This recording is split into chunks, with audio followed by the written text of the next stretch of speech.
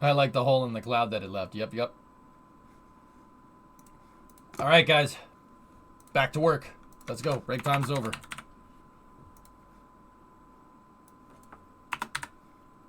Let's go.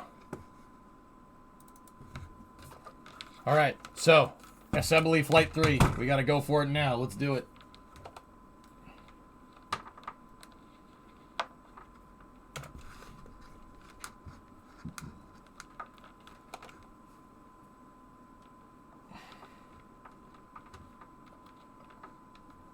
Kerbal is free, but I already paid full price for it, including the DLC on Steam. Okay. Ad time?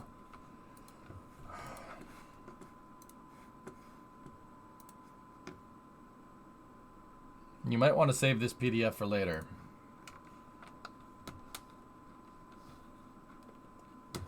Nice. Yeah, that's a pretty cool one, Lunprod. Not gonna lie to you.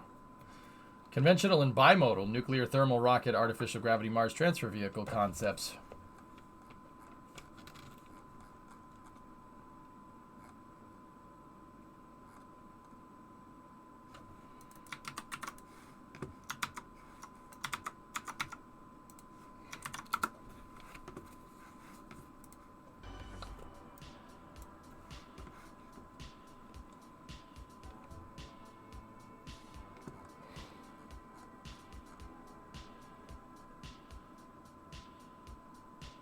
Genuine question about the chutes on a pod.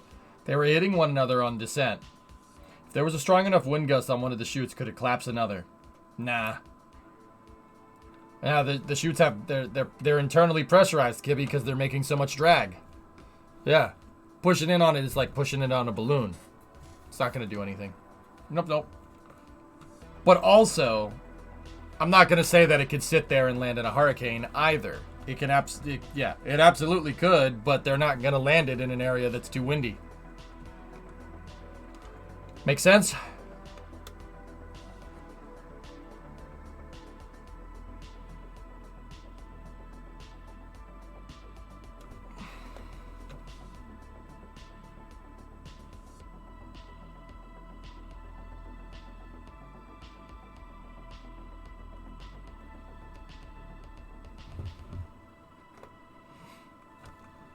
So Lemprod, this is nuclear thermal, and the thing is gonna spin. That's cool.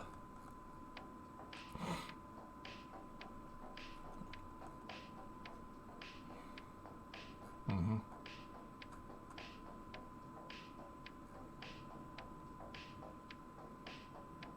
Yeah. Cool. Yeah. Ah, Brayton cycle. Okay.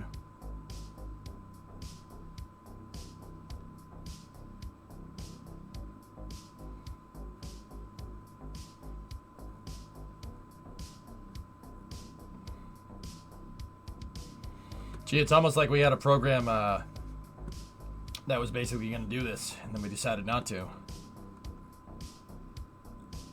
I'm telling you, man, that's the way to do this. We should use SLS to make stuff like that.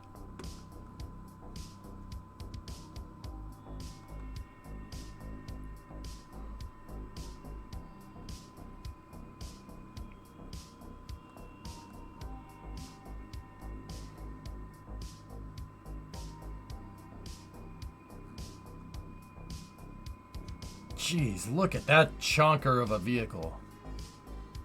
We'll be doing something like that soon.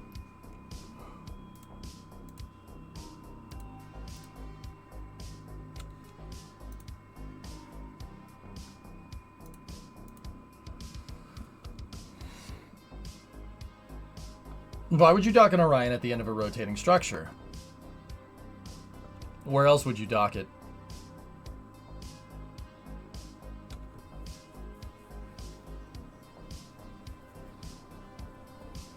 If we could figure out a way to air start RS-25's Aqualex, yeah, I mean, I'm with you. Alright guys, let's get ready for Flight 9.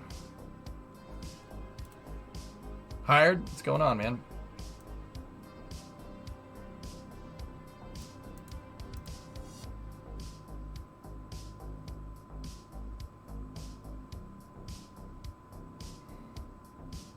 No, it wouldn't. The Orion would be attacked. It wouldn't be trying to dock during RPOD. No way.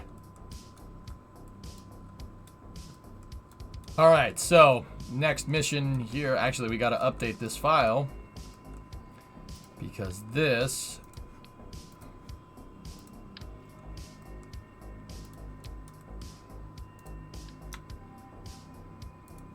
is docked.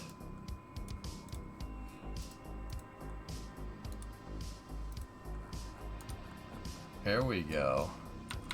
So over here represents the modules that have been launched. You can tell that it does because of the way it is. And then we also have docking ring 1 up there and ready to go. So I did actually learn a good deal about how this is all going to go together, which is actually pretty cool. I learned a little bit more about how the arm should be used. Long story short, I got to be a little more careful with it. Discovery, go at throttle up. What's inside the fairing on your cupola? Storage unit.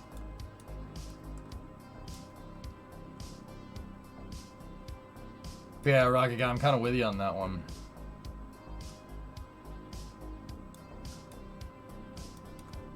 So that's what we have. The next mission here would be to put the arm up.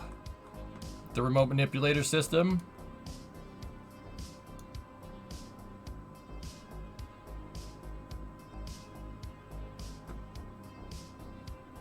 Lots of SBIR. Yeah, SBIR's, yeah, open for nuclear propulsion, yeah. Hey, Pork!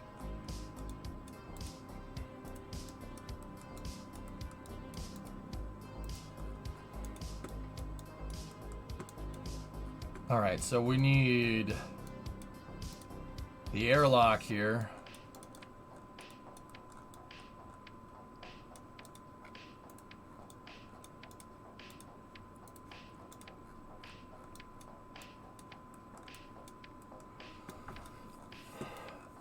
We need the airlock and we need the arm.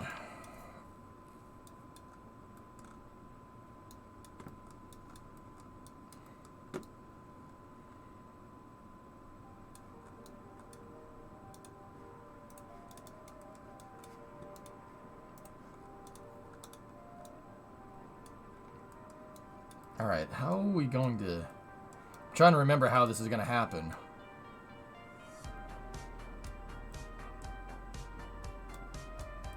We're going to deliver 2 now, so give me another... Uh-oh. No, don't duplicate a shuttle.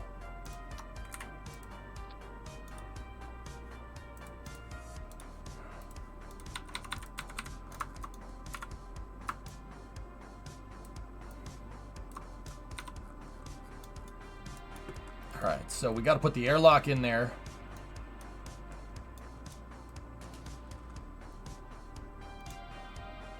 Got to put the airlock and the arm in there. So how this is going to work is...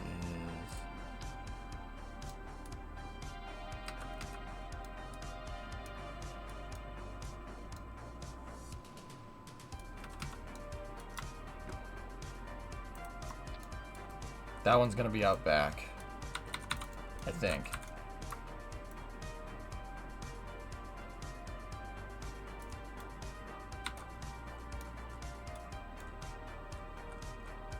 You know what? I'm not sure if the arm can reach that. Stuff we're gonna have to check out. Did you send up the docking adapter at the same time as the previous module and birth the station to it? I had to step away. I birthed Alpha Lab to docking ring 1 inside of the shuttle's payload bay, and then I flew the shuttle near the station, and I used the shuttle's RMS to grapple onto that point, and then birth the module, Alpha Lab and docking ring 1 and the shuttle to the Z1 truss segment.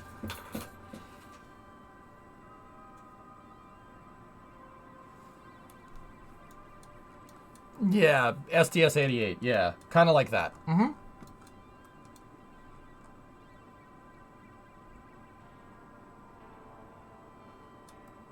We're prepping the next one now. Yep, other shuttle got back down just fine.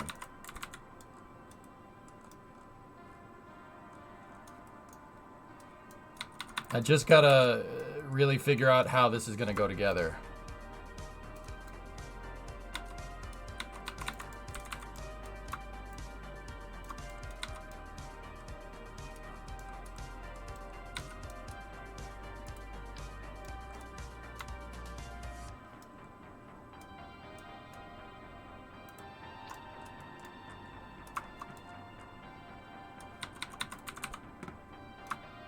So what I'm going to do basically from now on is theory craft out this mission in the ONC file before we even go any further. The airlock is very questy. Thank you. Alright, so let's take the shuttle. So we'll fly the shuttle up. Shuttle will dock with the space station, right?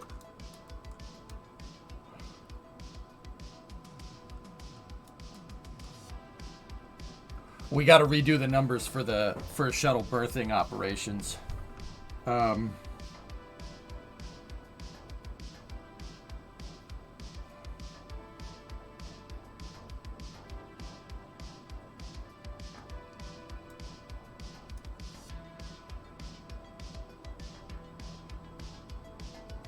Yeah, Doom. Mm-hmm.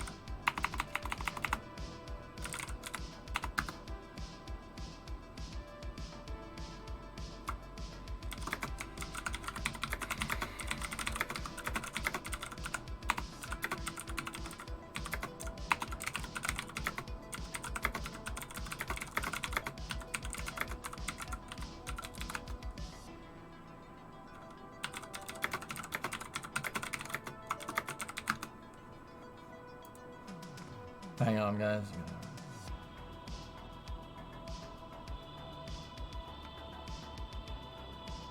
Okay.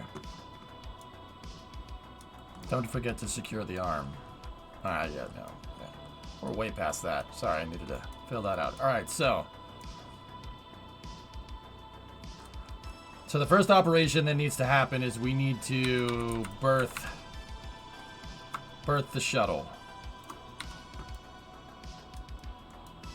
Right, so the shuttle's going to be right here.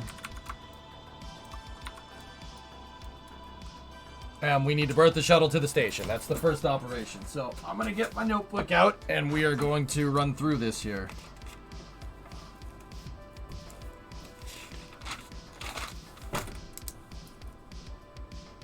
CTS-8 on orbit.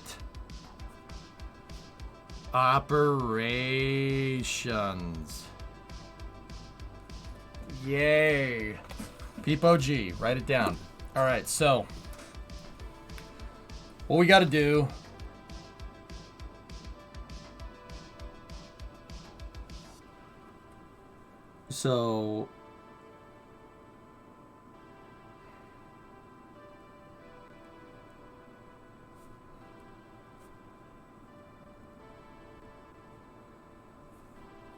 shuttle through to station RPOD. So we need to come up with a staged position and then the shuttle's berth position. So staged.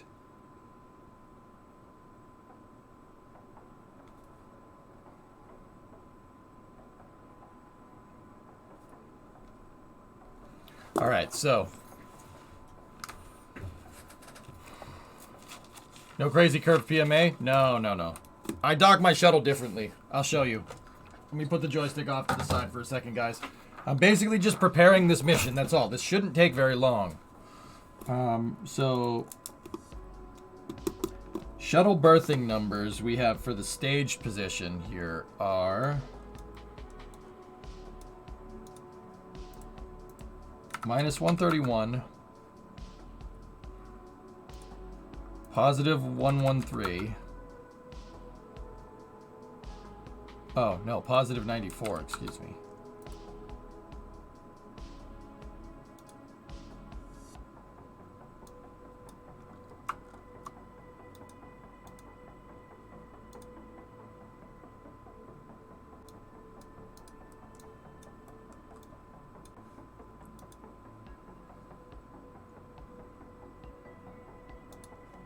Huh.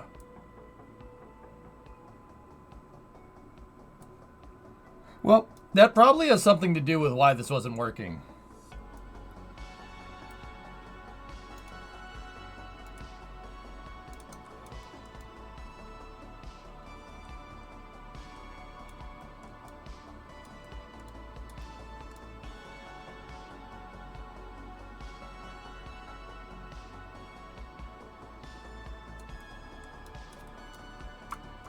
Never mind.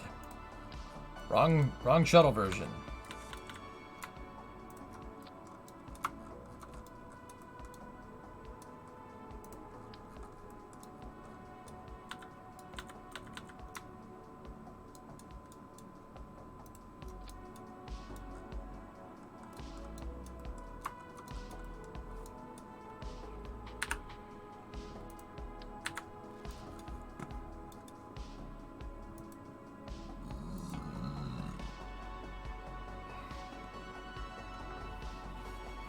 It was actually on a shuttle pallet, Snackless, and they removed the shuttle pallet out of the payload bay and put the arm in a position where it could grapple to the station. It's a pretty awesome mission, actually.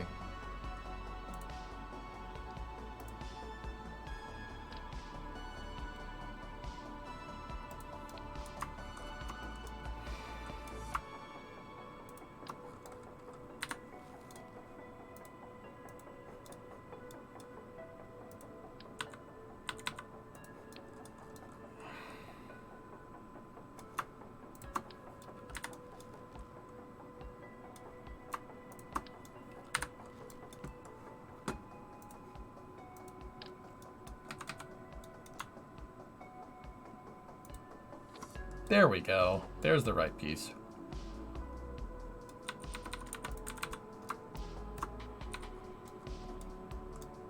Okay, now we have the right version of Pathfinder in here.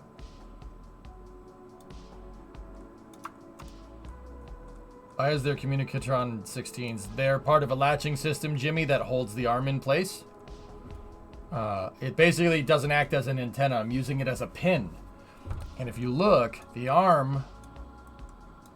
Those thermometers there are acting as a holder to hold the pin in place. It's when I stow the arm, I toggle the hitbox, which is what's... You can do that in Kerbal.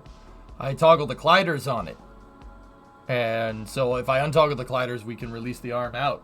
And when we move the arm in, we latch it. It's for latching because the arm's very noodly. You need to find a good way to kind of cradle it on the way down. And I have a cradle... in the form of I'm actually using an RCS ball in there. See it? And those thermometers cradle the arm, and that one locks it into place. And I toggle the gliders on them with action groups. Okay, staged. Let's move this into that position there. Unlock, minus 131. Unlock. Minus 94.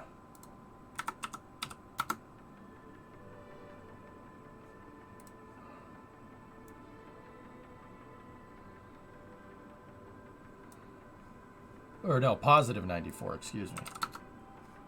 There we go. Minus 78.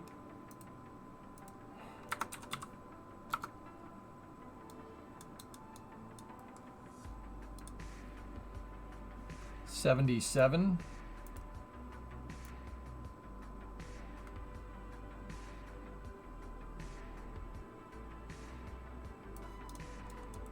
The birthing this thing did not go correctly last time. The arm was in the totally wrong position. Now I'm trying to figure out why. This one was set to 108. And then the last part, the rotato part right here. Discovery, go at I throttle set up. that to 20.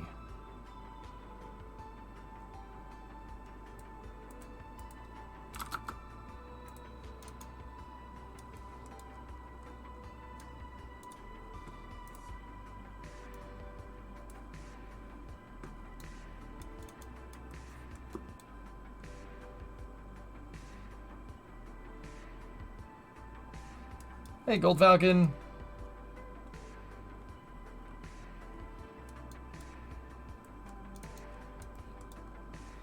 So basically, this is designed to put the shuttle. I need to just basically dock the shuttle and get it to line up, like right there.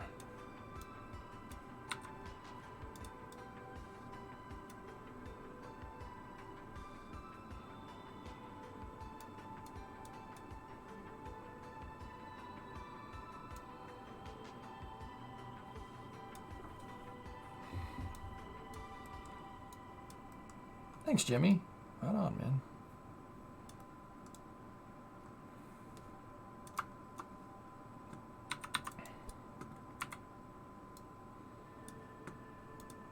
All right. See, this clearly wasn't precise enough, so let's get it right.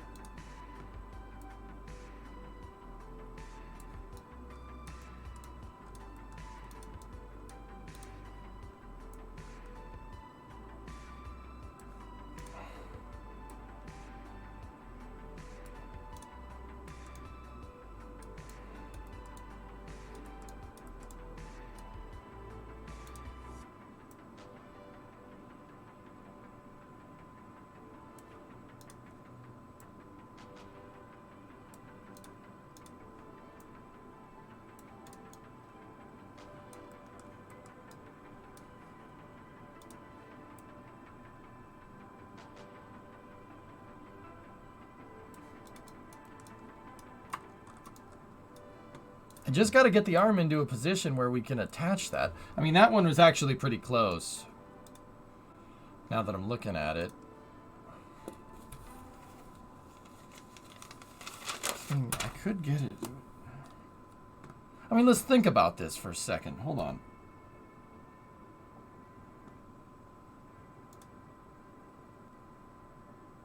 Uh-oh. Hang on. The video just skipped. When they did this afternoon, the computer took a dump.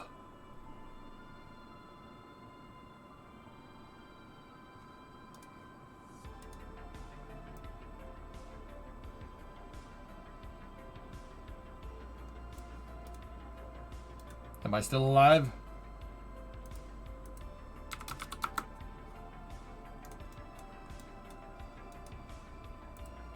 Yep, still here. All right.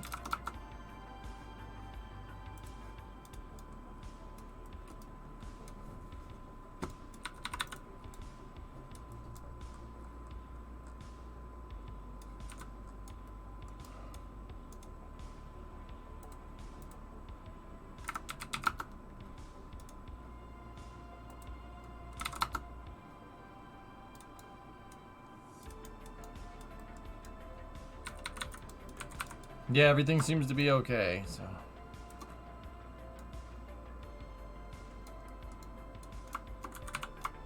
Would it make sense to program a cal? What do you think I'm doing right now?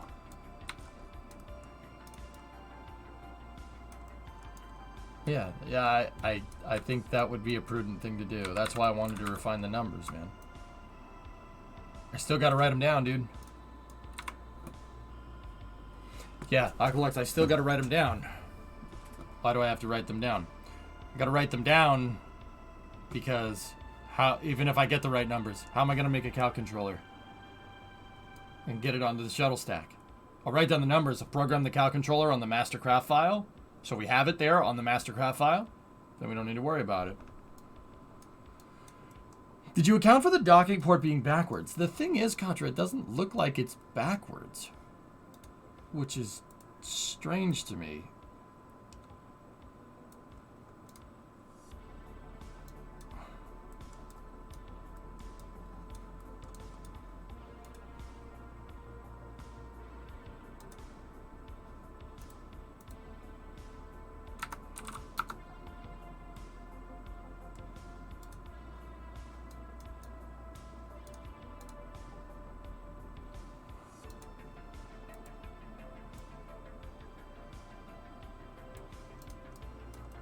Unless we didn't dock it in the right position or something.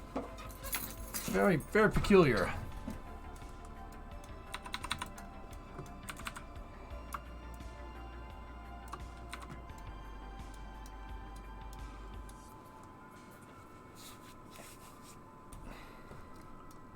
Okay, well, those numbers are good enough to work.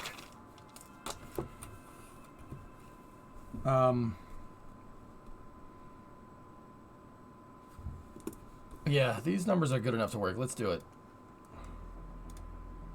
Minus 131.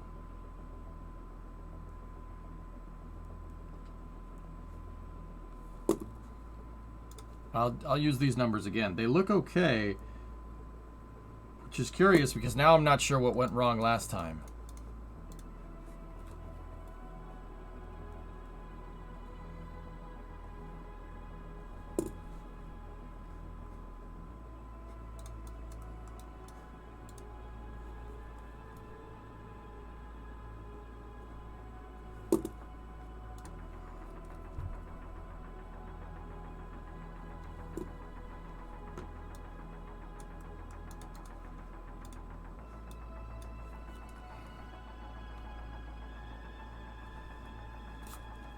Discovery, go at throttle up. Hey, well, thanks to Weed for your gifted sub. Why do you have to use the arm to berth the shuttle? I don't have to. I can do either one. Berthing it would be easier, though.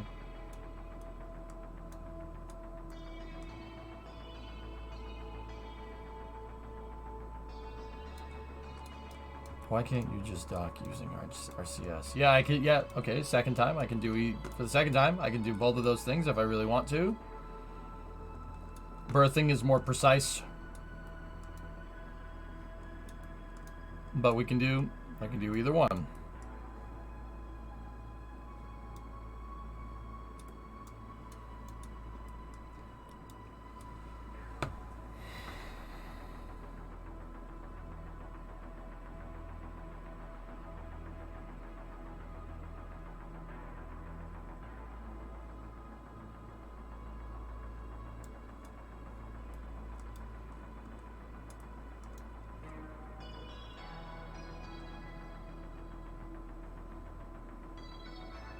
What's berthing?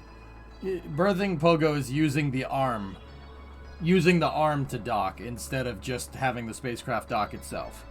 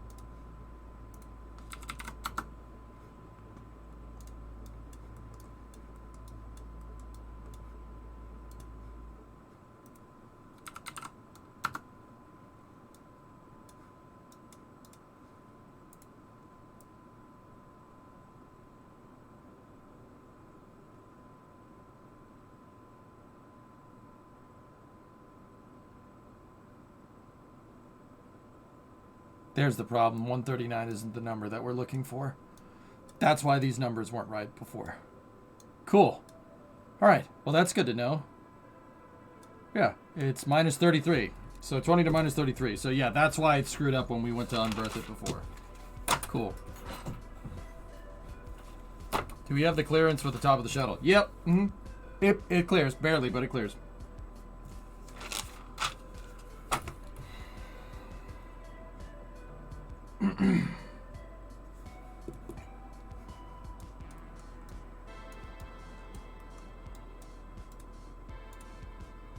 $153, $113.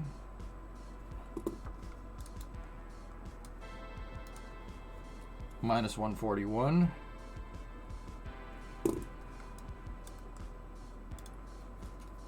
$71. 117. And then minus 33. Okay. Fellas, I'm going to run this animation through a Cal controller now. And I want to see what this does.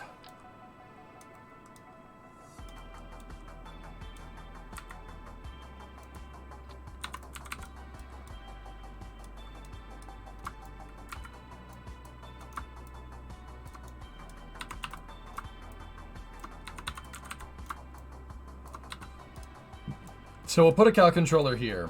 I'll set the Cal controller to 120 seconds. And then we'll go into action groups.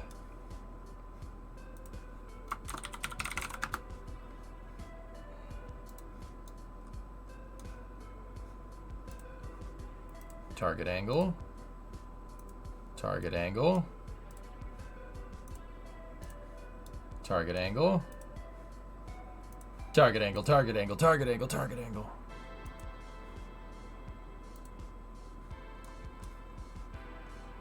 Okay, so the first servo, it's in the birth position, so we're at minus 153. This is basically what we did. I'm just emulating the procedure that we did on orbit to see what's wrong. And we need to go to stage position, which is 131. Smooth the curve out.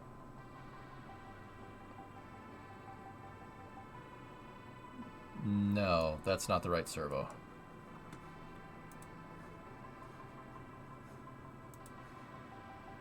Oh, yes, it is. Okay.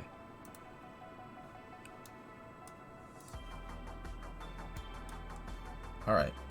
So this one is in the birth position. So the birth position is at 1.3 birth position. And then staged is 94.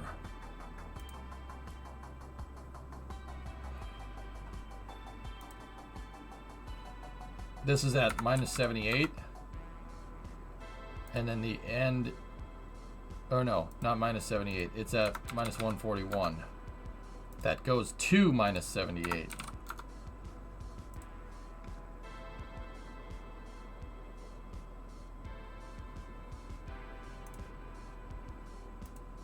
This one should be 71, going to 77. This one should be 117. Going to 108, like that. Not that much movement. And this one should be 20, or no, minus 33, which is its current position, Discovery, go at to throttle. positive 20. All right, enable the controller. So what I'm going to try to do is, we'll set this to 60 seconds, right? And then, so let's do a couple of things. Let's just watch the animation first and see if it's right. This thing, if we did this animation right, that arm should just, the docking port should just move this way. It'll honestly look like I took the translate tool and just moved it that way.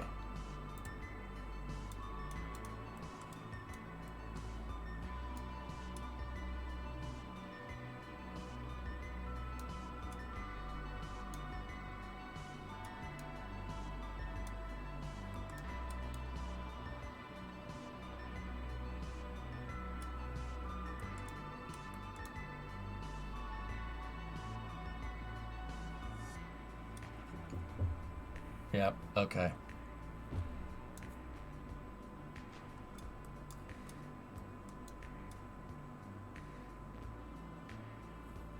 It's close, Dink, but it's not exact.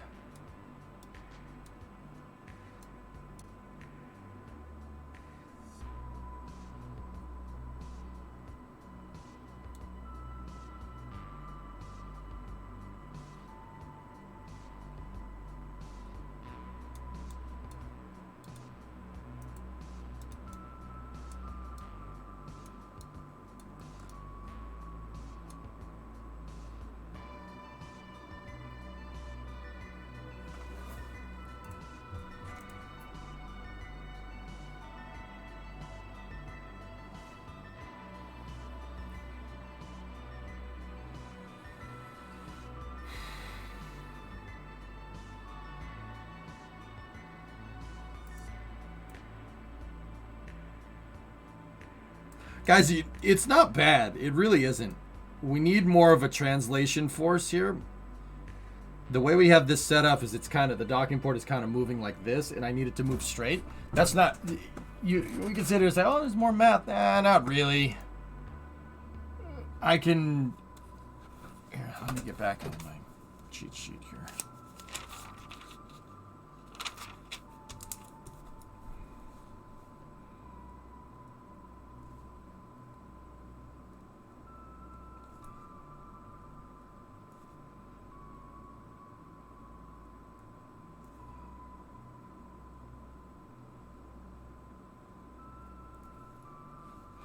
All right. No, you can keyframe this. We can keyframe it out to make it more of a translational movement. Kinematics, if we coded the kinematic system into this, it would make it perfect, but we can fudge it because it's the same animation every time. We can fudge it. We'll do something that I learned from 3D modeling. So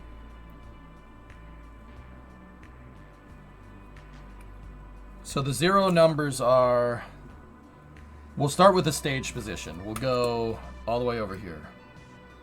Actually, well, I suppose it doesn't really matter.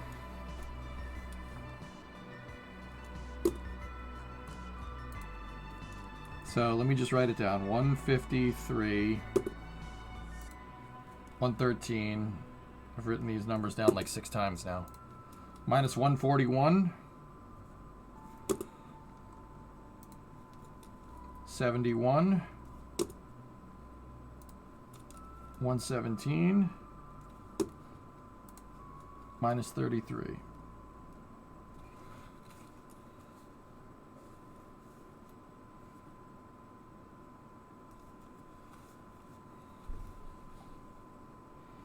Okay. So what I'll do, I'm going to set this cal controller on a 60 seconds. We'll set it to 60 seconds. That's no problem. We can change that number later. So every 10 seconds, we wanted a certain amount of translation. And once again, we can fudge this. We can fudge it. It's not a big deal. How did launch go yesterday? Yesterday's launch went good, Hal. Today's launch went good thus far. We're gearing up for a 3rd launch. What you see on the screen right here is what's up in space already. I'm just working on getting the RMS figured out a little bit better.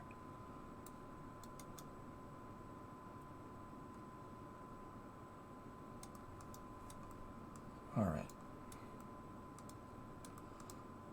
So what we can do, let's go in here like this. And I'm honestly just going to attach a docking port right here to this piece, right? And you know, we'll make sure that the docking port is in the right spot. This is just to make sure we match the angle.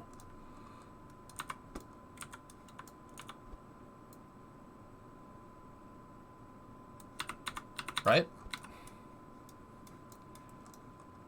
Okay, so say we're moving on 60 seconds. How much distance are we covering here in 60 seconds? So that's 10 centimeters. 20, 30, 40, 50, 60, 70, 80, 90, 100. That's 1 meter. 10, 20, 30, 40, 50, 60, 70, 80, 90, 100. That's 2 meters. 10, 20, 30, 40, 50, 60, 70, 80, 90, 100. That's 3 meters.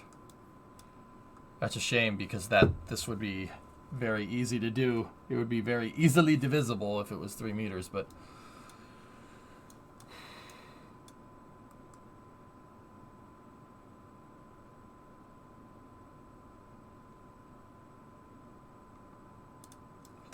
That, you know what? We'll do a 3 meter traverse. It's fine. It's fine. So that means we got to find some numbers. I got to get the 2 docking ports to line up. That's a straight translation right there.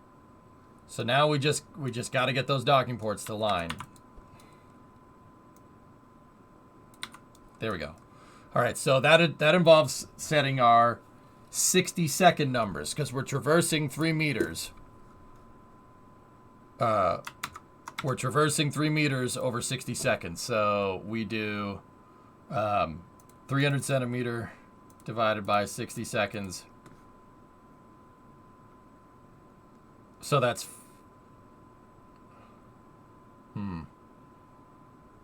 Yeah, okay. That would be a 5 centimeter movement. Or 50 centimeters. 50 centimeters. I'm an idiot.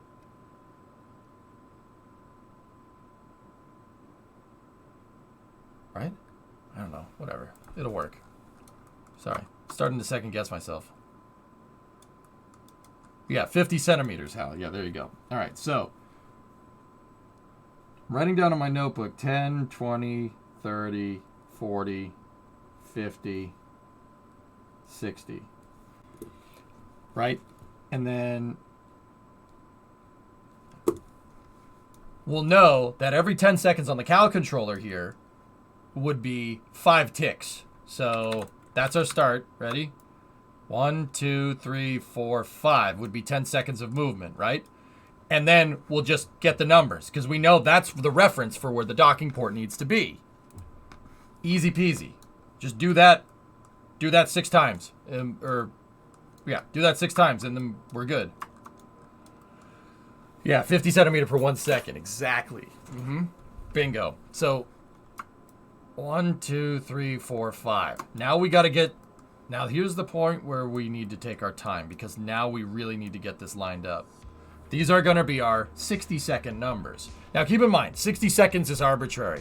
When I'm done, I can change this to any number. I just use something that's easy, that I know the math would be easy, and I still struggled with it.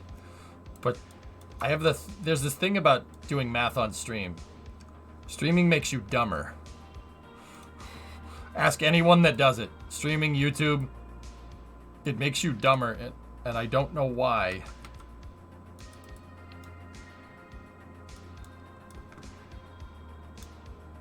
That was a hell of a misclick. I didn't really click anything, but, you know, that's fine. I wonder how much I just lost there.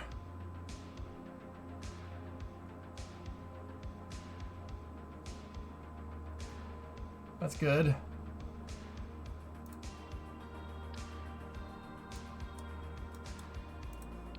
Oh, look, it misclicked again.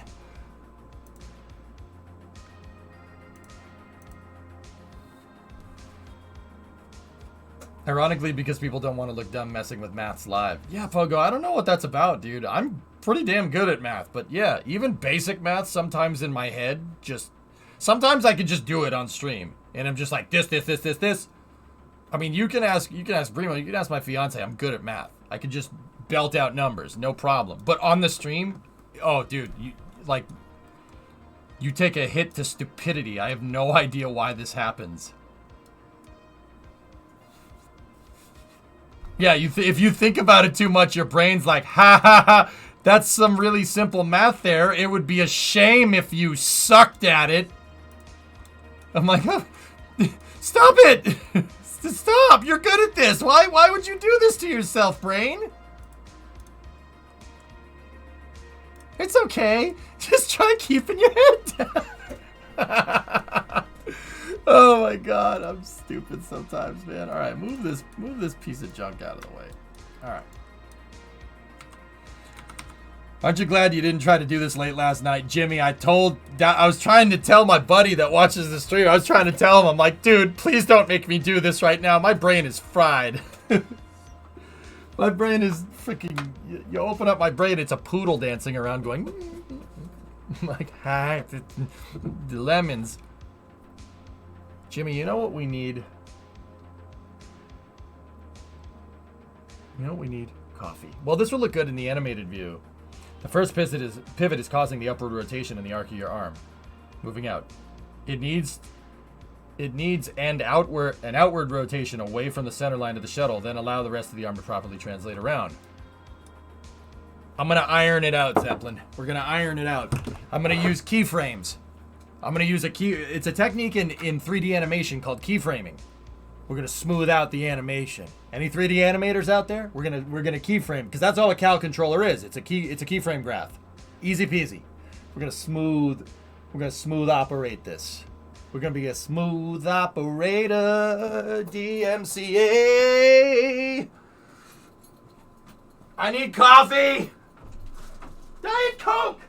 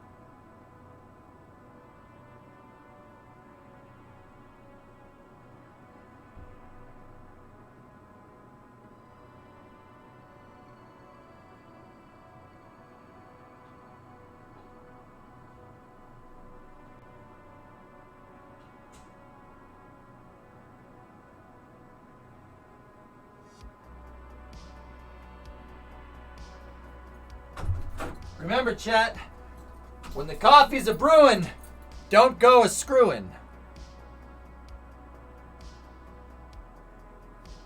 Wait.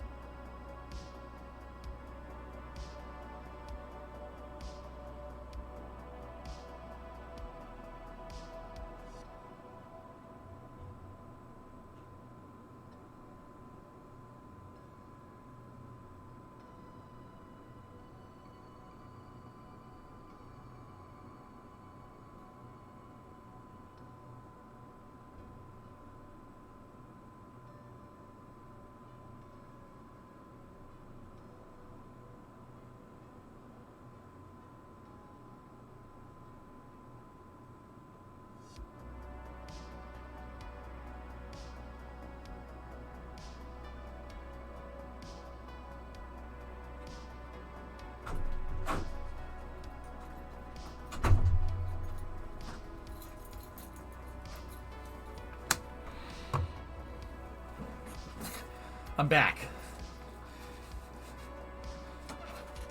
Oh, I'm back. Just that part where I wasn't here. I was brewing the coffee the entire time.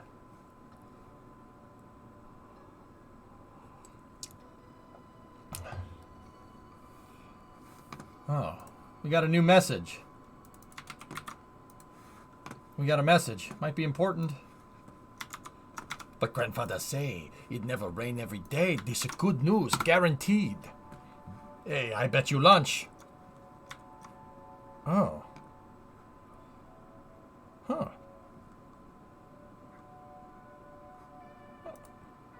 Huh. Oh, look at that.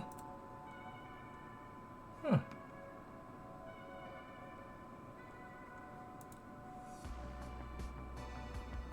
Huh.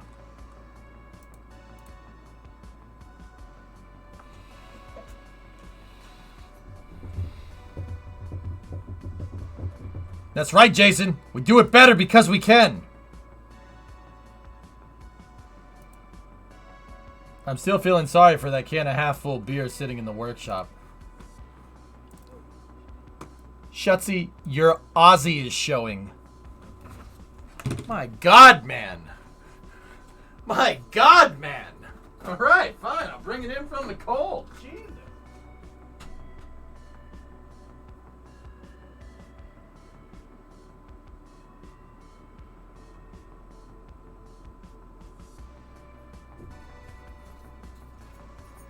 What the f... How the heck did you even notice that? How did you...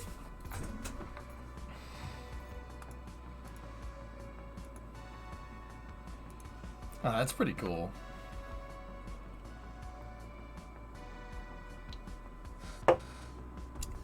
It's beer. Dude, this is like VB. You understand that, right? This is Pabst Blue Ribbon, man. I drink it when I'm thirsty, when I need to drink water. VB is vitamin beer. All right. Okay, I gotta make that stupid cow controller again because I clicked through like an idiot.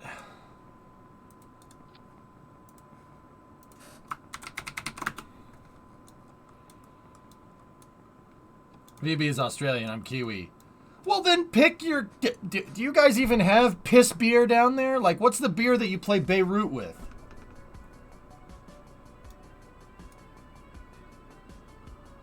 Cow controller. Yeah. It makes things move. Foster's. Foster's Australian for beer.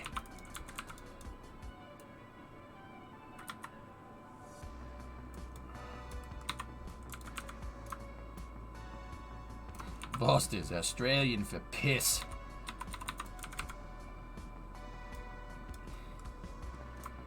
Spites? Okay, 1, 2, 3, 4, 5, 6, 7, 8, 9, 10.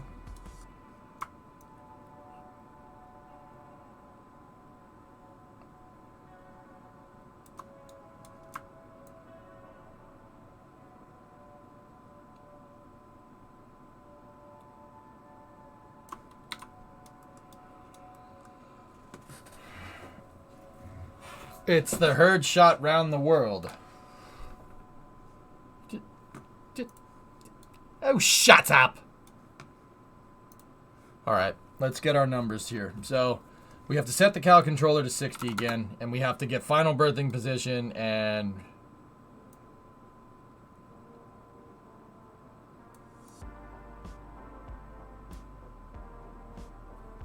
$153.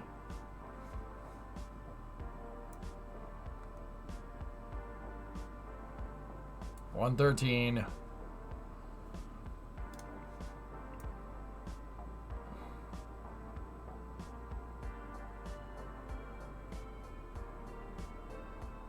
Minus 141.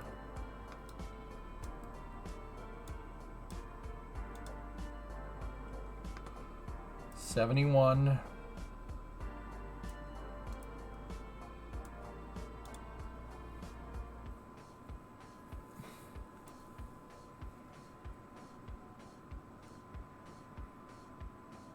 $117.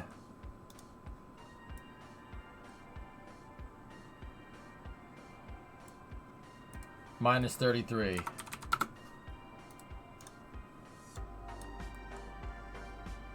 Save. Alright, now we gotta go into the cow. Cow controller. Go in here. Target. Target. Target.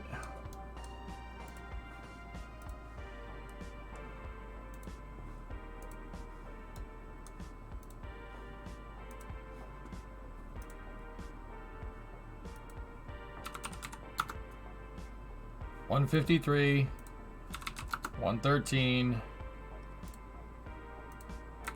$141, $71,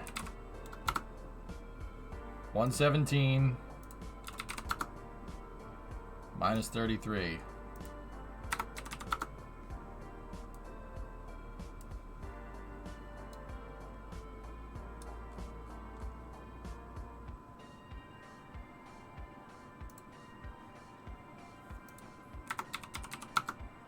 Derp. Okay. Save. And this is the birth position right here. So BERTH for the non-English speakers. Let's move Pathfinder into position here. And that should line up pretty much exact. Right? That is close enough. Yeah, that's close enough.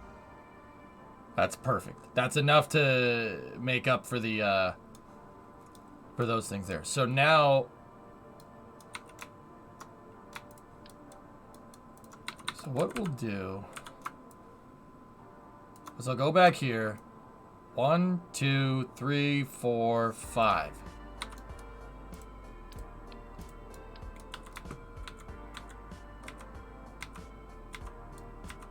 Don't use that as your luggage combination, guys. I had a bad experience once.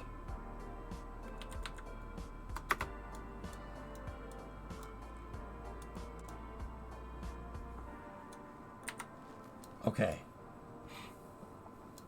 So, actually...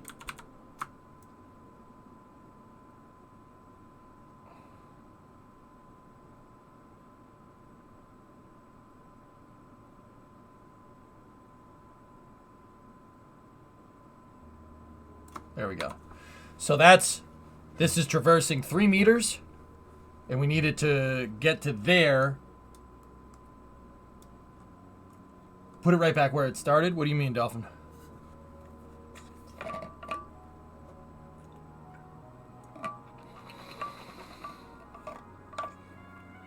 Wendover Productions released a video about why Amtrak exists and why Freight Rail keeps it from being any good. I was like, huh, I think I've heard this before.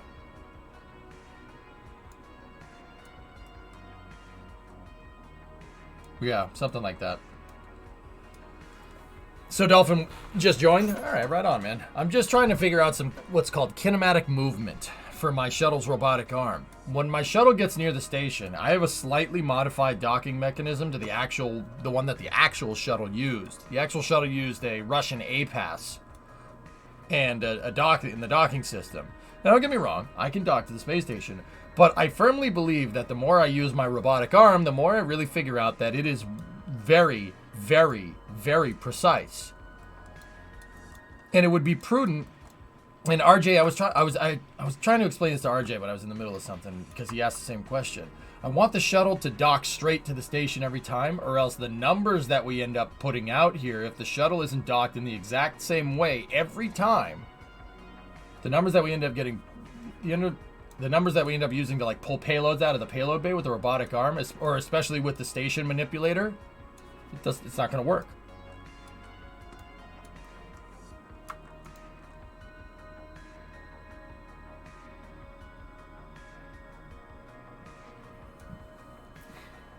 He thinks Snowtam is going to get overhauled now.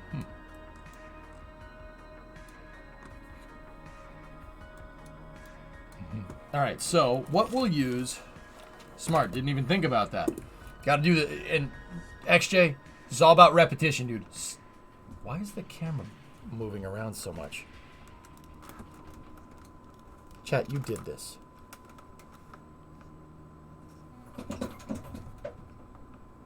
Okay. It's all about doing the same thing every time in space. So what we're going to do is go stage position. So minus 131. Flatten that out.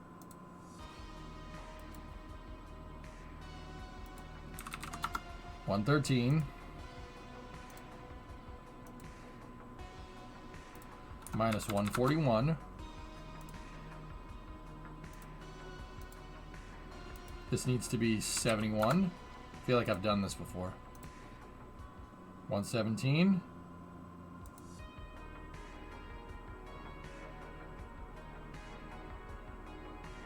I'm not doing this right.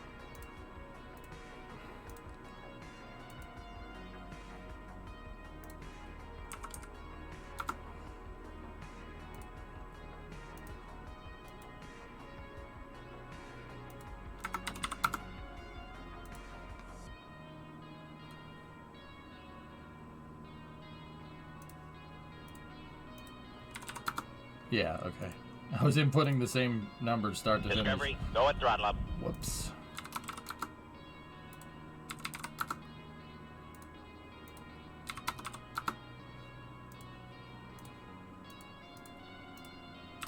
Okay, so this is where we were before. All right, so I'm going to save here. And then we're going to take the banana controller. And we're going to play it. I know it's not going to end up in the right spot.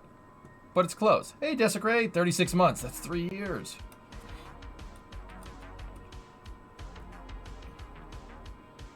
Discovery, go at throttle up. Shetzy, you didn't even realize you were on sub? Thanks, man.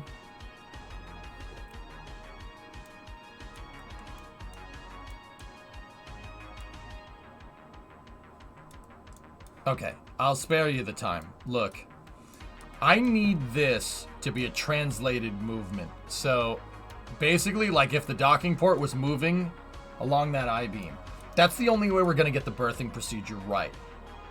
And you gotta get the berthing procedure right.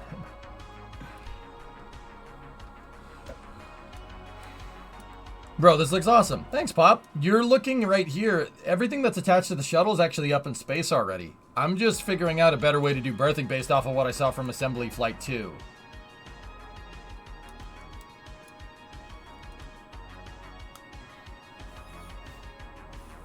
So, we gotta change these numbers up to get the... We gotta get that docking port in the right spot.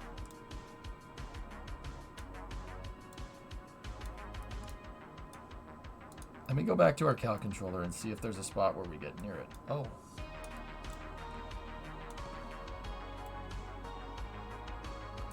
It's quite close.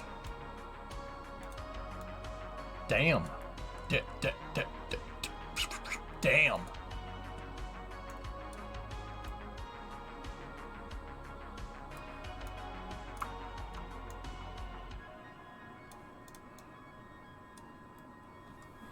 Isn't the berthing arm manually controlled for real? Can't you set the arm controls to your controller and keyboard?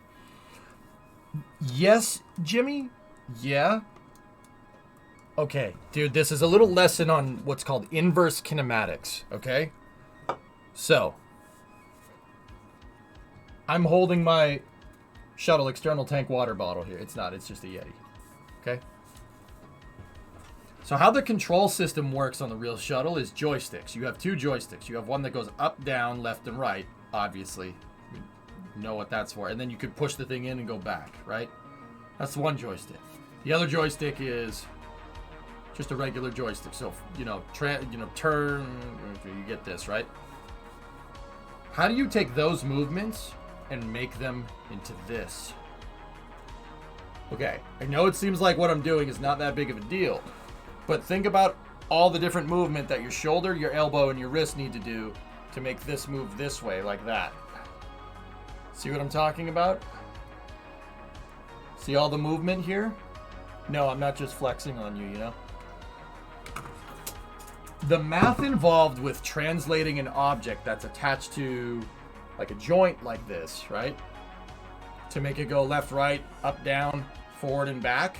Basically bind it to the joystick, so to speak. There's some complicated math behind that, dude. That math is called kinematics, or inverse kinematics for what it's worth. You take a dynamics course, indeed. So we need to figure out the inverse kinematics here.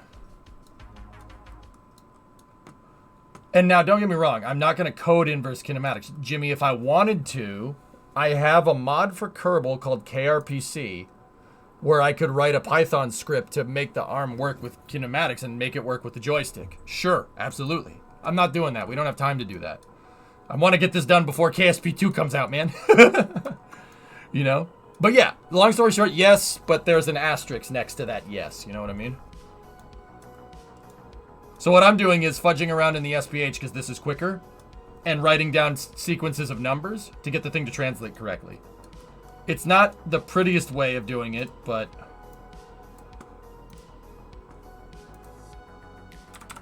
it's not the prettiest way of doing things, but it'll work.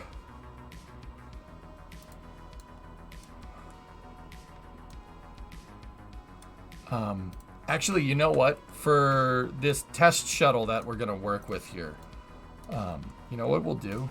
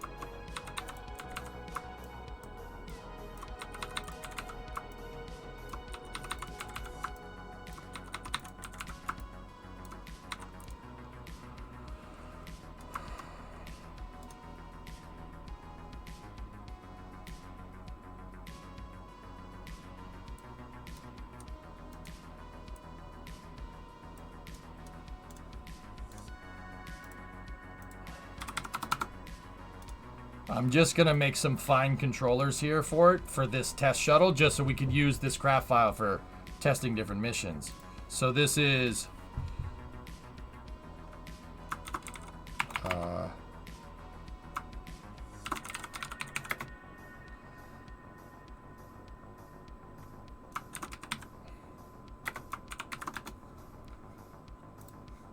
we got to go in here, bind this to target angle, right?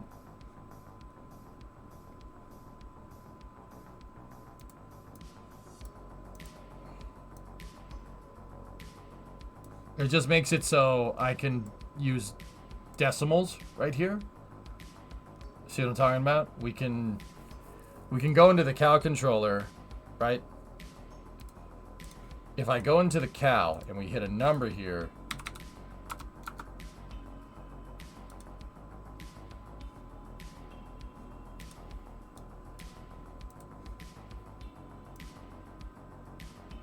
I can use find control. And we can get numbers to the decimal point.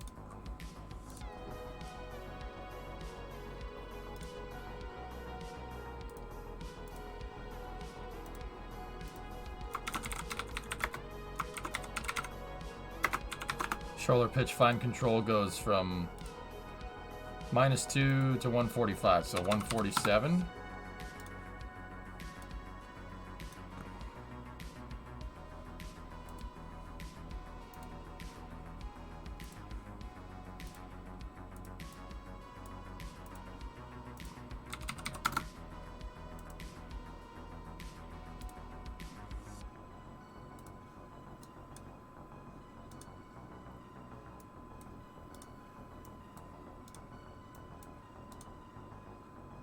Actually, you know what? We could just set these to 3.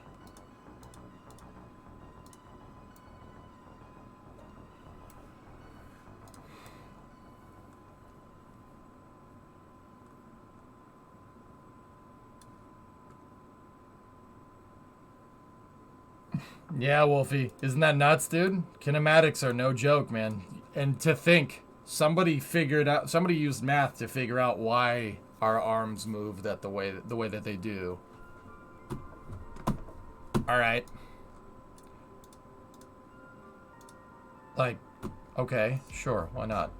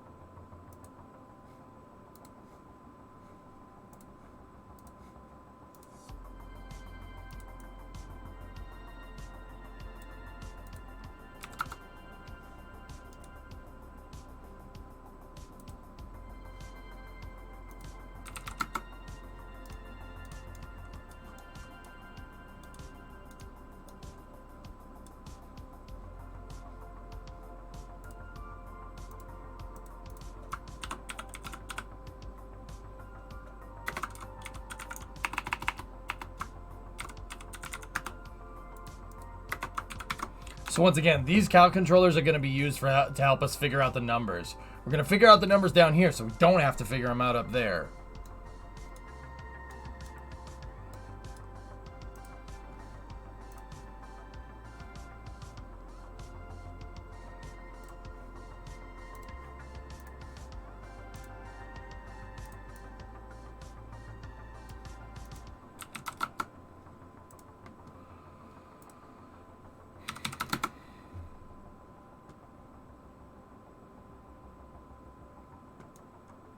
Wreck, you're right. Yeah. Alright. So sorry for the lack of commentary here for a second, but yeah, this is just something I kind of have to focus on. But once I'm able to do fine control with these things, this will give us exact numerical readouts, and I can plug those decimal points in.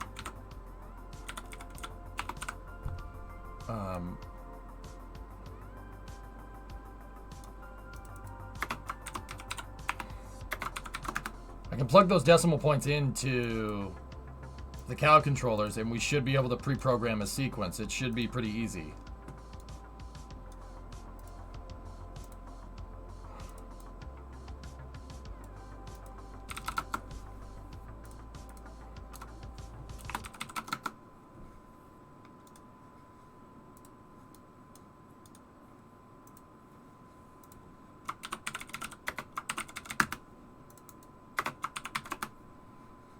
In fact, maybe the shuttle, maybe we should carry this on the real shuttle for fine controllers. That's basically what I wanted to do, but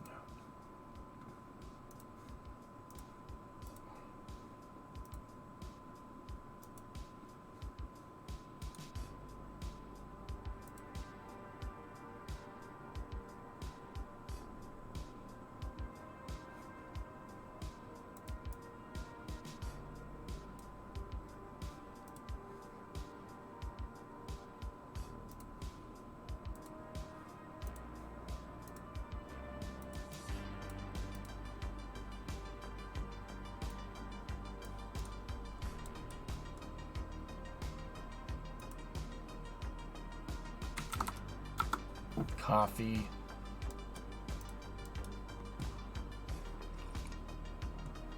Okay, so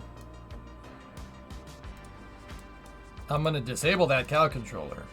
And now we're going to go fudging around with this.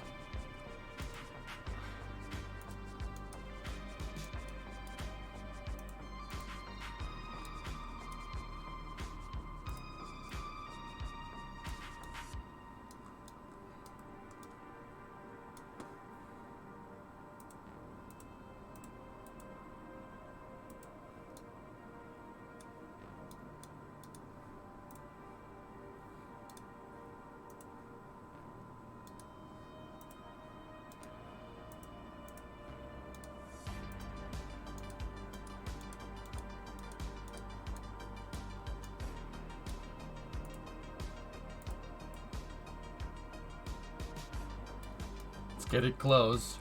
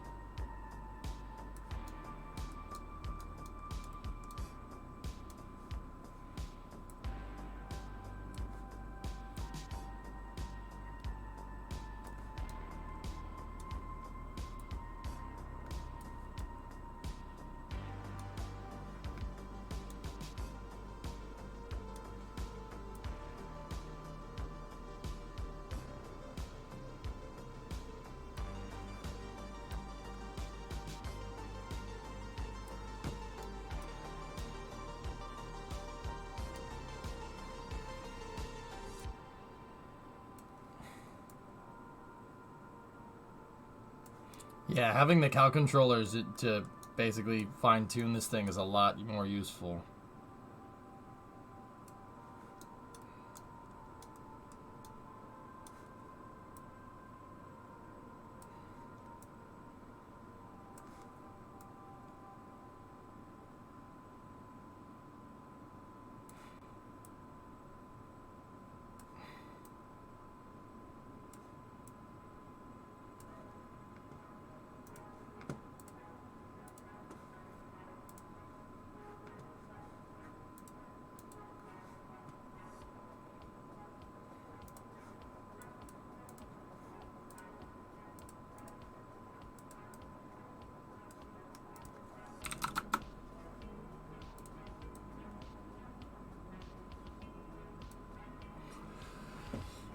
Do they animate these missions in real life? Well, they have a computer doing the inverse kinematics for them, Pop, something we really can't afford right now.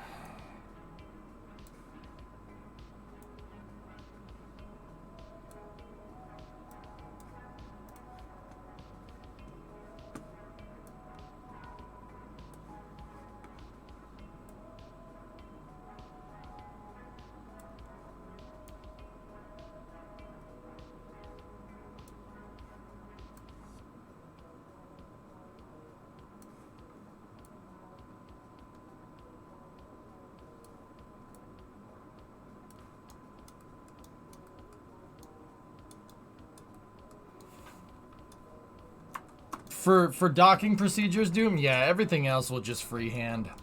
I don't want to do this for every freaking mission, you know? We could, though.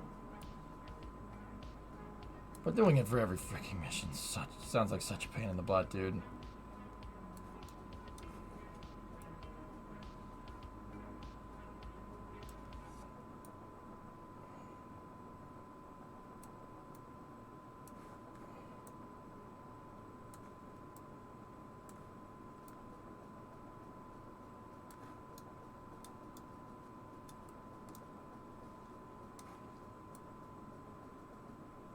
I just need to get these numbers right. I'm trying to find the endpoint numbers, and I have each of the 6 servos on the arm bound to a cal controller, so I can get in fine positioning to the decimal place. Should be easier to place this thing.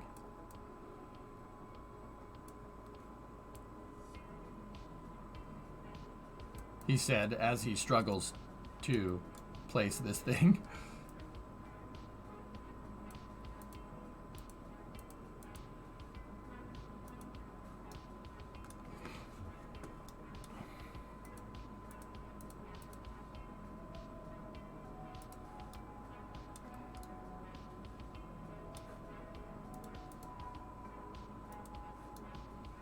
That's actually super close.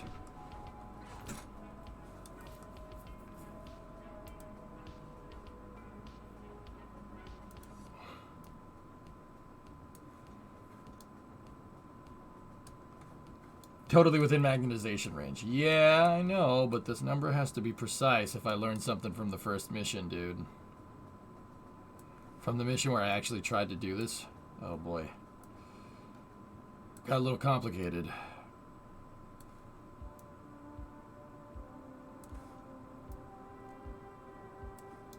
And I don't want these to magnetize Doom. I want to get it precise enough where it'll just lock. Or else you're going to get some hard snap docking. Yeah, watch the first mission. Watch the mission that we just ran. It was educational,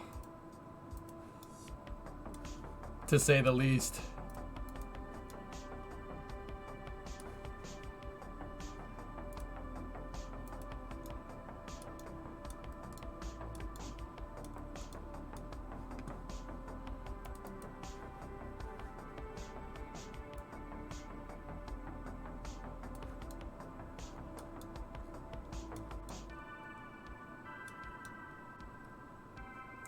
I'd say that's good enough. That's good for me. We gotta...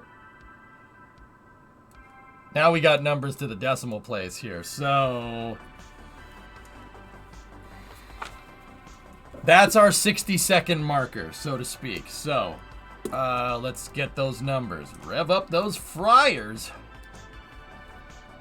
So that's minus 131.9. My leg!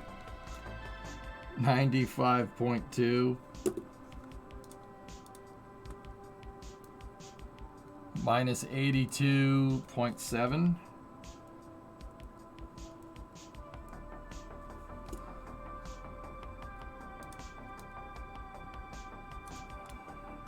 Do you have any hints for getting a craft to orbit over an exact spot on a planetary body in KSP?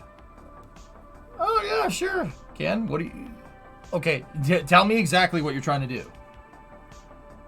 Yeah, just tell me exactly what you need to get done.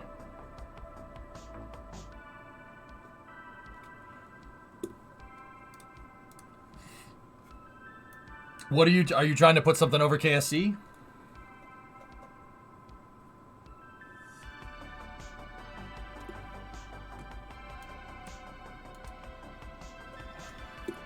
That's 16.5. All right, first of all, we gotta save this. Okay, so now that I have a sequence of numbers here, watch this.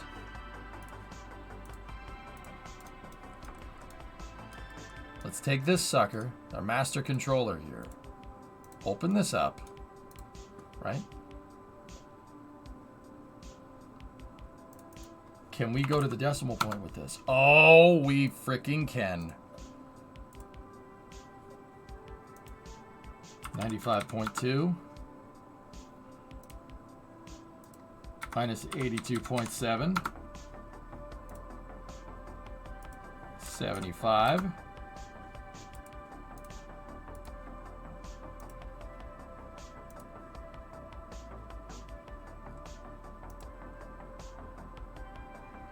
.108, believe it or not, stayed exactly the same, and then this one needs to be 16.5. All right. Now here's our banana controller. Let's see what it does. Ready? Reverse. Play.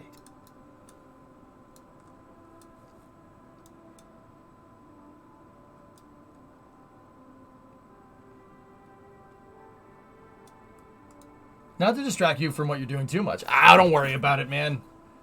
I got a free copy of KSP from Epic. Right on, man. And now I'm learning that rocket science is really hard.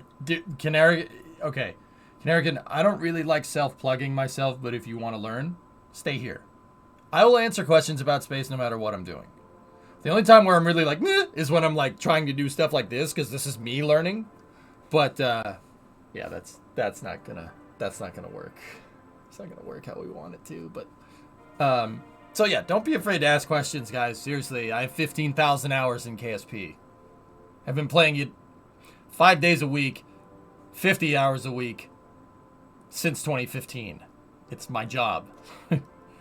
Ask away. I'm here all the time. I just never had the game for context. It's been enlightening. Oh, all right, right on her. Okay, so let me read. Okay, now you're learning the rocket science really hard. I need to measure the temperature above sector RFMM, which is just above the equator. Discovery, go at throttle up. And I can't seem to make it hit the right orbit over it. My next option is to make a high altitude aircraft. If I could figure out the orbit, my main problem is the rotation of the body under the orbit. 2863.3 is geosynchronous over Kerbal. 2,863.3 kilometers. That's geosynchronous. You got to circularize at that altitude. Getting it over it is kind of a little bit difficult. You'd be better off building a plane for a mission like that, Canarican. Yeah.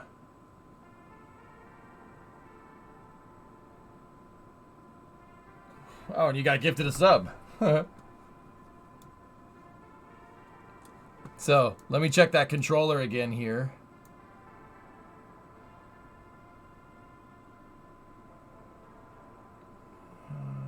Okay.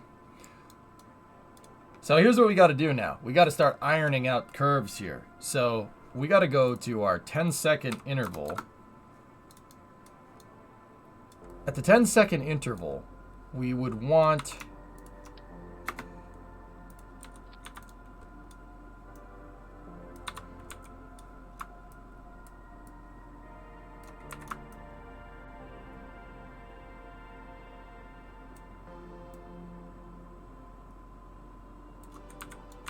local.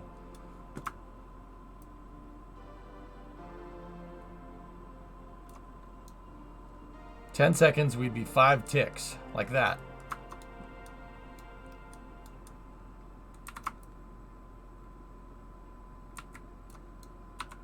So now, disable that controller for a second, okay? And now what we got to do is just iron it out. Just play around with these. Smooth out the kinematic. Now there would be mathematical constraints in real life, which is so like they're called joint constraints in 3D animation. I'm not sure if real robotics, like the robotics on the shuttle, is doing something like this, but I would assume it's something similar. There would be joint constraints that would keep this working. That's what kinematics does. That's what inverse kinematics does. That's what it does.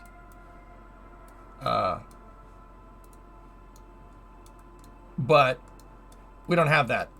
So we're going to do it this way.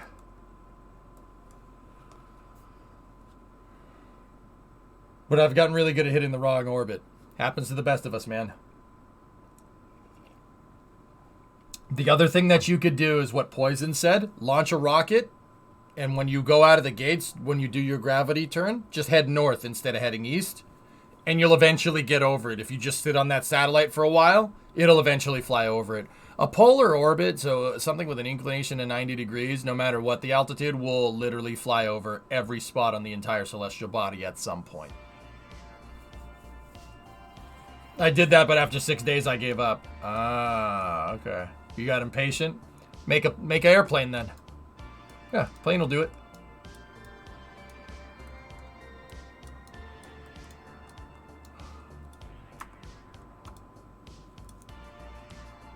Actually, you know what would be a better way to do this? We're 5 ticks in. 1, 2, 3, 4, 5. That's 10. 1, 2, 3, 4, 5. That's 15. So that's 1.5 meters from start and 1.5 meters from the end. So if we go in here, right, and I enable this Cal controller and I set this to the 30 spot, right?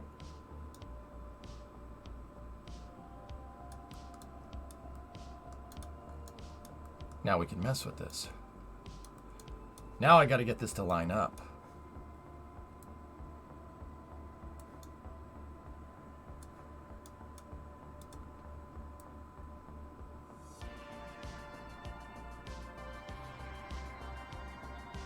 See, it's kind of leapfrogging over that. That's not what we want. So now we got to mess with this. So I forget who said it in chat. But yeah, see, the arm is bending over. We gotta change the traverse time here. So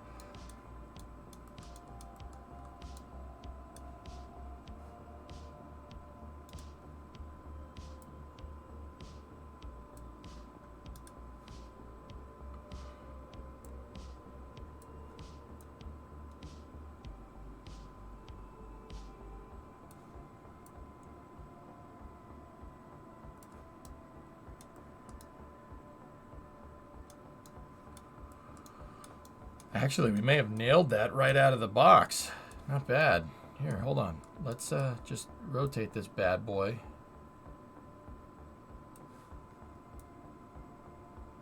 Oh, come on. Come on, man. Just get it, man. Just bing chilling that right up in there.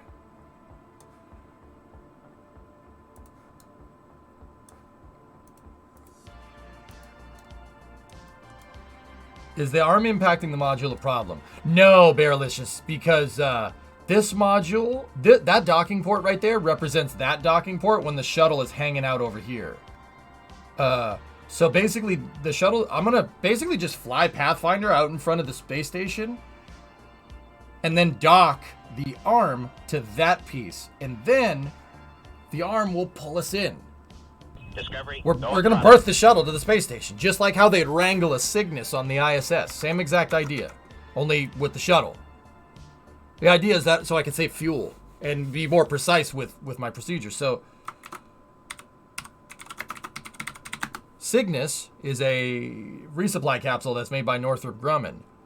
And what it does is it doesn't dock to the space station. All it does is just fly up right near the space station and just kind of sit there. It sits there so the arm can get it. The space station arm can grab the thing, and the space station arm is what docks it to the space station. Once again, if you're using the arm to dock to the space station, it's called berthing. Not birthing like, no, how is Babby formed? Can you get pregnant from roping Cygnus? Am I pregnant? Can you yarg while you are yogurt? It's not like that. B-E-R-T-H. Birthing. Hey, XLPG, Baba Boy! Ah! It's derived, Bandit, it's derived from one. It is. Actually, Bandit, if you want to know, that thing is the...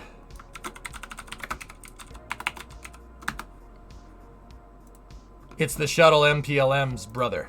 Or distant cousin, I should say.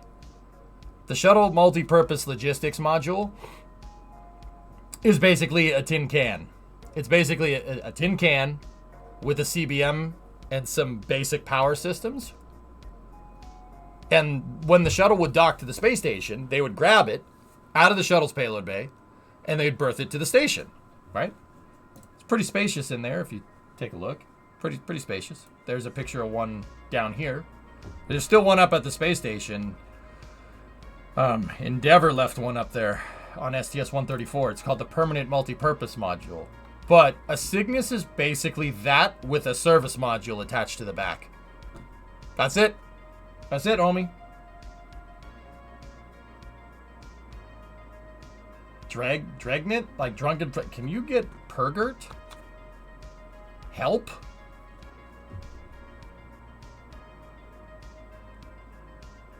Yeah, Cygnus is basically that, dude. It looks like an ISS module because it is. Same company. Thales Alenia made all of these. They make the pressure vessels in Turin, in Italy. Italia, campioni del mondo.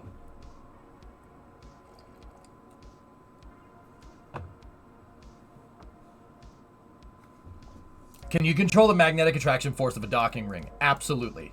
Yeah. Just right-click on it in the part action window and just docking acquire force.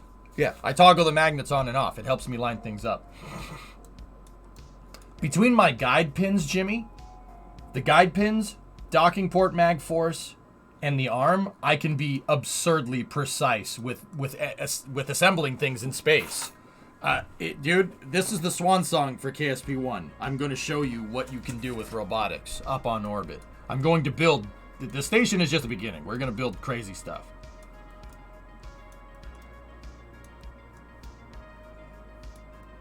You can... The percentage is modifying the magnetization force right there.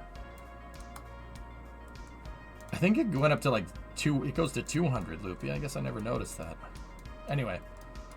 I'm just going to go back to tweaking this. So barrel is just... It doesn't matter that it's hitting that, dude. It's all good.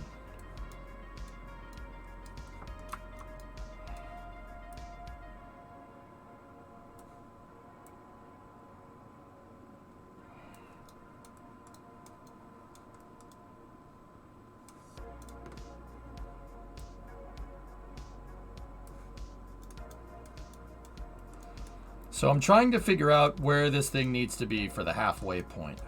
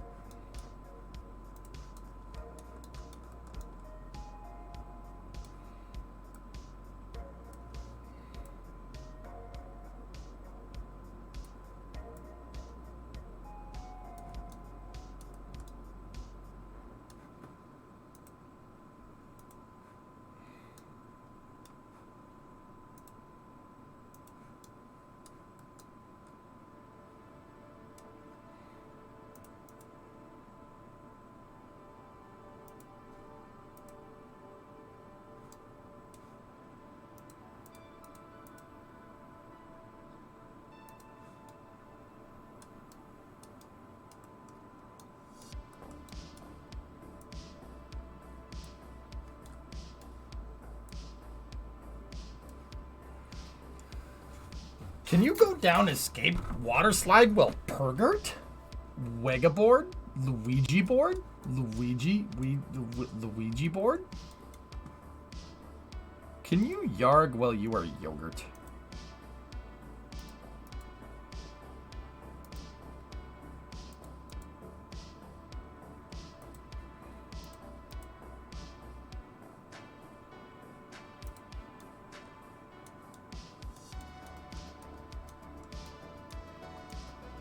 The Wega board.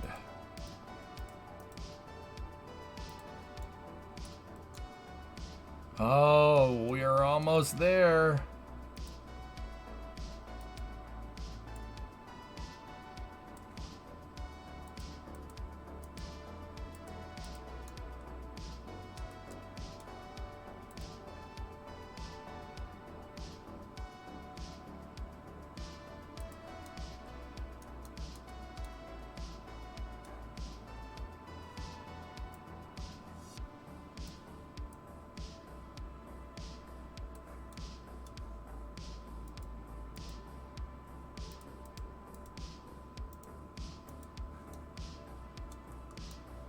This is much easier with the fine controllers.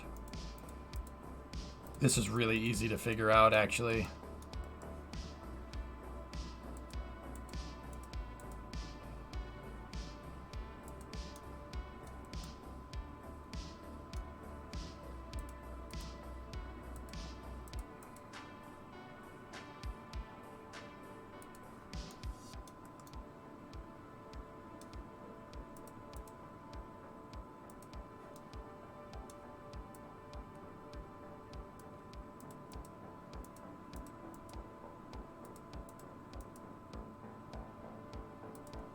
Would you ever want to do a car? Would you ever play car detailing? No. No.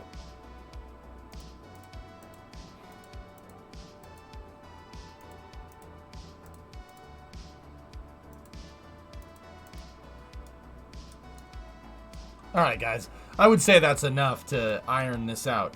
So let me get, this is our 30-second marker. So here we go. So we are at minus 141.1.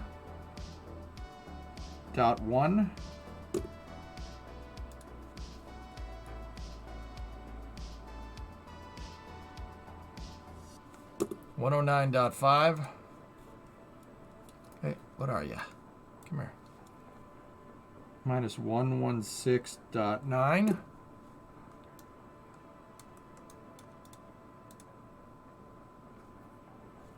69. Nice. 69.4. Open our Reading is Fun books to page 69. 69. Class, say hello to Billy Madison.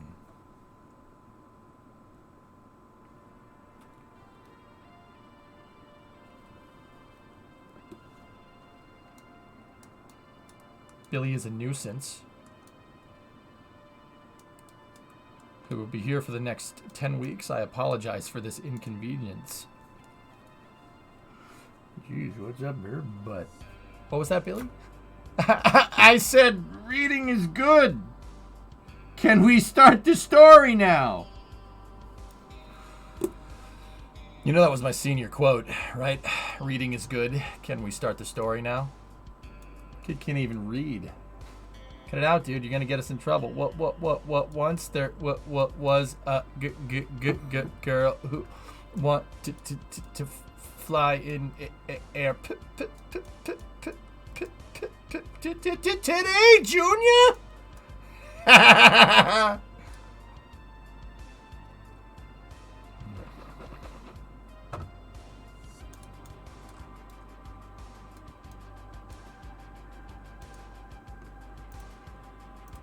All right, so let's plug these numbers in. Ready?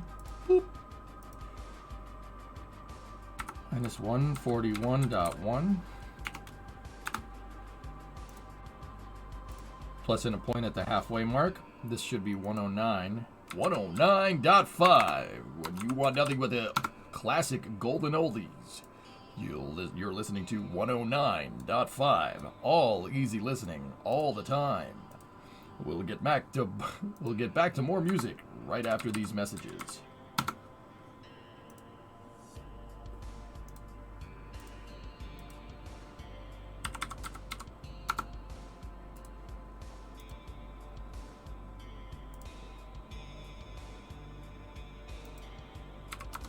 that one is also 109.5. Okay, that's a little sus.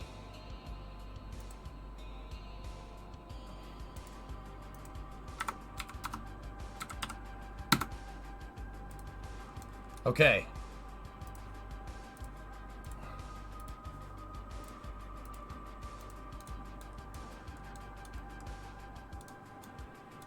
All right, so now let's set this back to the 1 position, and now let's see what it does. Before it was kind of going up here and making a frown. Turn that frown upside down. Ready? Boop.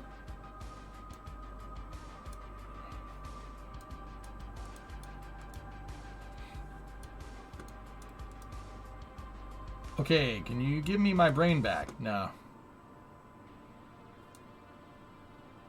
Yeah, see, now it's going to...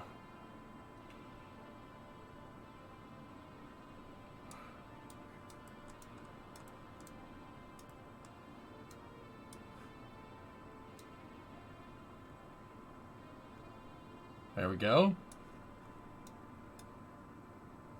See, now instead of making that kind of smiley face thing that it was doing, now it's kind of doing a hop, skip, and a jump here. So now what we need to do, we're at 30. Now we can set this to 15, right?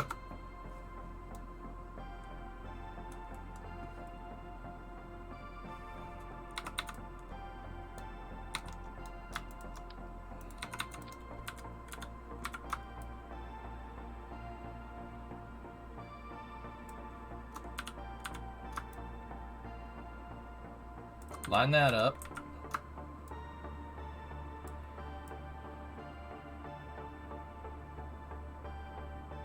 Five, 50 centimeters, 60 centimeters, 70, 80. Yeah, see, we're gonna have to go halfway in between that. So 1, 2, 3, 4, 5th. 1, 2, 3, 4, 5th.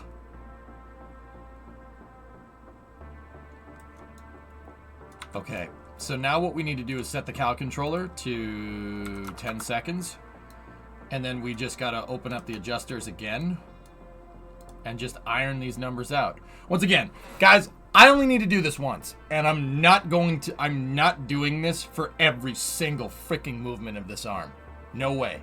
I'm only doing it for the docking procedure. So if you're looking at this and thinking that setting up a mission is gonna take this freaking long every time, no, absolutely not. No way. I'll guess. I'd rather guess. I'd rather fly up into space and just guess it. Are 3 stops not enough? I really want the... Barrelicious, that's probably fine for over here. I need this point. I need to figure out that point. And maybe even the next one here. So I need to figure out the 10 and the 20-second mark. I don't care about the rest. That really doesn't bother me. The reason why I need that is because, well, during this... So here, let me put it to you like this, okay? So that mark right there is, it's 50 centimeters. 50 centimeter movement. So, right, watch, check this out. Go in here. Take this, absolute snap. So 10, 20, 30, 40, 50. See what I'm talking about? We need to be sure that this does a translate movement, especially for this part, or else the docking port will hit something. It'll hit Pathfinder, or it'll hit the payload bay. It won't line up perfectly. That part absolutely 100% needs to be perfect. If it's not perfect, it don't matter. And the more data we have, the smoother it's going to move. We're basically fudging the kinematic numbers right now. I'm using some trickery to figure out what the inverse kinematic movement is. And no, I swear to you guys, I'm not just using big words, okay? I'm not just using big words, I swear.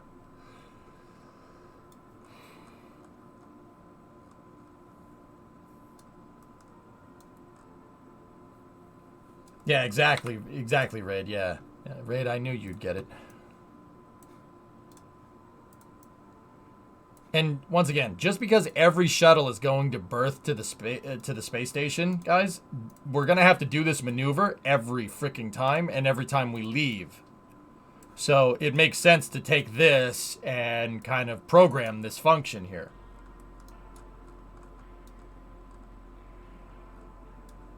Yeah, Bearlish, it's kind of hard to visualize, I suppose.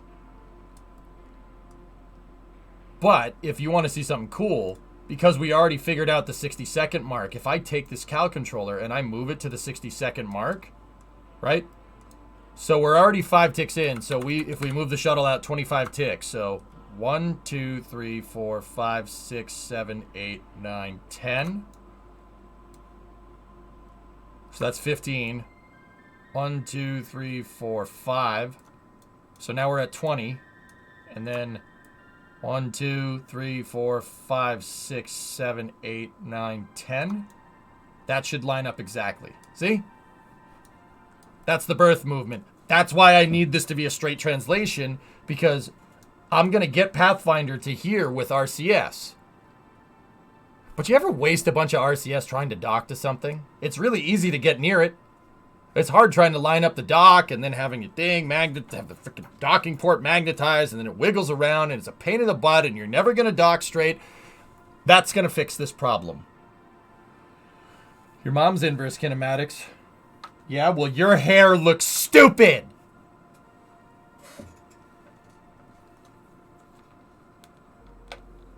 Roasted. Bruh. Oh! No! Why?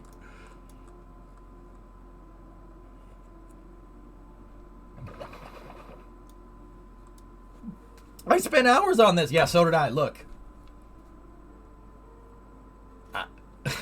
I lied. I didn't spend much time on this. I didn't spend much time on it because my hair is falling out. That's fine, right? That's normal. I'm not getting old at all. I hate my life. Okay. Moving on. 1, 2, 3, 4, 5, 6, 7, 8, 9, 10, 11, 12, 13, 14, 15. Oh yeah, by the way, if you're moving something around in increments, right? So if you go here and you hold left shift, you'll move on a grid. The grid is in 10 centimeter increments, by the way.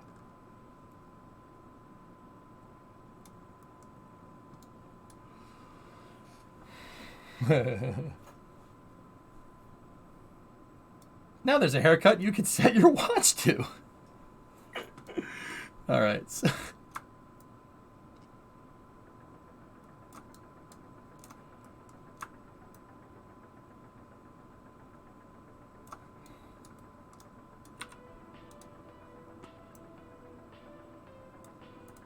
So let's get that 10-second mark. Who's Mark? Don't know. Disable that controller. Sorry, I guess I was graced with the hair of a Greek goddess, as it's long and flowing even into your 40s. Yeah, genetics do be like that.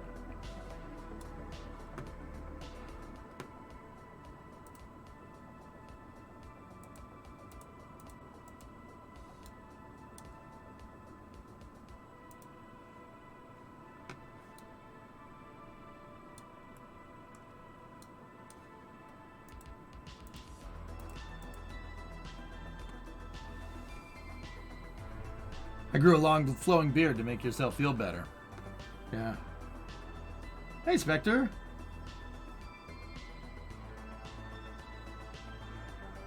What's up, man? Give me 1 second. Let me get this thing into position, then I'll see what you're asking.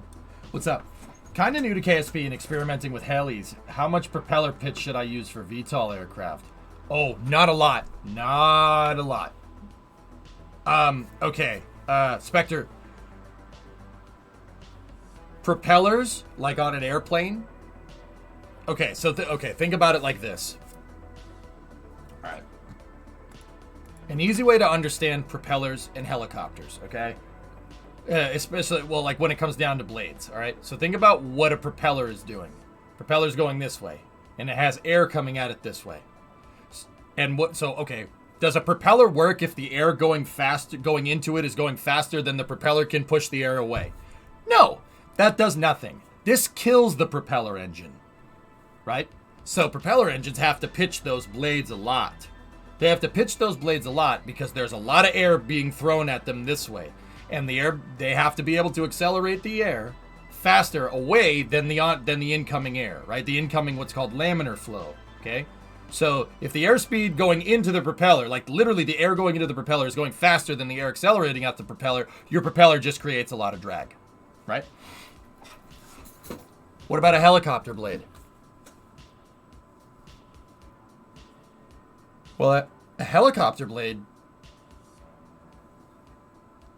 the air is going to be sucked down, right? A lot of it is if it's just hovering. So it's going to create a vacuum, right? But it's always going to be thrashing into nice clean air for the most part, right? So don't think about a helicopter blade because the air is going at it differently. The air is going at it this way. So the blade is going like this and the air is coming at it that way, right? Don't think about it like a propeller, okay? So if you're trying to make a VTOL, right? You're trying to make something with helicopter blades that takes off. Now, if you're trying to make a V-22, good luck. That is not easy to do. You need to implement some pretty hardcore control systems, but it'll work. You can do it. You can do it. You can make tilt rotors in KSP, absolutely. Now, because the helicopter, the blade is spinning this way, it's spinning basically in the same direction as the oncoming air, right? Don't think about it like you're like a propeller blade. Think about it like you're spinning a wing. You're taking a wing, like the wing on an airplane, and spinning it around. It's different. Okay? So on an airplane, how much deflection do you need to get it to work? Like the elevators on the airplane, like on the back of a 737. Those don't move very much, do they? They don't, right? Or the ailerons on the outside of a plane. Those don't move very much. You don't need that much deflection. Because think of a helicopter blade more like you're spinning a wing around on a rotor. Less like you're spinning a propeller blade. The reason why is how the air moves over it. The air moves over helicopter blades like a wing, not like a propeller. Because the airspeed's coming at it this way instead of coming at it this way. So you don't need a lot of deflection.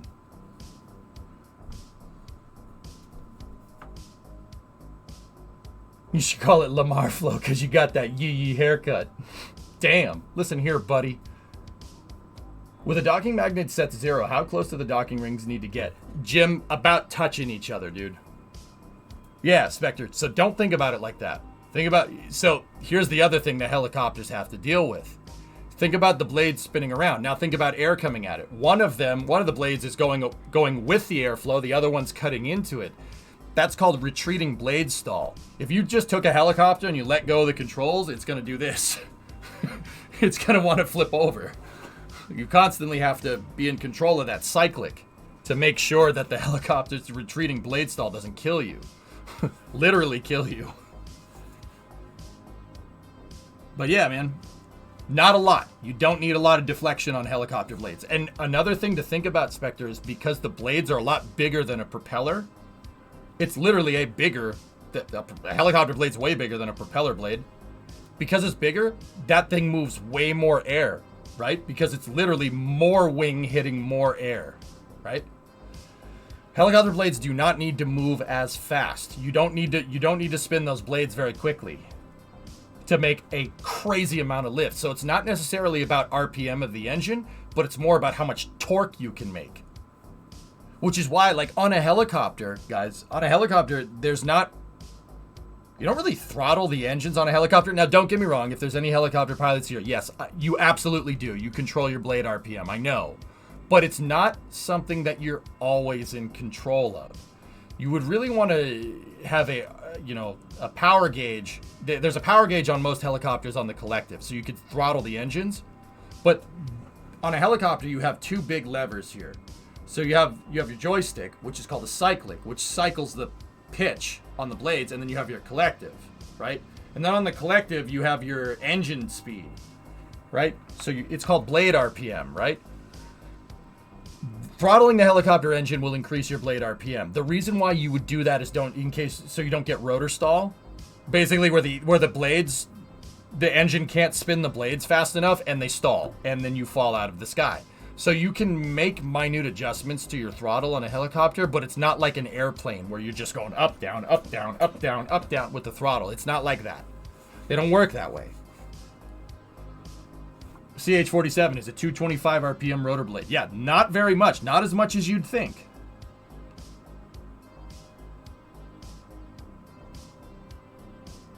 Man, you're the GOAT. XJ, greatest of all time, yeah. It's a compliment. You gave me a compliment.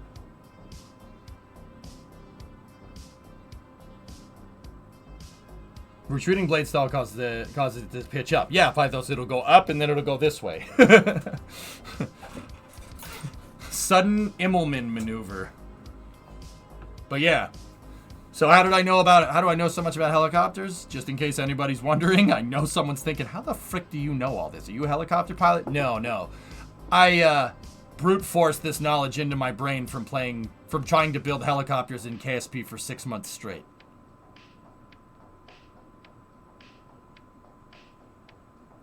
And then there was a viewer that watched the stream that flew Chinooks around, and Chinooks and Apaches around, and he kind of clued me into what I was doing wrong. Swash plates are black magic, for what it's worth. Yep. It was longer than 6 months. You shut up. Don't tell them that. So let's say 10 degrees would be a lot. Yeah, 10 degrees, you're going to stall. 10 degrees, you're gonna stall the blades. So you set it to 10 degrees, dude. If you collectively pitch all those blades up to 10 degrees, your helicopter's going to do this. It's going to go up, and it's going to go up real fast.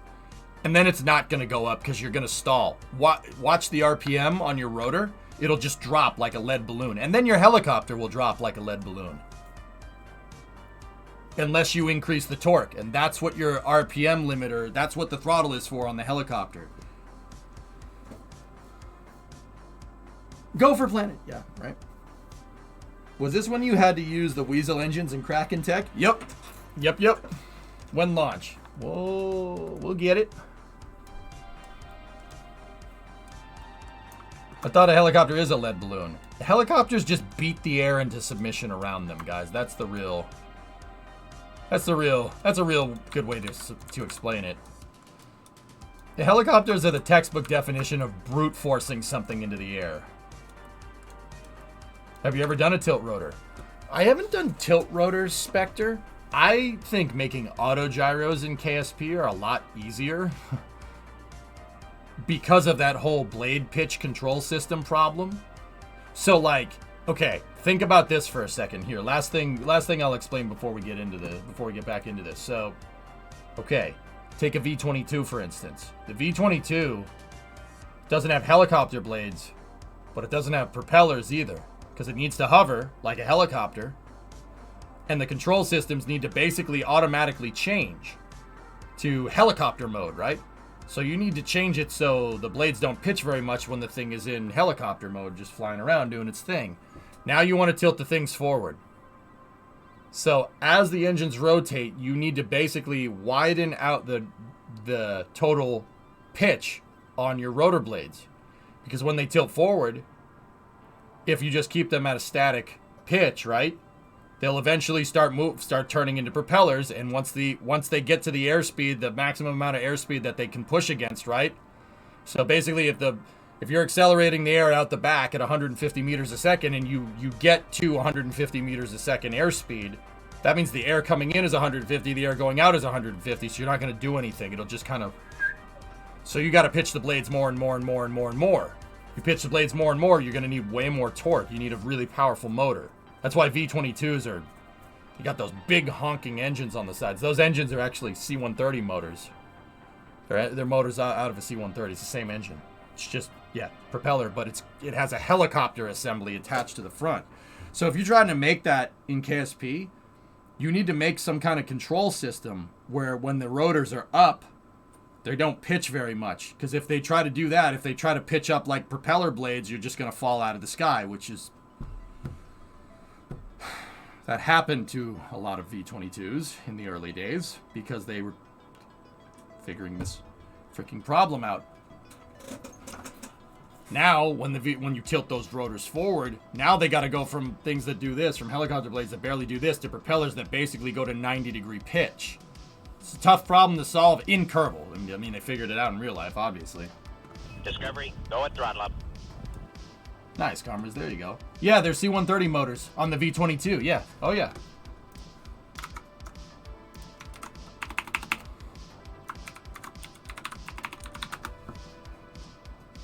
Yeah, those are C-130 engines right there. It's the same. It's a turbo shaft.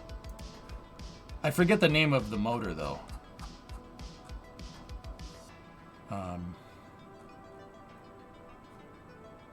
Rolls-Royce T406 ADs.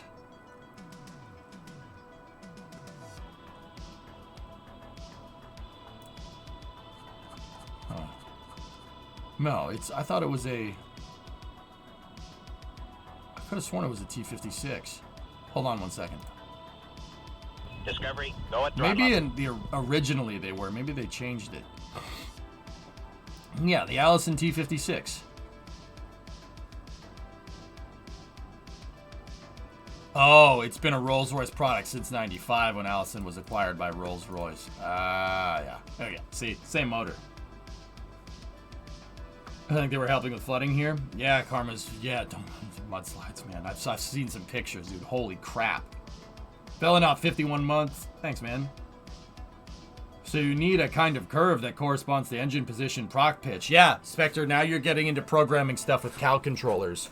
We could do it, dude. I can do it. I could do it in KSP, no problem. But it would take me a couple of days to figure out how that all works. But yeah, you could do it. But yeah, man. V22. Okay, so yeah, see, look at how much that thing is pitched down when it's moving into propeller mode. I mean, it's hard to tell from this picture, but those blades are really pitched. They're like 80 to 90 degree pitched in this picture right here. And then if you look at the blades if you look at these blades so that guy has his collective on. Look at the pitch of the blade. That V22 is taking off. But yeah, when it's in helicopter mode, those don't pitch very much. But you see, interestingly enough, Spectre, look at this thing. Those aren't propellers, but they're not helicopter blades. It's very interesting because at the base of these props, it's like a propeller, but at the end, it's like a helicopter blade. It's like halfway in between, which is cool.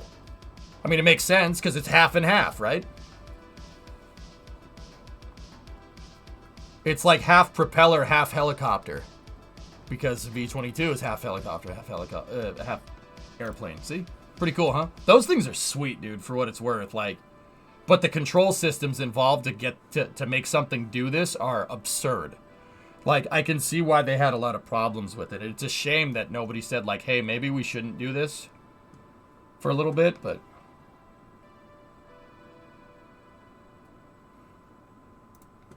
Is this what you're going for with Space Station Freedom?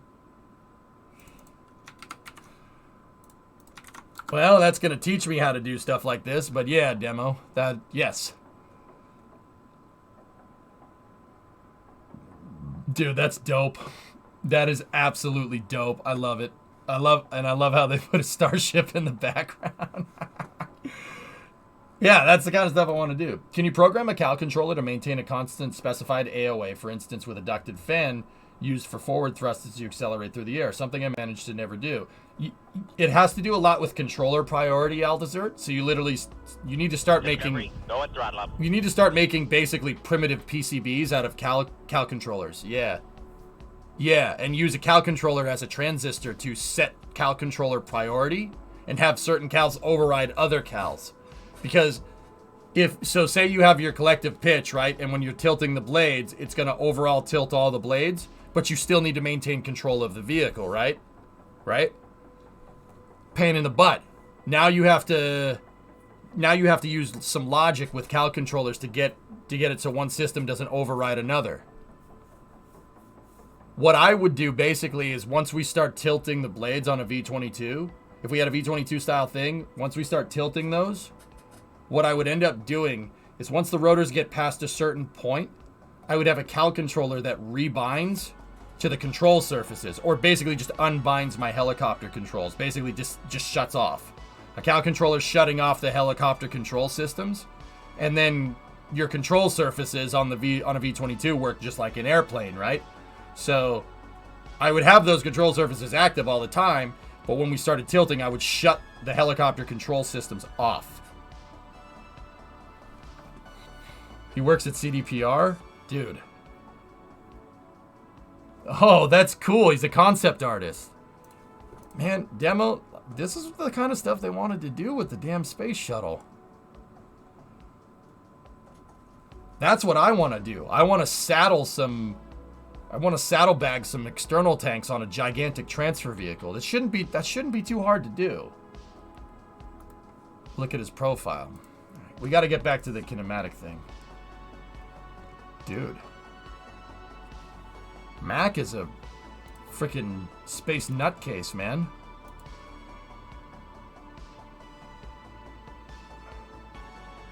Shuttle C concepts. Dude, this guy's a huge nerd. Huge nerd. These are all different NASA studies that he put together. Huge nerd.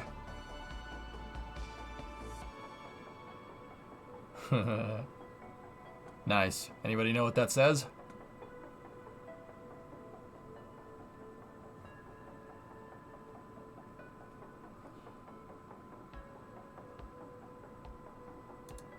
Let's read it.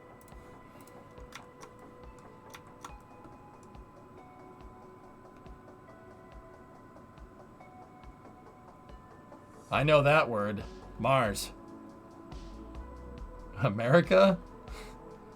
Come on, chat. Nu по-русски.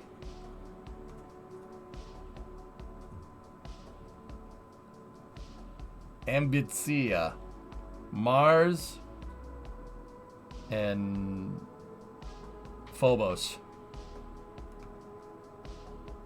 Ambition. Mars, Phobos. Yep, there you go. M-A-R-S. F-O-B-O-S. Mars Phobos.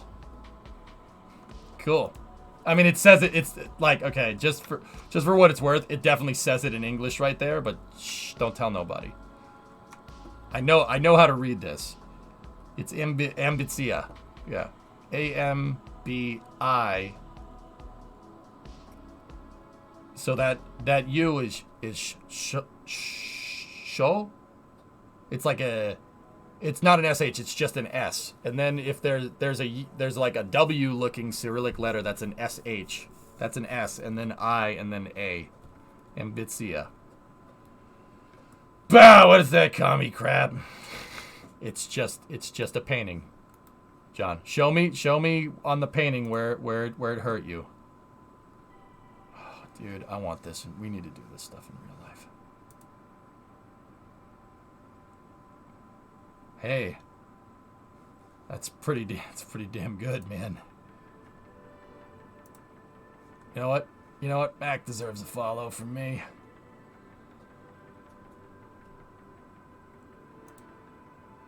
I don't like the Shuttle C concept that he used up there. So I know okay. Here's the thing, dudes. NASA, at the beginning of the shuttle program, wanted to saddlebag external tanks like this. They absolutely were thinking about doing that. And they wanted to saddlebag them around a truss segment. Like the ISS's truss segment. Similar to that, right? And then this concept over here, that's a Shuttle C concept. Basically, when a shuttle airframe was kind of nearing the end, they would have sent it up there and used it as a space station module. They would have sent it up with no wings and used it as a space station module, or in this case, a flight deck.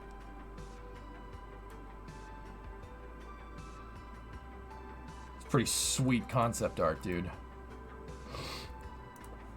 Mac's cool, man. That's some gnarly concepts. Dude. Somebody send him a message, demos. Tell him to make this in Kerbal. The things NASA could have done. This is all borrowed from different NASA concept studies, dude. Yeah. Hillness, you did show it yesterday, and I said I didn't like the Shuttle C at the front, and that's absolutely true.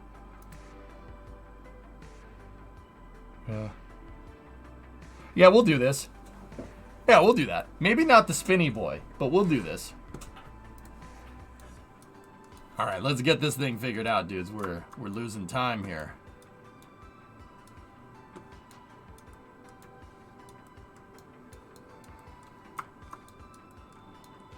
No, do the spinny bit.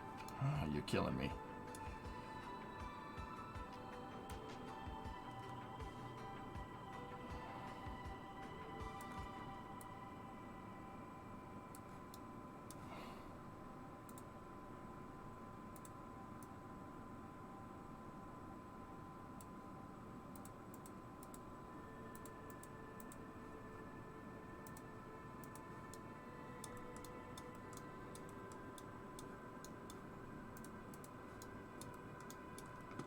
Oh, we almost got it, man.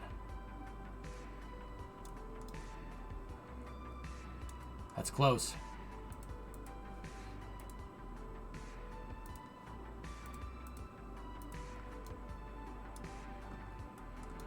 Gib spinny boy!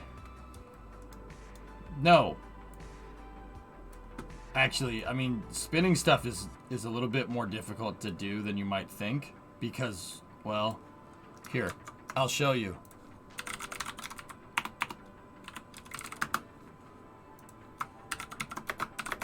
So, I might be about to just ruin.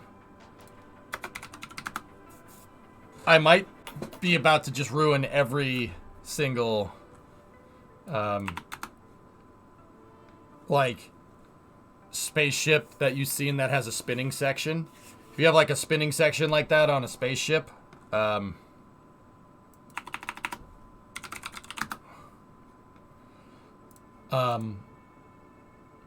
if the spinning part is too far towards the front, you're gonna have a bad time. The reason is because of this. Watch.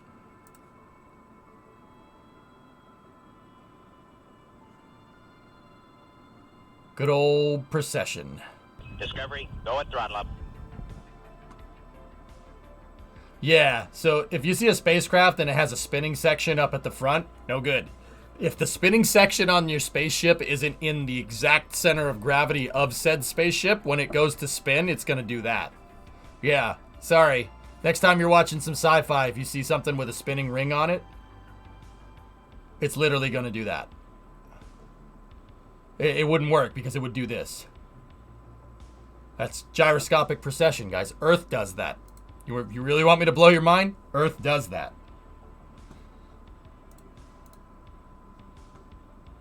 Oh, yeah. Weird, right?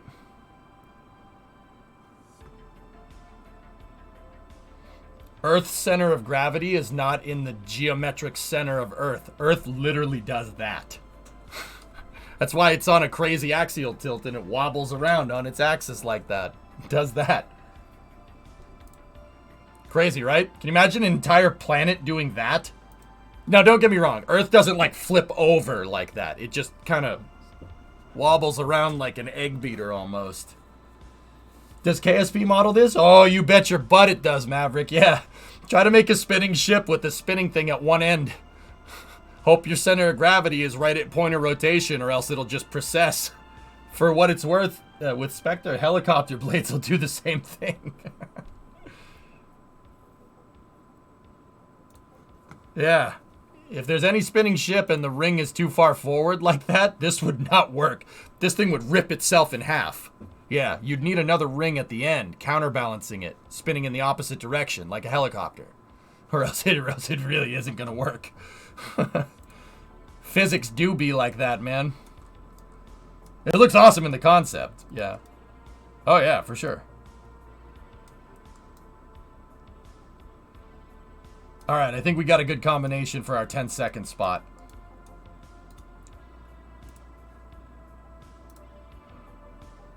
Plus this in. Take a reading. So the 10-second spot is minus 148.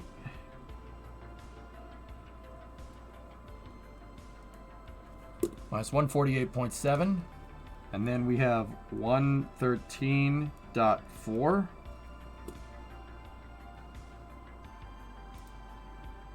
Minus 148.7.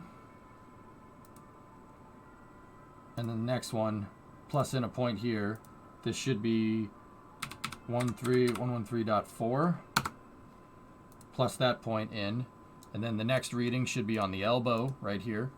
133.6 plus that in, minus 133.6.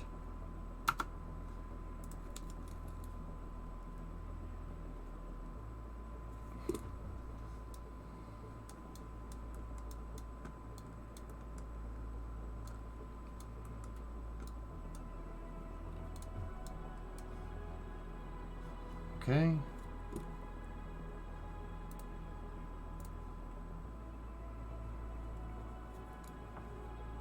I don't think that's necessarily correct. The disk of a centrifuge doesn't share its rotational inertia with the tube section, thus it wouldn't be spinning on an intermediate axis. It precesses, demo, but it doesn't precess like the T-grip. Discovery, Earth go doesn't and throttle flip end over end. Pretty sure we'd notice that. Gyroscopic precession is what it does from non-uniform gravitational pull. Earth weeble wobbles around like that T-grip. Now, the T-grip is a way over-exaggerated example, but Earth does do that. It's just a... It's not as much. Tube. Somebody gifted XJ a sub. Right on. Okay, that's 65 on the dot.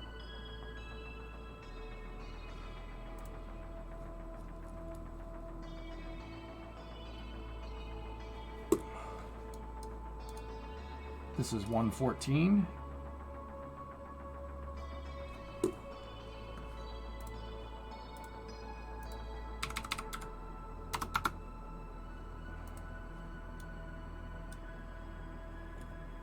And then the wrist pin minus 28.5. Go and throttle up.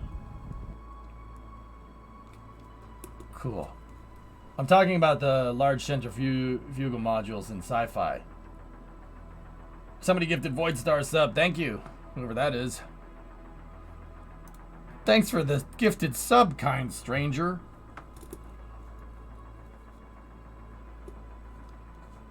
I'm talking about the large centrifugal modules.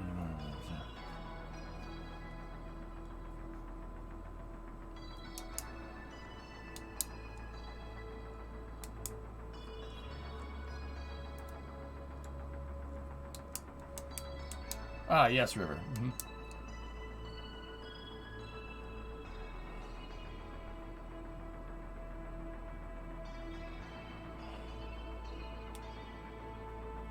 It wouldn't spin like a T because the centrifuge doesn't share its moment of inertia with the rest of the ship. Try it in KSP. See if you're right.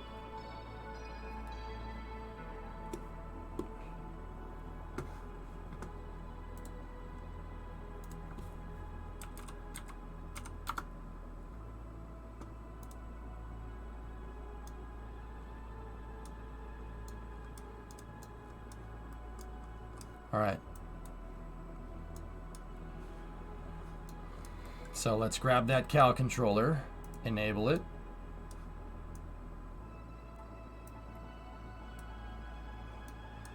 That rotation doesn't seem right. I don't think it's picking up on the right rotation here. We'll check.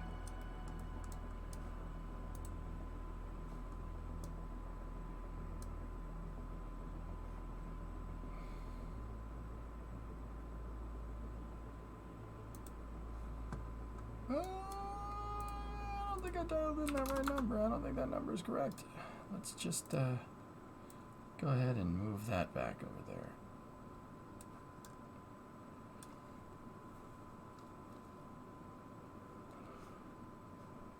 Hey, idiot, the number's got to be negative.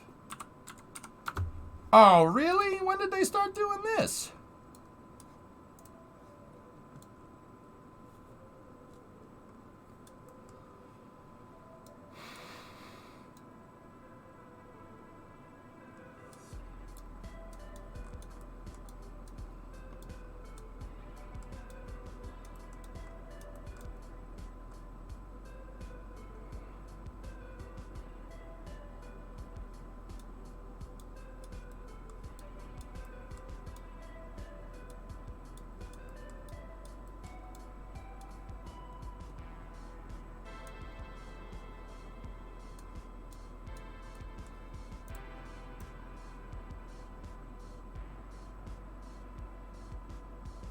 Word. It's still hopping around between each port.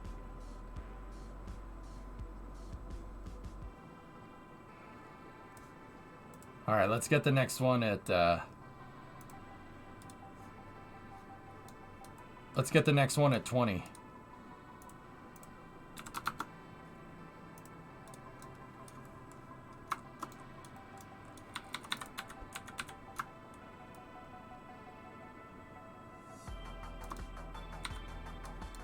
See, as we define more positions on these curves right here, and I'm writing down the numbers so we can program this anytime.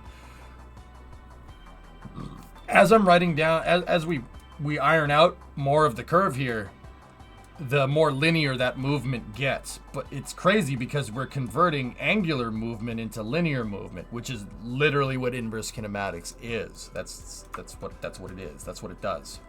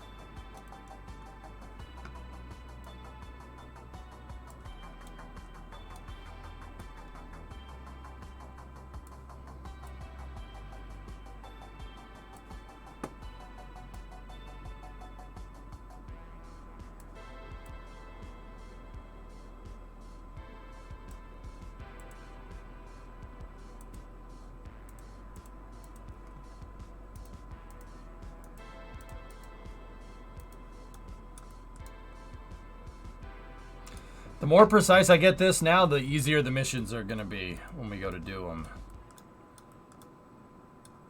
And that one is pretty honkin' precise.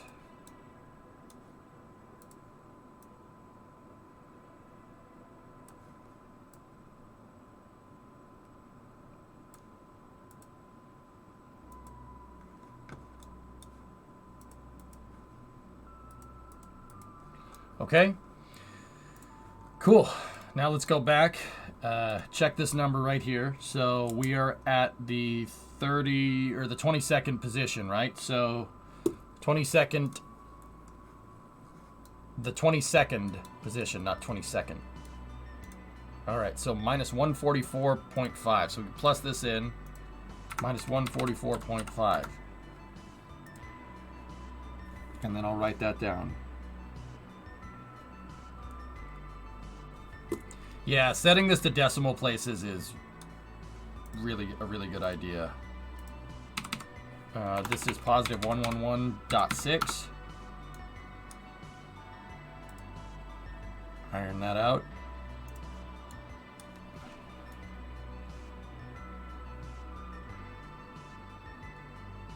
And see, in real life, the computer is doing these calculations for you.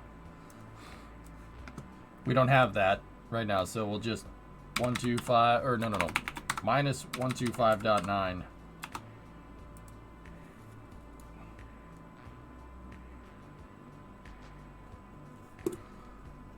And once again, I'm writing down these numerical arrays for different positions, so on the main orbiter craft file, I'll remake this banana, the banana controller.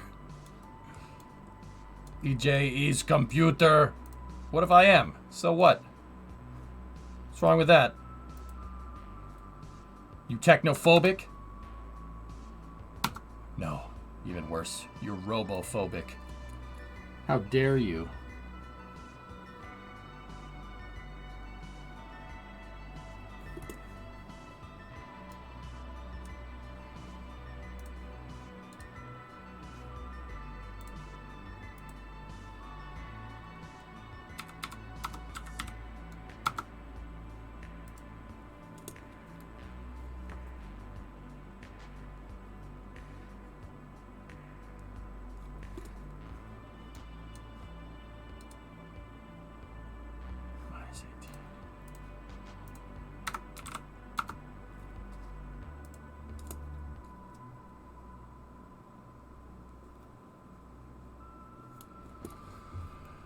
Okay, cool. Let's take banana and move banana back and see what this movement looks like now.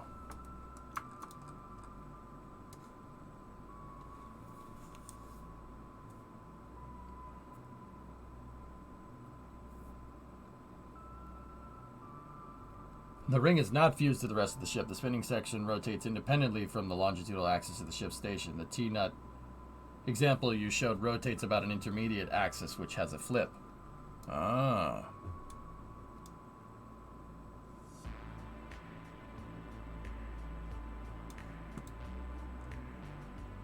Good to know, Ping Man.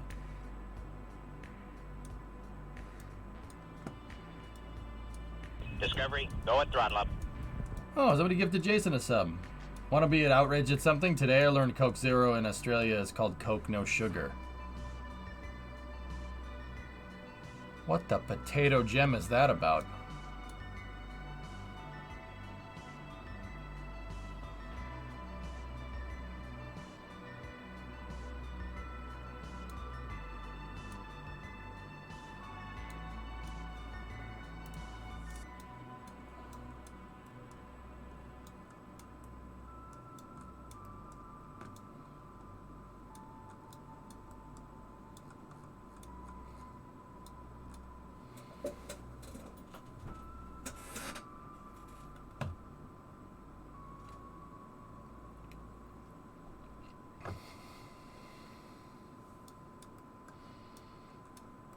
Wouldn't you have to be perfectly lined up? Yeah. All I gotta do is get the yellow arrows close enough to each other, Frank. Like, see that? That's perfect. That would work just fine.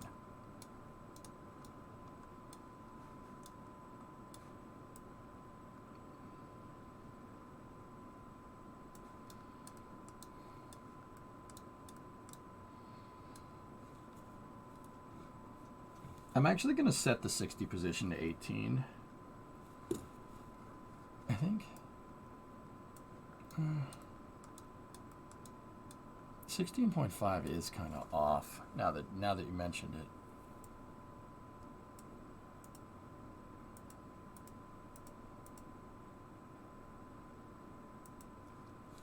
$17.6. I'm gonna erase Discovery, that. go at throttle up.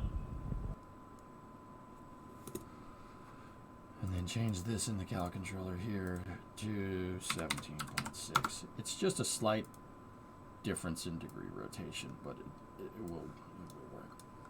Why the two positions? Berthing the shuttle to the station, Doom. See, that's much more of a linear movement right there than that. See that? Here. Just in case anybody is looking at this and getting very, very confused as to what the heck I'm trying to do. Why am I trying to make it go to all those different docking ports? Let me explain it like this. All right, so first thing I'm going to do is I'm going to save. All right, and it'll make more sense when we take the shuttle off like this, right? And then we reroute the shuttle to that docking port.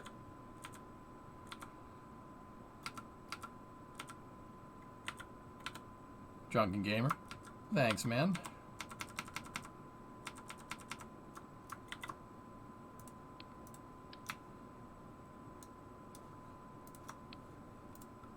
Now, let me get rid of these test ports right here. So, what I'm going to do when we go up on orbit, the shuttle's going to come up here, and I'm going to grab this.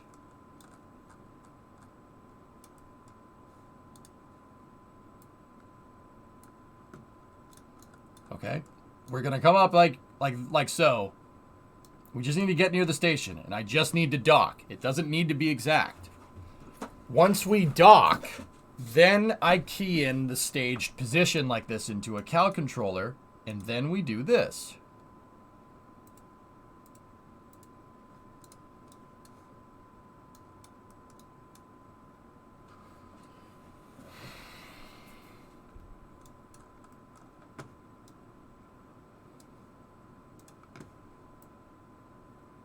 That'll be out of the way. See, my shuttle pulls itself into the station. It doesn't dock to the station. It'll pull itself in. See?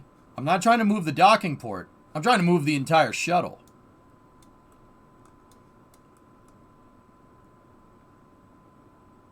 And the reason why I needed linear movement is so Pathfinder looks like it's just translating.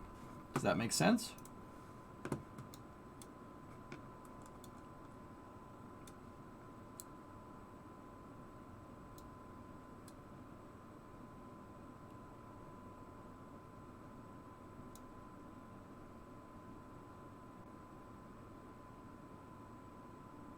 Huh. Huh.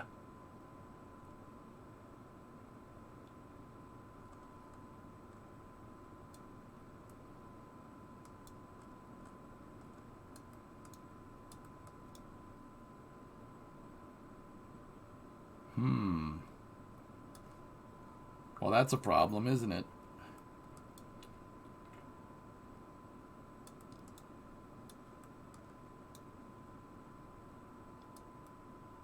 We might need to iron out those numbers a little bit.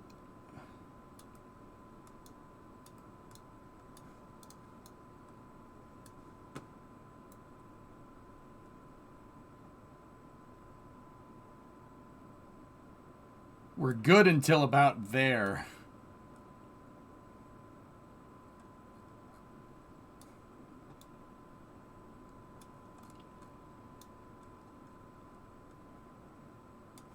Oh, looking at it this way makes it look so much worse.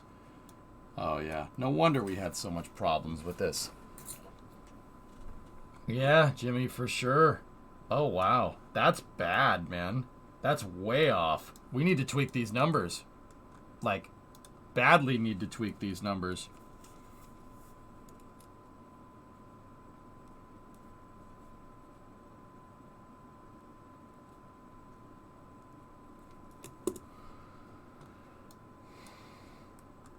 You're out of your tree, fruitcake. You've gone too far this time. Ooh, damn, that's horrible. Ugh, we got to get it to translate up. How are we going to do that? We can go in here and mess with this. But you know what? We need some motivational music. We got to get this work done.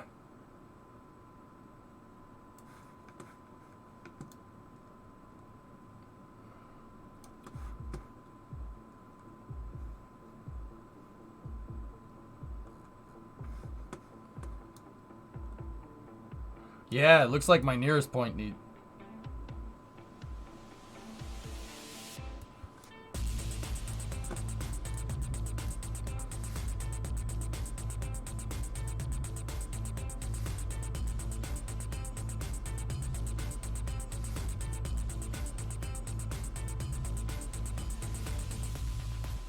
Ugh. Oofta.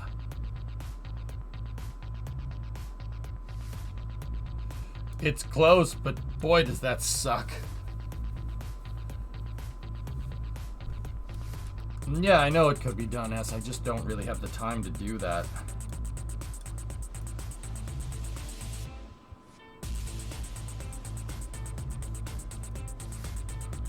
I mean, the rest of this is fine. It's not perfect. It's not a perfect translation, but it's pretty damn close.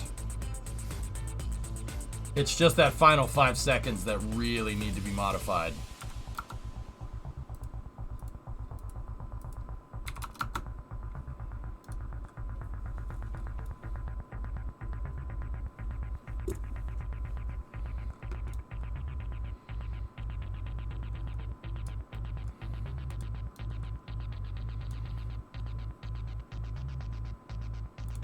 It might end up saving you time. It won't, because I don't know how to do it. Yeah, I don't know how to do that, so it won't. Teaching myself something, we're not going to be able to get it done in time. And then you're saying, oh, why don't you do this thing that takes more time? And then I'm like, oh yeah, okay, let's go do that. So I go do that, and then in a couple weeks you give me crap for me taking too long because I don't understand what I made because I've just learned it. So. Yeah, no, it won't. I can tell you that for a fact. You have no idea how many times you've done that, and a lot of people in chat have also done that as well. Yeah, no, that's not how that works at all.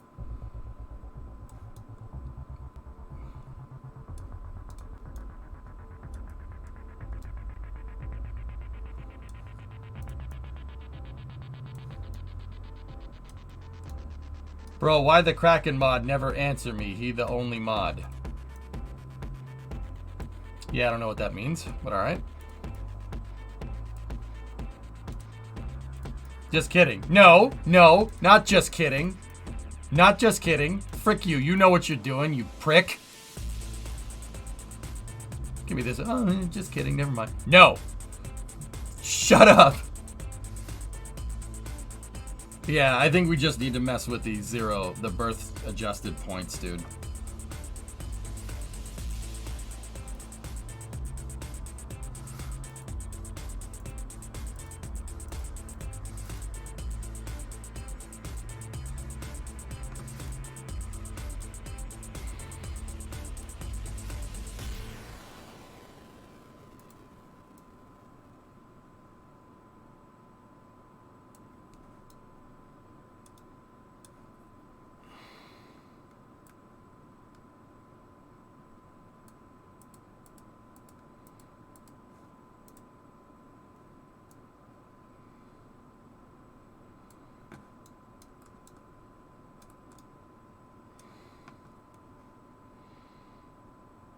Was there a second mission? No. As when I was up there, I had a lot of problems getting the birthing procedure right. Other than that, what I already had planned is good. So what I decided to do while we were staging the second mission, because that's what we're doing, what I decided to do was iron out these numbers just to get it right, because almost every shuttle mission after this needs to do this. So this one thing, it's good to kind of fudge it out on a cal controller, and then I can manually move everything else with fudged numbers. It's not a big deal. This is just a movement where we absolutely need to get it right, because we're going to do this pretty much every time.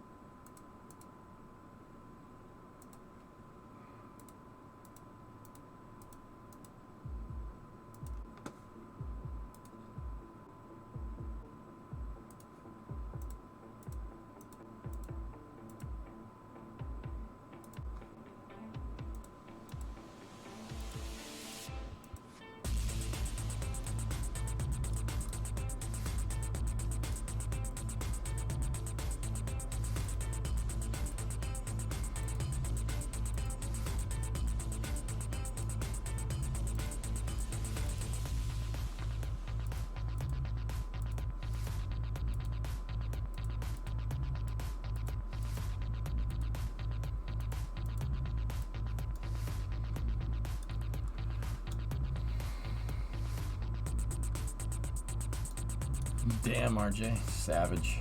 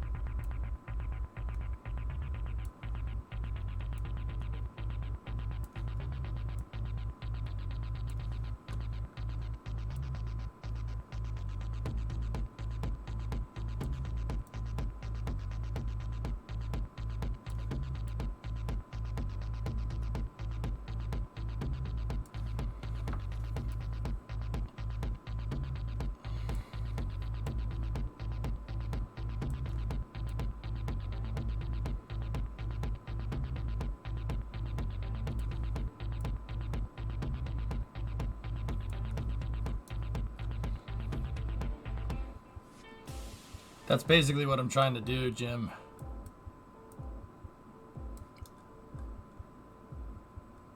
But I had to get the cal controllers updated, dude.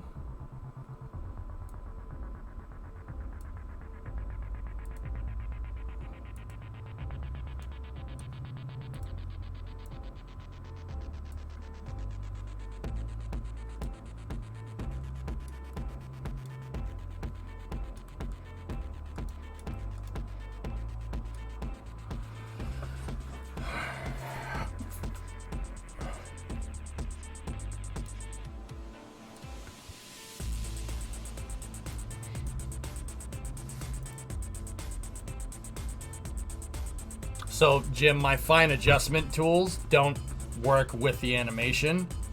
So I have to kind of sync them up manually.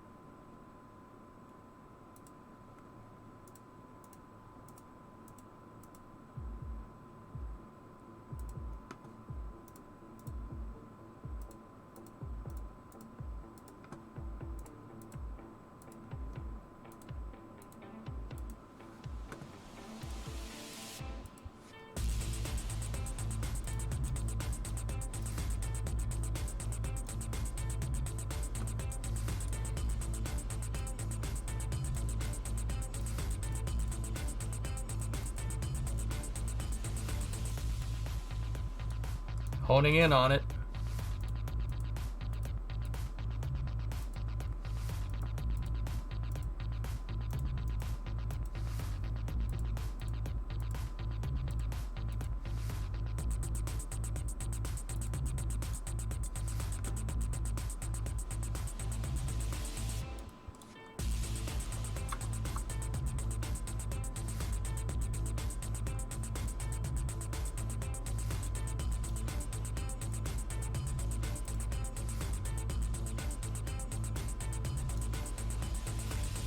I think that's it right there.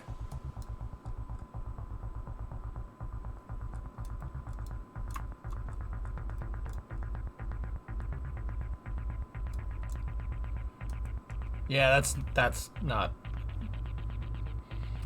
it at all.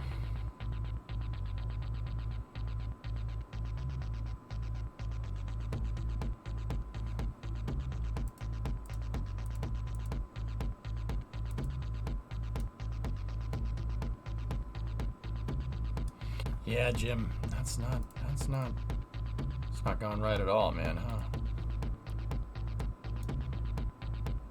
Oh wow, we are way off center. Oh.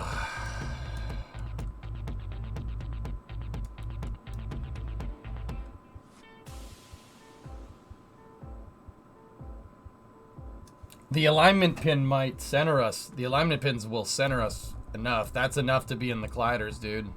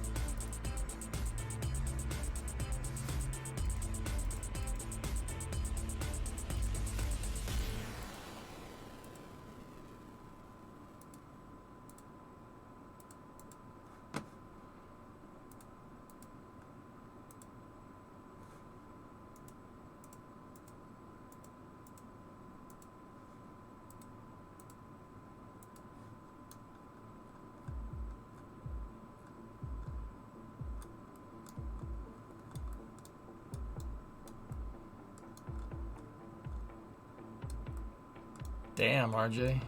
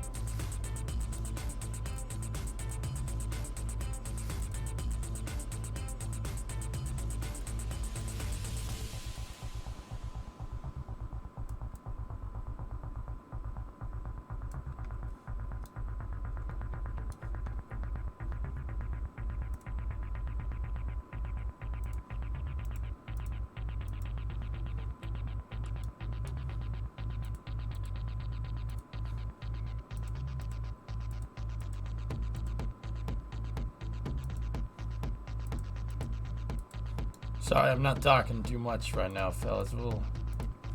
I'll fill you in when I get this right.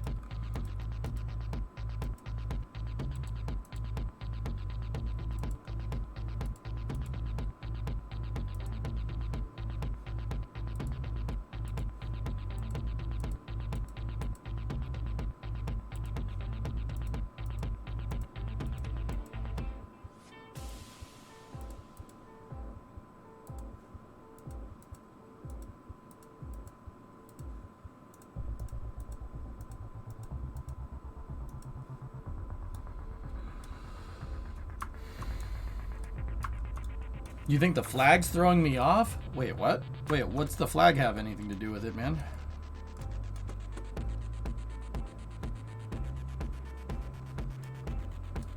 Yeah, XJIM. Mm-hmm.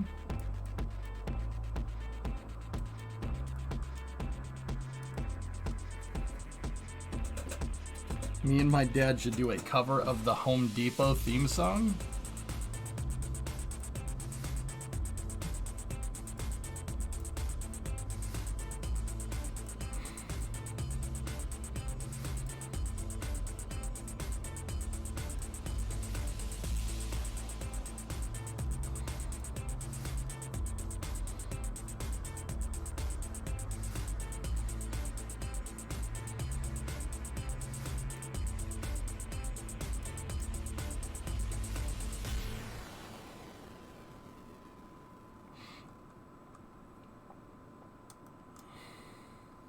I can't believe that that's that messed up.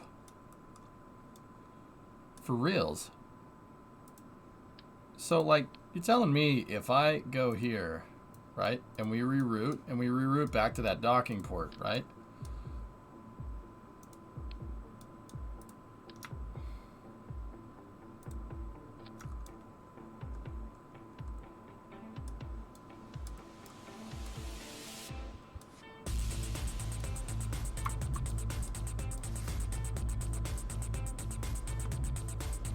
Yeah, it's pretty much spot on, XJ. That's what I'm like.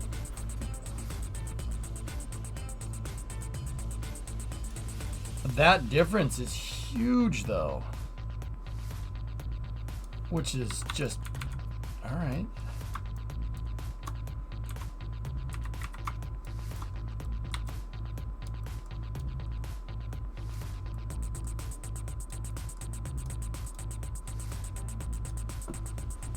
Huh.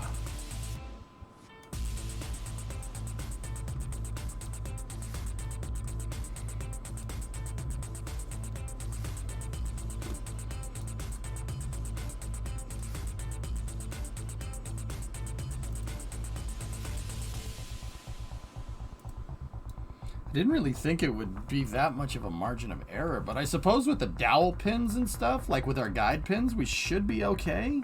And I should be able to make some, like, minute adjustments, I suppose. I mean, worst case... Oh.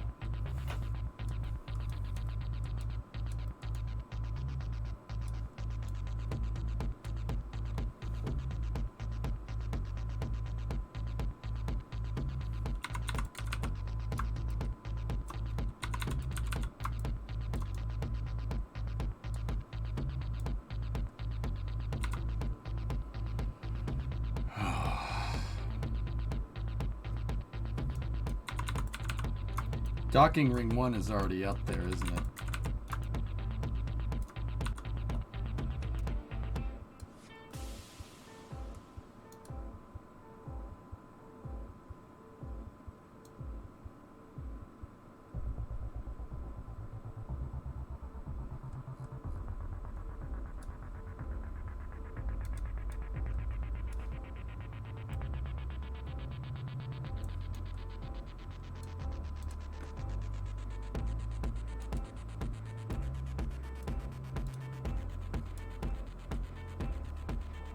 Yeah, but they can't move it. They can't move it precisely like that, dude.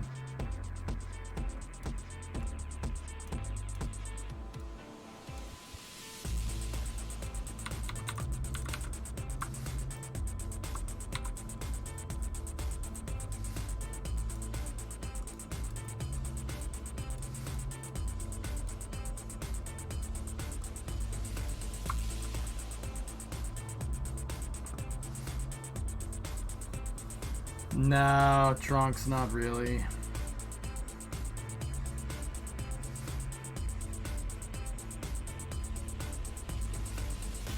I mean,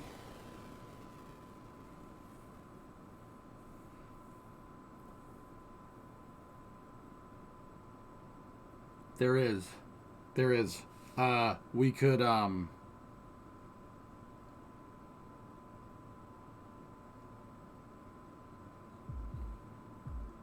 could go back into engineering mode and we can just zip it up there and loosen the arm and we could get the exact numbers.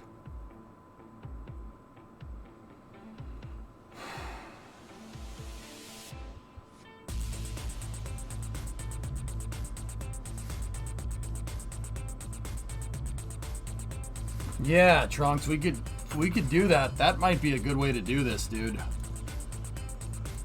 Rather than fiddling around with it.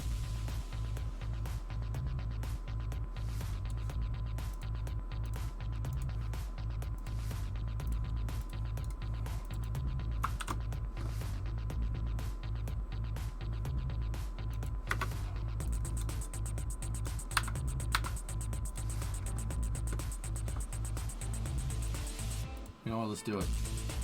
Yeah, Trunks, I like that idea. We'll see what it does.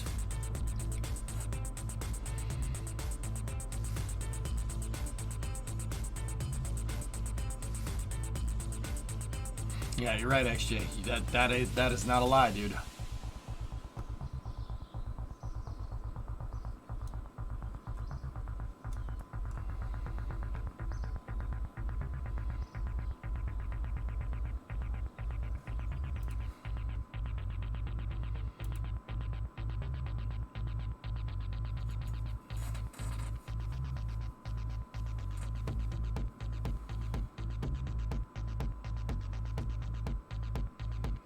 So we're in my debugging save where I basically test out stuff like this.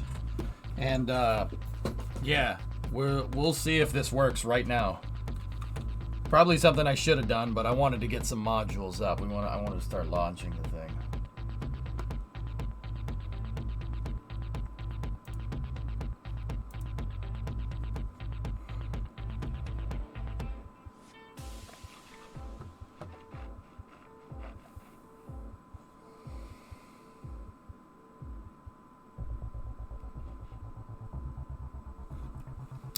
Can't you just control from the ARM docking port setup? Set the module port as target and then just use servos to line up target vector?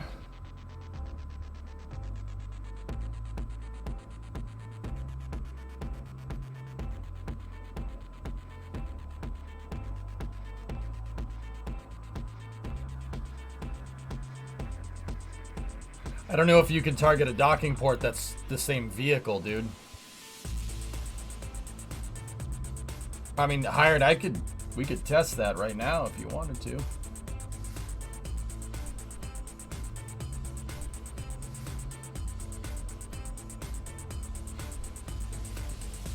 I don't know if a vehicle can target itself, you know?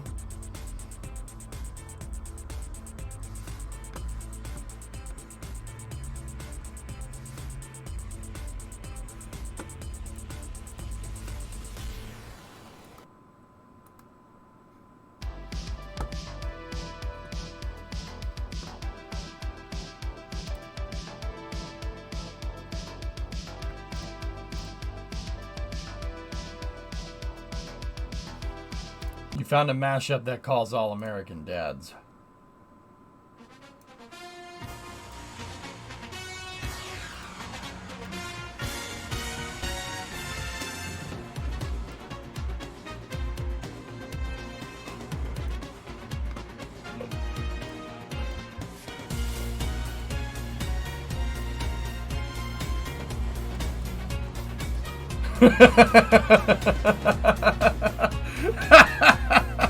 This is good, man.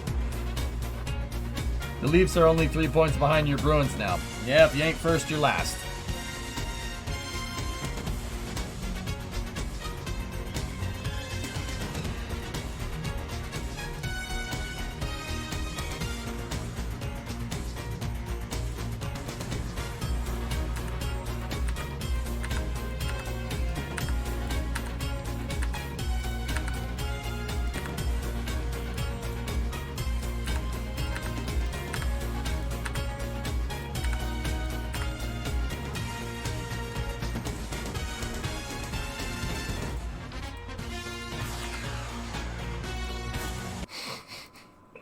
can't do it. I can't do it.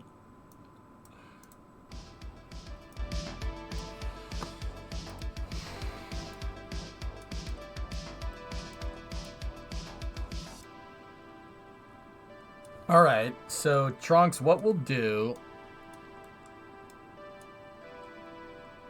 is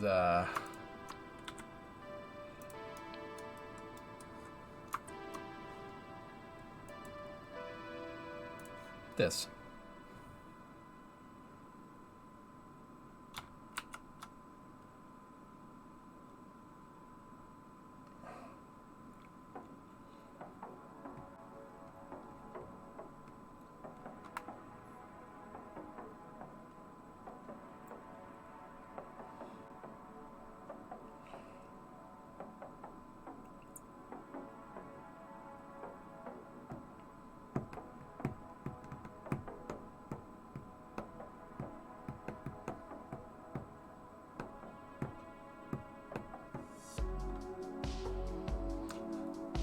Anytime today, Kerbal. Anytime today.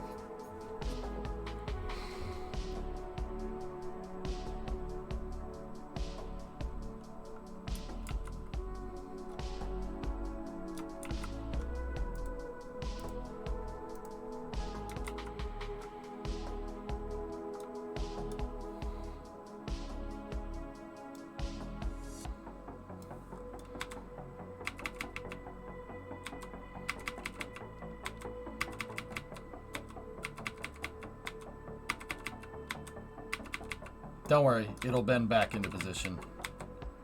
Just gotta...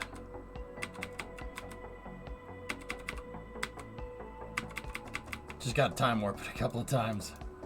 Boost it to...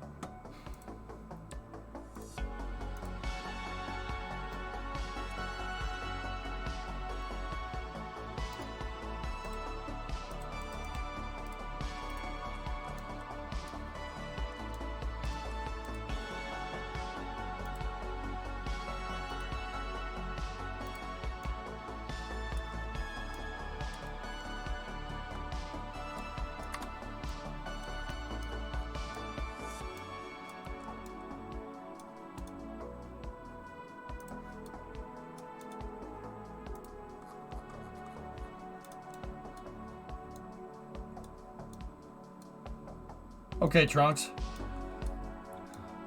Let's see what this does.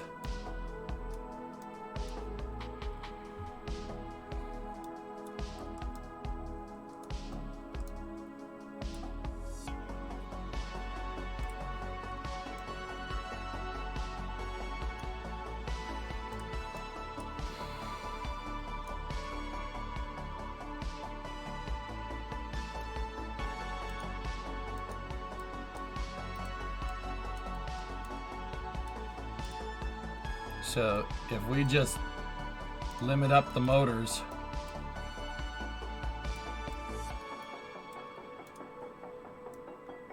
change the torque limiter to like 1, activate maximum damper.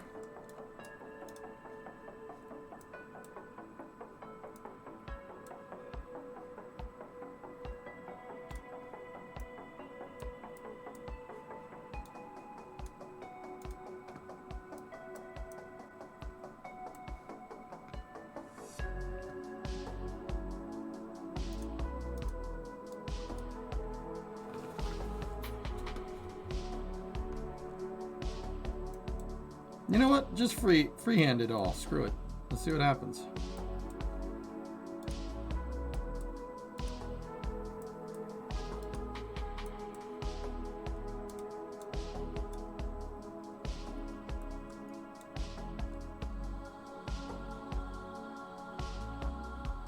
Hey, I don't know how to PM you, but I got a 3080 Ti sitting in my closet. I figure I'd pass it on to my favorite streamer if you're interested. Just pay shipping fees. Gary, Gary, you got Discord, buddy? If you got Discord, shoot me a Discord. Dude, that would really, if you're getting rid of it, gladly.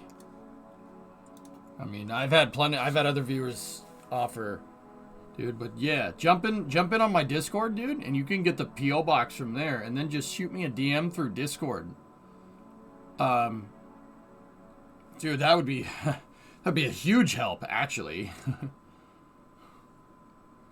My GTX 1070 is it's getting there. It's getting up there, I should say. I mean, are you sure, dude? That's a really nice card.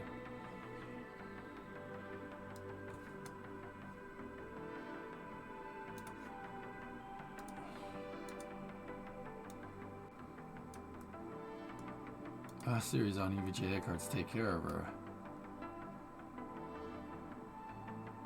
I have a GTX 1070. It's an EVGA card. That's why I use it. I hold on to it.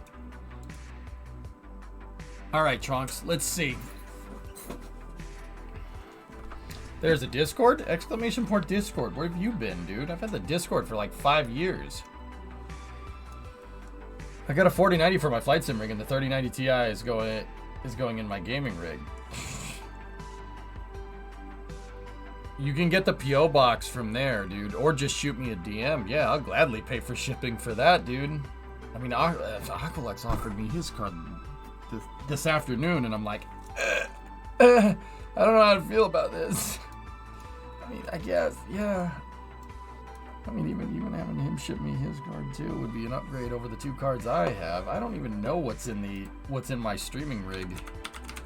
I don't even know what graphic card's in there. Let me take a look.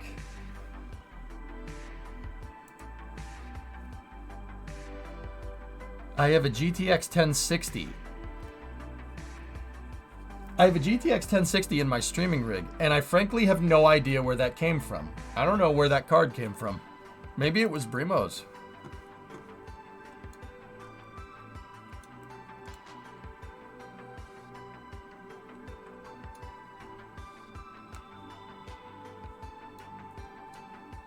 No, in Rusty I have a GTX 1070, Chief. That's in what did we name the streaming rig? Steve? It was called Steve or something.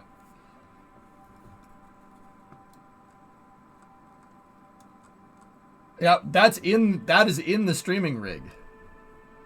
Yeah, you're due for an upgrade. I think it was Brimo's, yeah. The streaming rig's name is Steve. Yeah. Oh, it's not Ellen. It's Steve. Steve. Rusty is the new one. Yeah.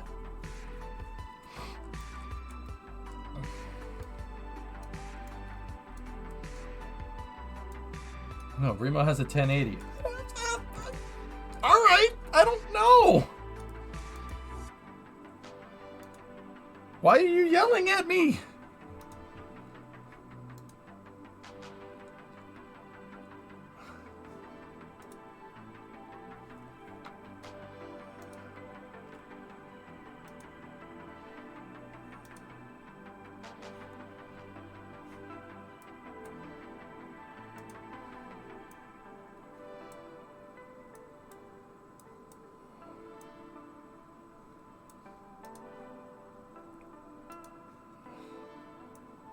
I mean, I appreciate you, Gary. I appreciate you, man. You guys don't need to do that stuff, man. I don't really like being given things, dude. I don't accept gifts with grace. You know, I'm really bad at it. Even after all these years, I'm still pretty bad at it. No, Facha, I'm testing something with the arm right now. In fact, here, I'll show you exactly what I'm testing.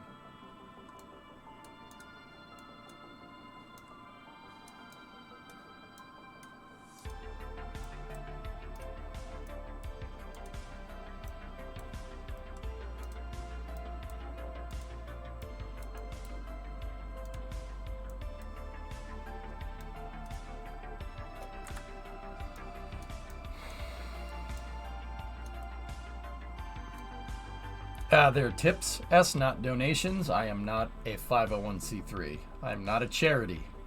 This is very much for profit, make no mistake. They're not donations. You don't donate to a for-profit company. The IRS frowns upon that.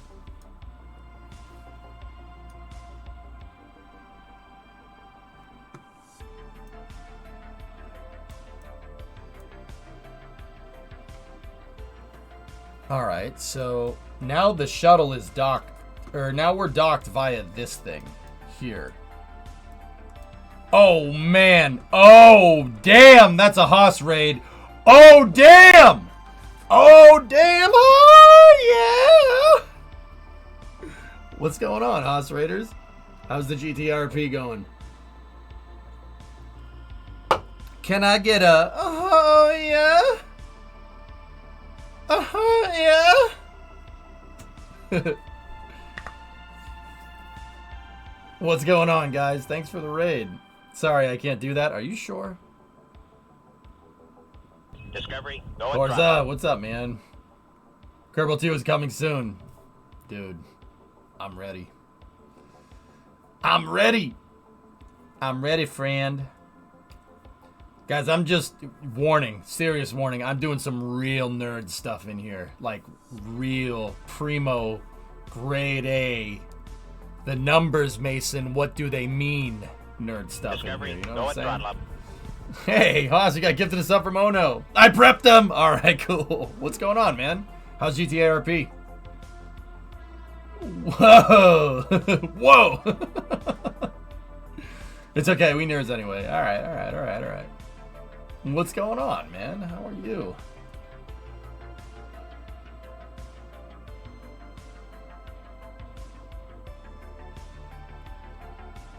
What is the name of the space station? Freedom is what I call it, Yudi.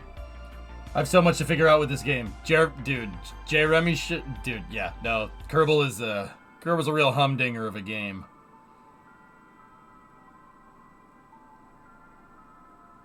I don't know, Stesian, maybe. Are you still looking out here? Did you ever get into contact with the realtor that I talked to you about? Oh. Hold on 1 second, dudes. We gotta belt this back in.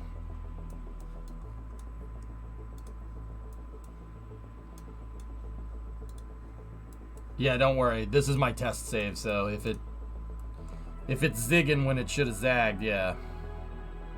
Yeah, that's okay.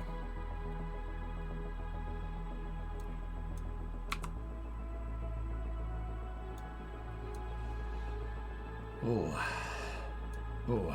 You know what, fellas? That's not working how I wanted to. I let it drift too far. Whoops. Anyway, Haas, dude, thanks for the raid. It was fun, bro. Get ready to grab some food and lurk. Excited to see what you're building. Right on, man. Right on. Sounds good, Ace. Alright, so we need to disable same bezel collision. So I'm gonna go back to nerding out for a second. You guys know my buddy Haas. He does GTARP. Good dude. Chip Wheeler over on NoPixel. Good time. Dude, I was watching yesterday that shootout that you were going on. I'm like, well, I don't know what's happening, but this is sick. I was watching that. I was making dinner, man. It's a good time.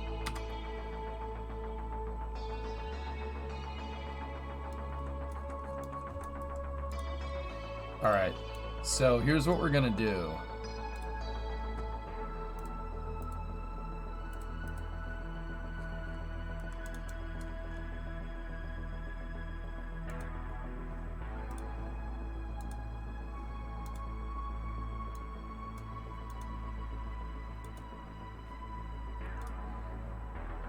We're going to try to move Pathfinder here away from the station for a second and see what happens.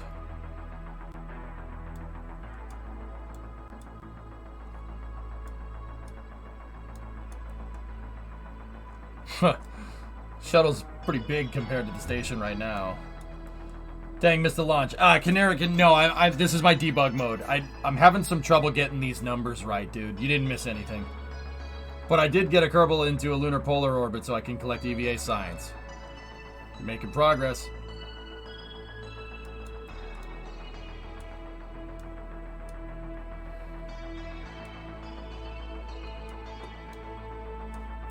What I'm trying to do is I'm trying to get the arm to wrangle, to move the today, Junior. See docking ring 1. Docking ring 1 it has posts on it, and they line up with the shuttle's posts 1, 2, 3, and 4. 1, 2, 3, and 4. And then there's 2 more posts right here. 1, 2, and then 1 and 2. And then there's a docking port right there. I'm trying to get the posts. I'm trying to use the arm to get the posts to line up.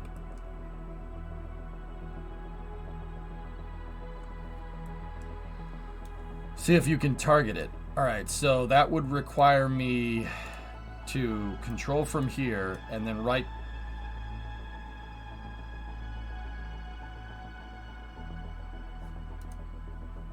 No, set as target. I don't know what the hell's happening here.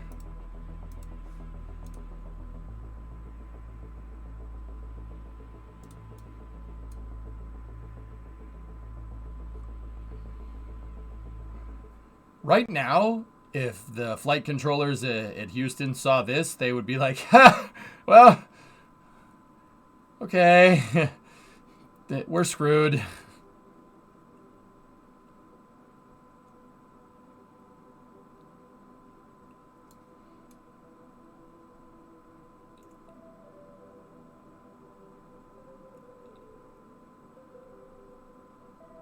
This is fine.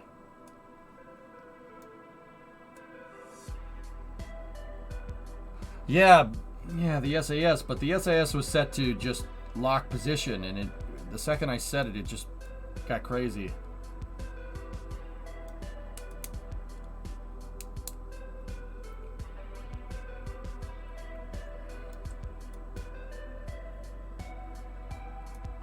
Yeah, we're deep in lock the doors territory, yep. Simulation terminated.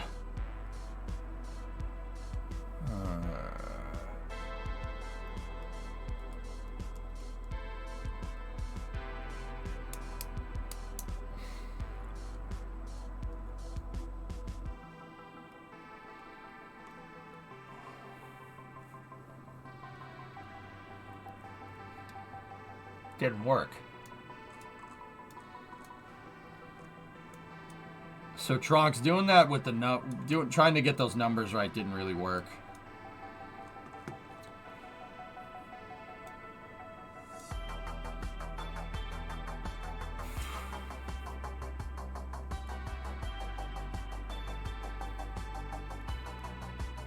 So I'm told this.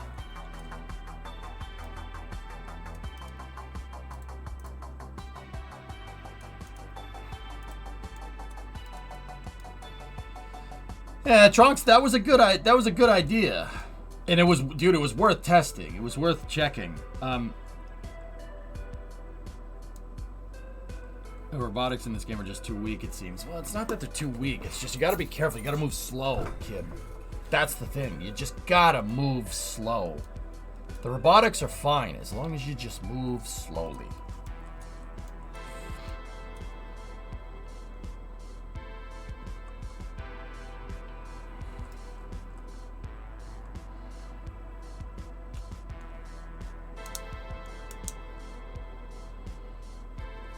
I want to do that again. I want to do it again, and I just want to see what the Cal controller that we have is doing. Nice. Pythos, didn't I say to not have anything distract you? Come on, slow is smooth. Smooth is fast.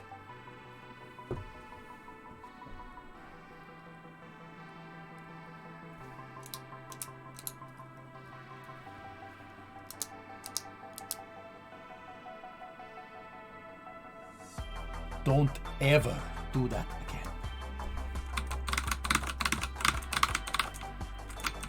I'm invincible! Was it good for you too? Check last. You could use the piston to move the module while the arm is locked in. You could use the piston.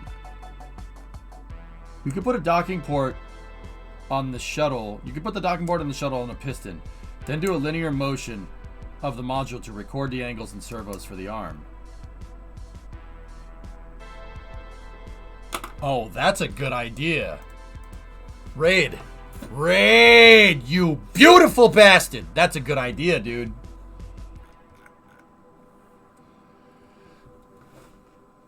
am invincible. Actually, can you want to see something cool while that's loading? Raid. Yeah, that's what we'll do. A pen. This is a class 4 grenade. 3 clicks. Arms the 4-second fuse. Another 3. Disarms it. Give me the codes, Natalia! Give them to me!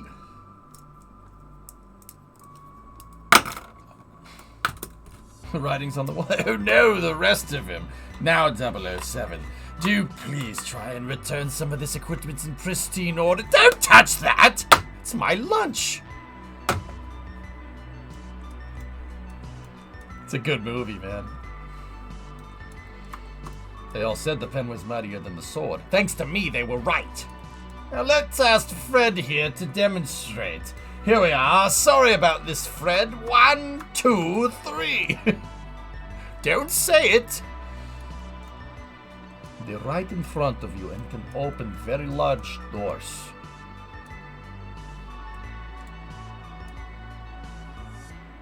Alright, how would we do this? So, Ray, do you think we're gonna need,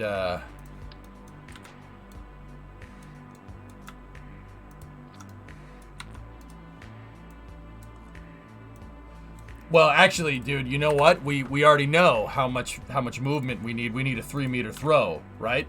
It needs to be a 3-meter throw. So we're gonna need the 3 PT.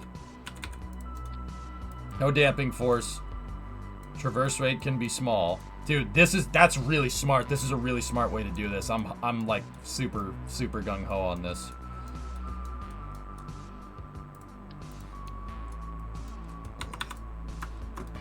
So what I'll do is we'll move this back, and I will literally just put this where the docking port should be. And if we attach ports, it won't snap dock them together. That's where the port needs to be. And then we'll just free up the arm, and that will dude, you are absolutely right. That will absolutely give us the numbers. She always did enjoy a good squeeze. On the top. Your accent, Georgian? Very good, Mr. Bond. You've been to Russia. Not recently. I used to stop in occasionally. Sneak in and out. What else do you call your bottom? It's Boris' password. He plays word games. It's what I sit on, but I don't take it with you. Chair.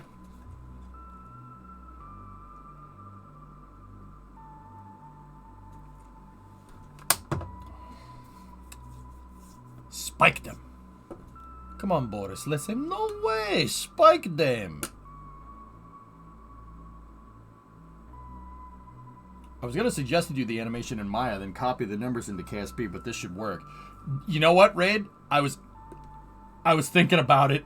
I was thinking about it. I was thinking about going and making some IK handles in Maya. And just, frick it, that'd work.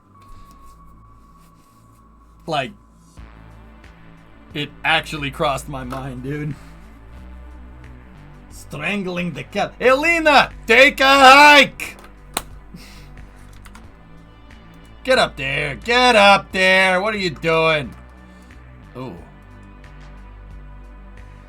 This is fine.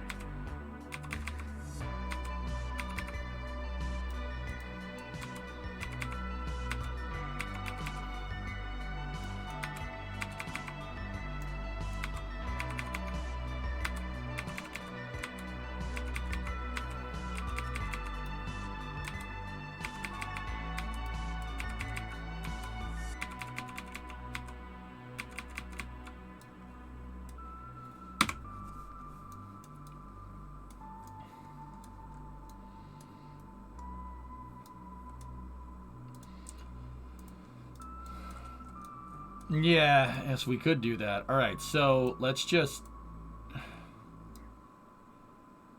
Raid, what... Do you think we should just free float? Yeah, actually, yeah, just free floating this stuff would absolutely do it. Just free float it. There's no need to be upset.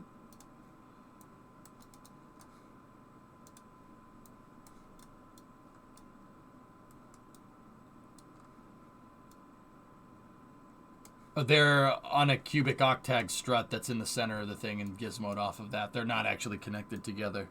It's just an optical illusion.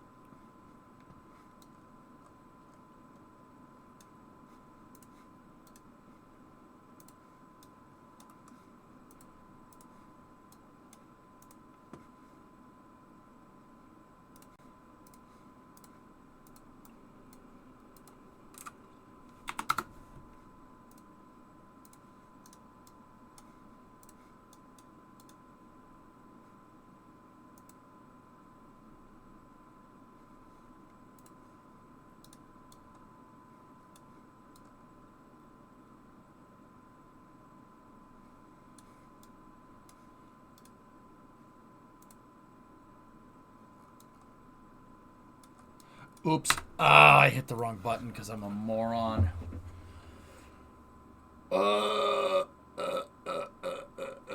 I just crashed into a lunar mountain and exploded. Yeah, don't ever have your lunar orbit go below like 7 kilometers. Yeah, 7 kilometers is safe for orbiting. You're never going to hit any peak ever. I believe the highest peak on the moon in Kerbal is like 5 or 6, I think. So I always used 7 back, like when we go to the moon in old saves.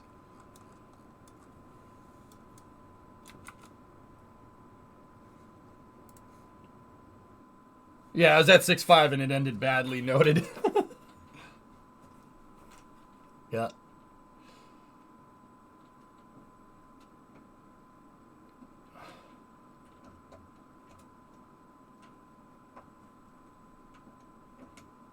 Oh, yeah, Pythos, it's a shame.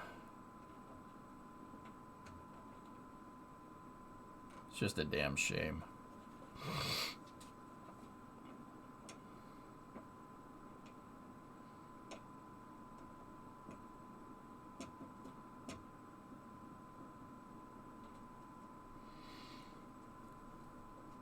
Yeah, Kibby, I usually don't get as low as 7 unless I'm trying to skirt some hills or something.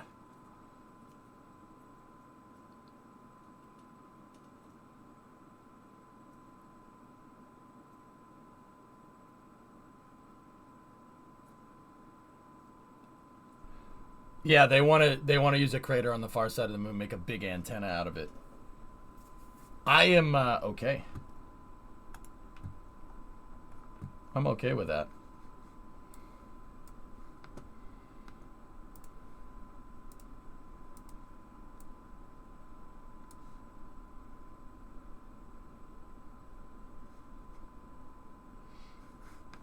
Yeah, I think that's funny.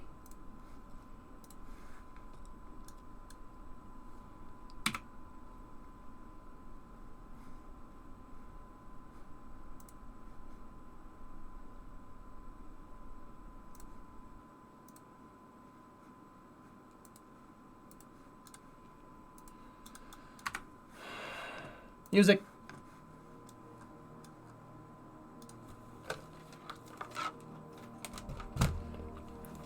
Raid, I'll admit I'm kind of worried about us gimbal locking this arm here, but...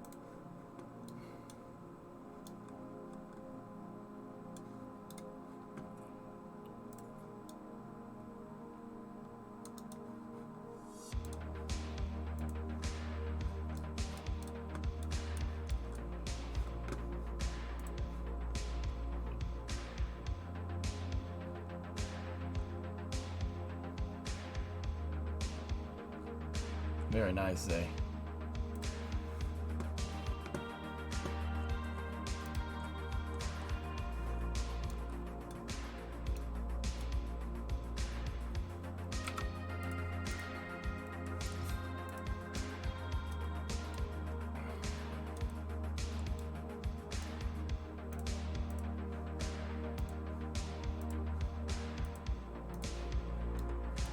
Okay, so let's unpower all the controllers here.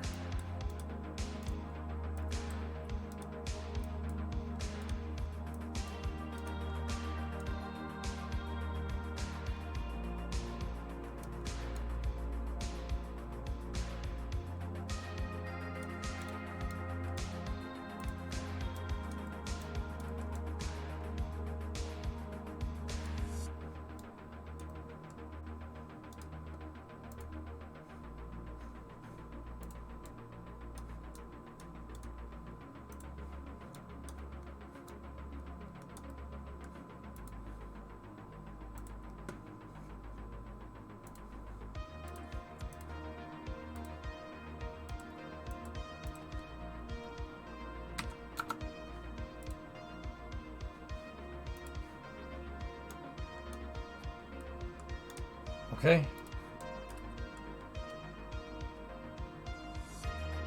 Yeah, hired. Yeah.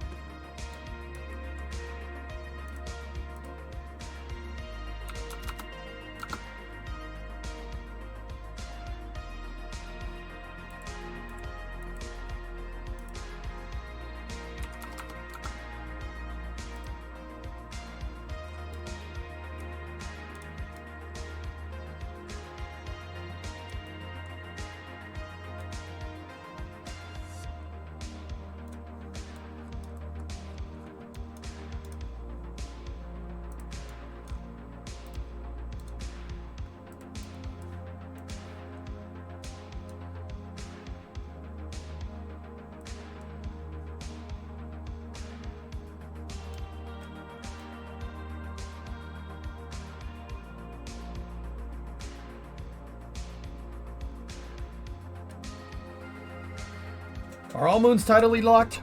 No, Canarican. Not all of them. Some of them are spinning. Some of them spin faster than Earth, dude. Yeah, solar system's weird, man.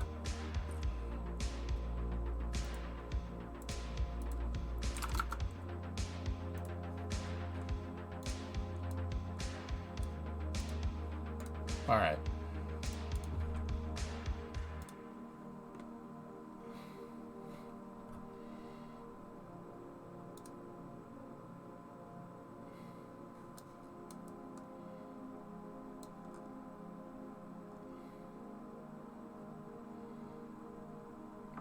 Min-miss spins.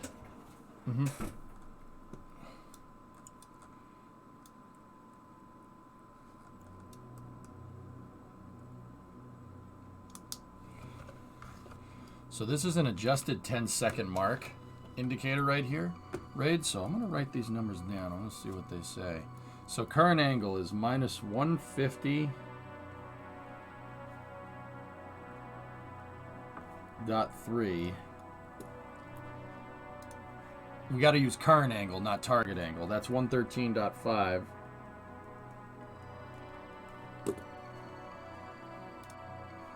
$136.8.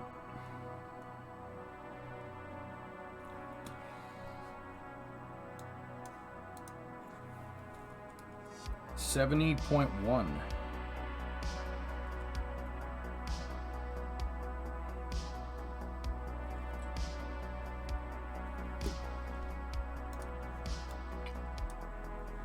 $115.2.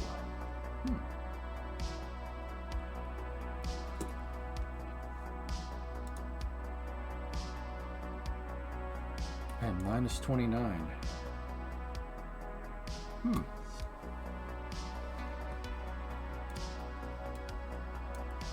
If we do it slow, Sky, it shouldn't be that big of a deal. If we do it fast, oh yeah.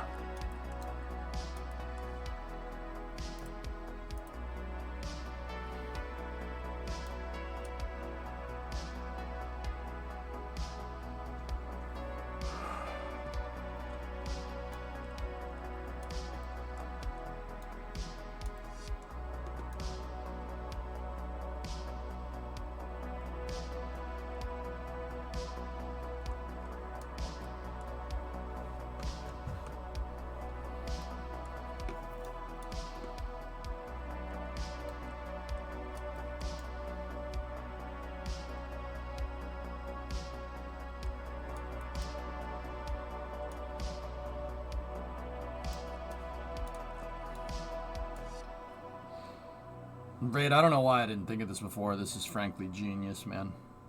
Really smart.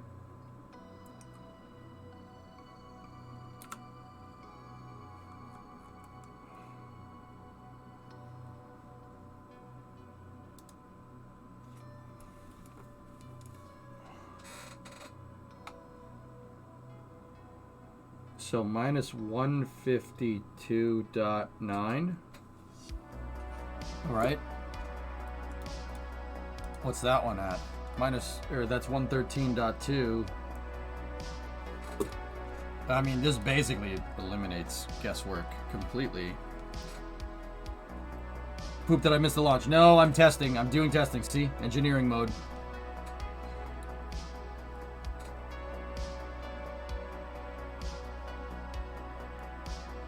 Minus 141. Top one.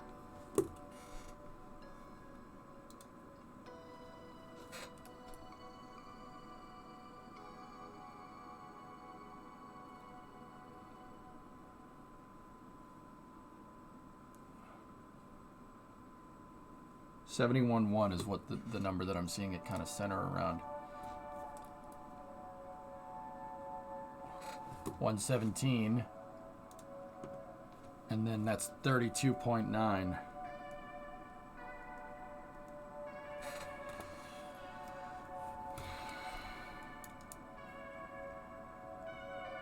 I'm comparing and contrasting. There are slight decimal differences from our actual numbers, but yeah, that should be right. Yeah, we could extend the cylinder out. In fact, that's what I'm going to do now.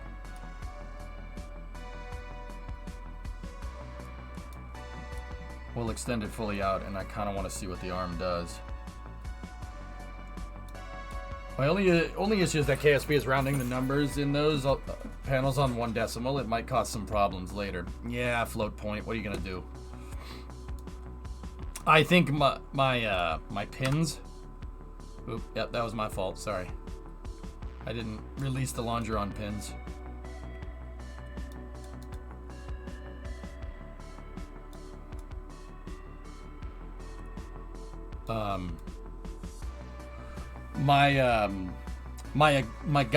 My guide systems will overcome that, I think.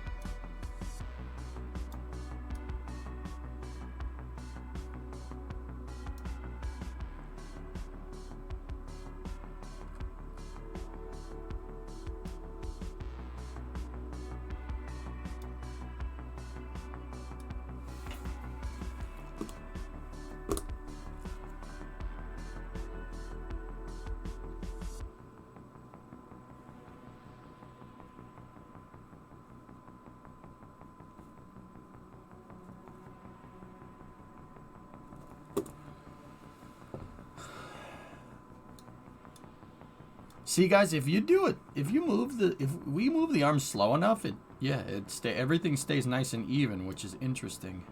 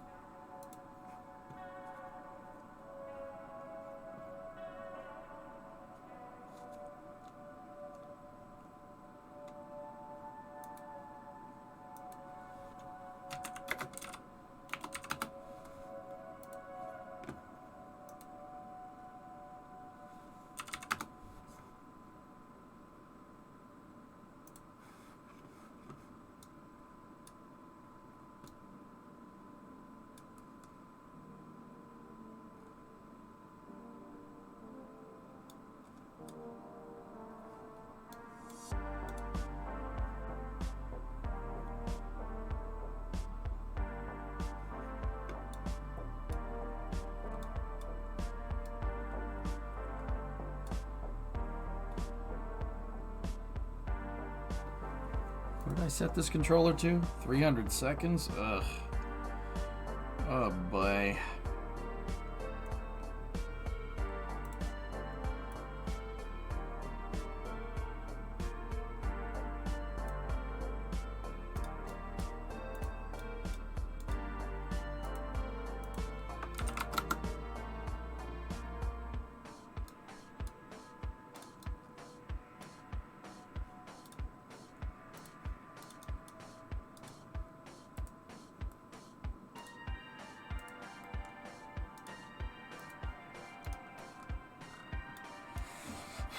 Can't be too fine, can't be too coarse.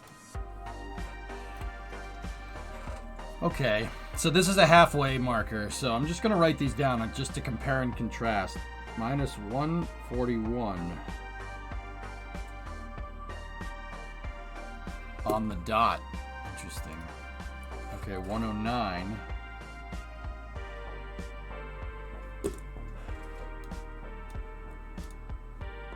Minus 116.8.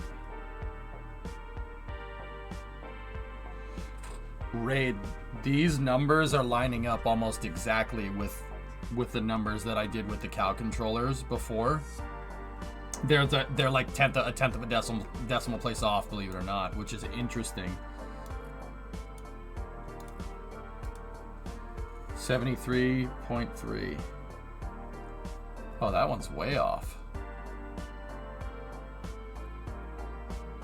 They'll come back, you know, it's in your settings, difficulty settings.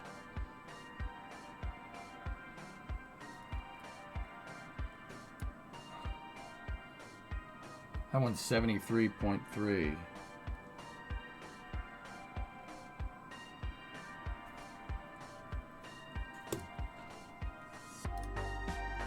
That's 109.9. 109.9.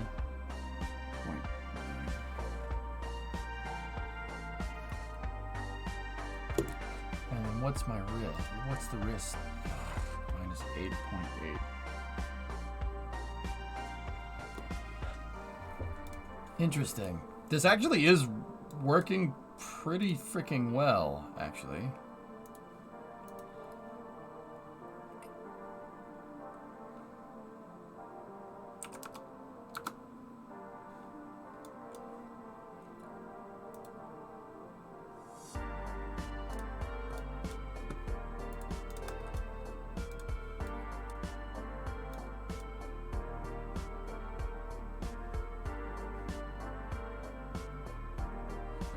Yeah, Raid, this is a good idea, dude. Thank you.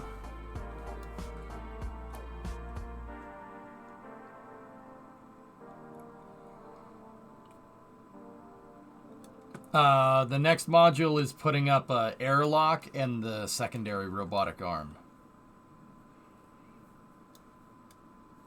We're in too late. I needed to figure this out, guys. Unfortunately. We're just a little too late right now. We'll do that mission. We'll do the mission tomorrow. But the mission should go a lot smoother. Don't get me wrong, guys. As we move more and more into launches, we're gonna have there will be less and less and less testing.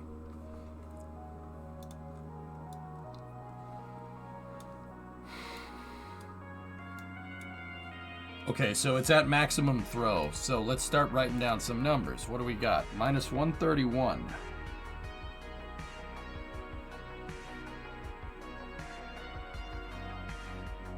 My original controller in the VAB was actually the same. Actually, that's closer to 132.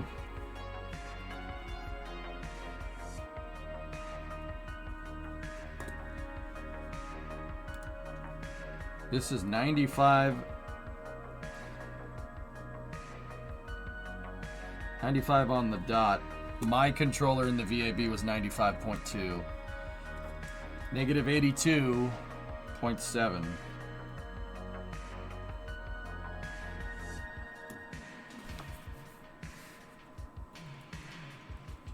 And mine was 82.7. It was the same, interestingly enough. Up here, we're at 79. Mine was at 75.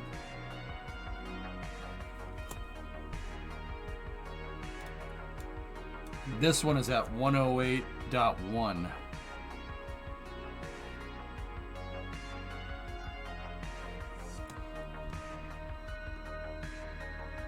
This guy right here, 18.5. Mine was 17.6.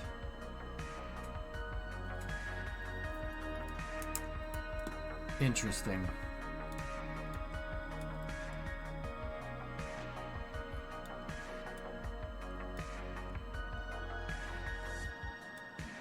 No backwards compatibility, one eye, unfortunately. Oops. Oh well. It's because they redid they're probably redoing the craft file system and hierarchy and a bunch of other things.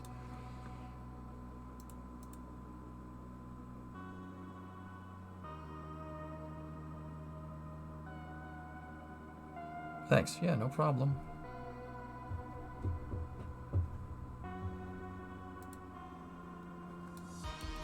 You know what? Now I want to experiment with this. What I'm going to do, we're going to undock this from that arm, and then we're just going to retract it and see how it works. So what I want to do, disable the banana controller here for a moment.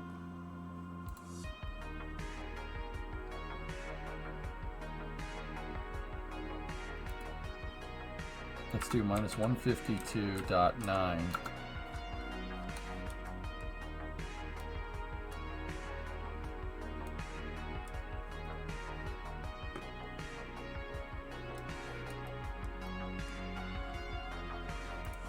And let's go down here. Switch that to 113.2. And then let's go down here. Minus 141.1. And then down here, 71.1. 117. That's the same, fortunately. And then let's change this to minus 32.9.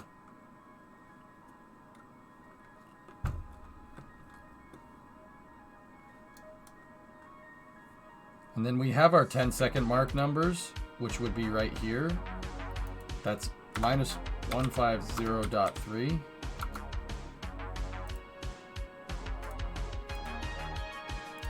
And then right here, 113.5. I'm basically going to test to see if this controller works. This number is a huge difference. Minus 136.8.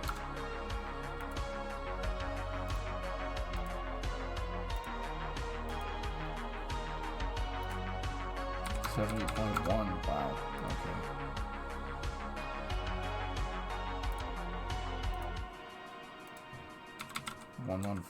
.2.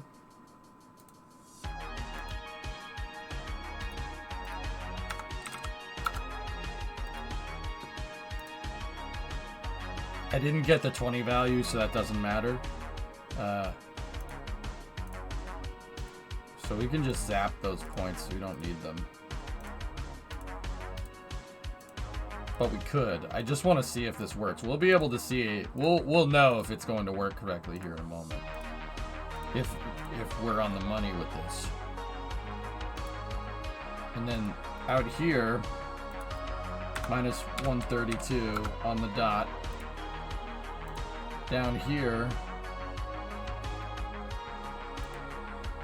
that's 95 on the dot. Minus 82.7, that's actually the same, which is good. It means that I'm not a complete bonehead. That one was 79. This one is 108.1. And then the last one is 18.5.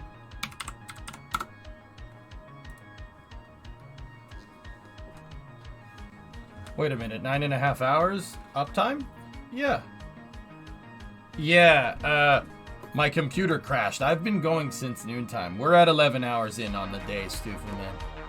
Yeah, easily at 11 hours in on the day. Bro, I don't screw around with this stuff, man. I couldn't figure out a way to do this with the KSP hierarchy, and someone in chat suggested you test it in space, then it just clicked. Yeah, Raid, dude, neither could I. Yeah, so Hired was suggesting it in Trunks. You guys, good freaking job, dude. Yeah, no, I was stumped. I was like, I gotta get a linear movement. How the heck am I going to do this without keeping that locked in? And then, yeah, no, dude, that was brilliant. Brilliant. Hired, Trunks, seriously, I don't think you realize how smart this actually is. This is a really good way to do this. In fact, Raid, I'm noticing discrepancies between my numbers. You know what it probably is? The arm was, like, there's such high discrepancies, we're probably, like, twisting the arm in the wrong direction. This is the natural movement of the arm, which is smart. That's really smart, dude. All right, so let's take the banana controller, move it into this position, right? And then let's power up the port. Oh God. Okay. Okay. Relax. Relax. Relax. You're okay. You're okay.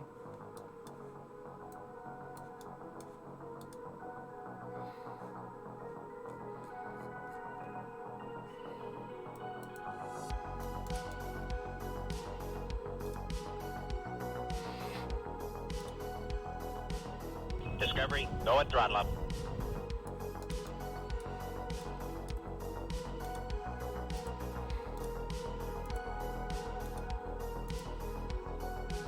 There he is. What's up, Ozzy? Speaking of smart shard, should be subbing to my channel. 83-month resub. Discovery, Thanks, go man. at I've had throttle similar problems like this in your real life job. You care about the motion, not what the arm is doing, so let the arm do what it wants. Yeah, that's really smart. Dude, brilliant. Freaking brilliant, dudes. Yeah. Dude, this is gonna make this so much easier, dude. You have no idea how easy this is gonna be now.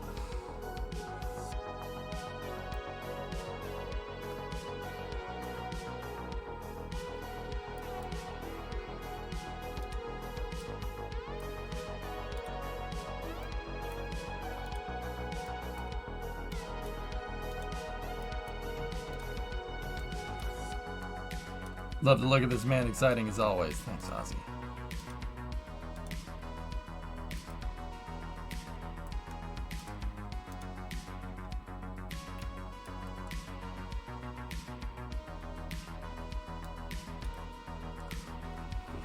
So you're going to use this to map module moves now, right? Put them on pistons and such? Loopy, I honestly just wanted the berthing thing. I berthed the shuttle to the station, like what they wanted to do for Freedom.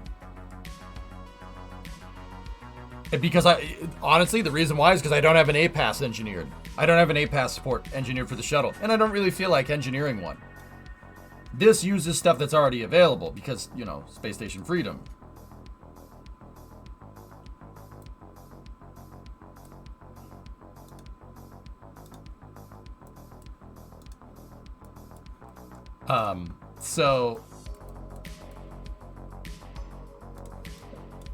So I wanted to do it the way Space Station Freedom does this. Okay, fellas. Raid, let's see, Raid, Trunks. Let's see where this takes us.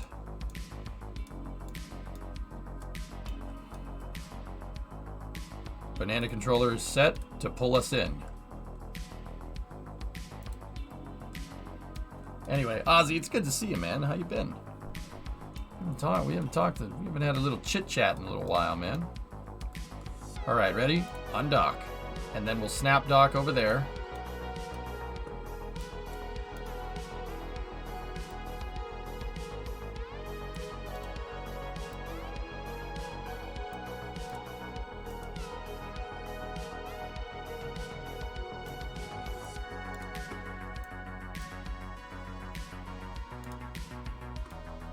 Love that KSP2 audio video this morning. Oopsie daisy, got me excited. Yeah, for sure, dude, for sure.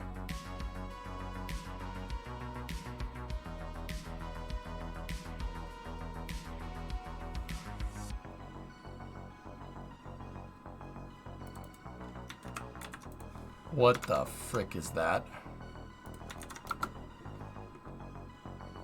This morning's catastrophic FAA computer failure was likely caused by a mistake made during routine maintenance. An engineer replaced one file with another, not realizing the mistake was being made.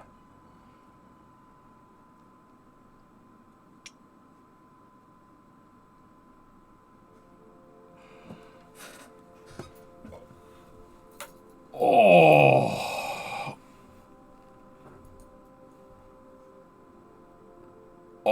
Oh, Bree, you see this? Yo, that's cringe, dude. Cringe.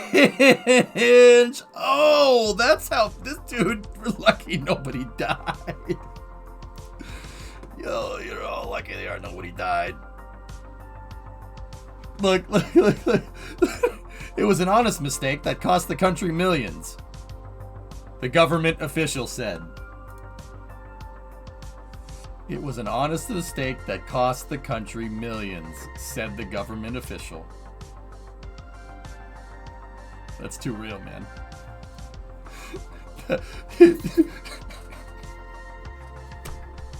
You can't make this up. You can't make that up. I'm sorry. It sucks because that's my tax dollars, but oh my God, is that funny? Oh, you think that guy lost his job? No, it was an honest mistake. Got me stuck in DTW for 4 hours as we were #1 for takeoff. Now I'm in ORD where when I was supposed to be in Boston, so it's been a fun day. Oh my God. It was probably, what does this button do? Dude. Okay, all right, fellas. Bree, answer this question, all right? I don't know. I'm not a good coder. I don't know much about coding. Like, I kind of get how it works, etc., etc. Wouldn't you have some type of redundant system in place to make the whole system not contingent on one file being overwritten? Like, oh, this file was overwritten. Now this doesn't work. Like, wouldn't you have something to, like, a backup? Not a backup system, but like a detent or something? Like, you know, you have the eject button. You flick the thing open and then you press it, right? You have the flick open thing. Like, you should have that, but in code form, right? Like, that's a thing that you should have, but clearly they don't. As someone who works directly in this area, you'd be amazed as what they consider redundancy.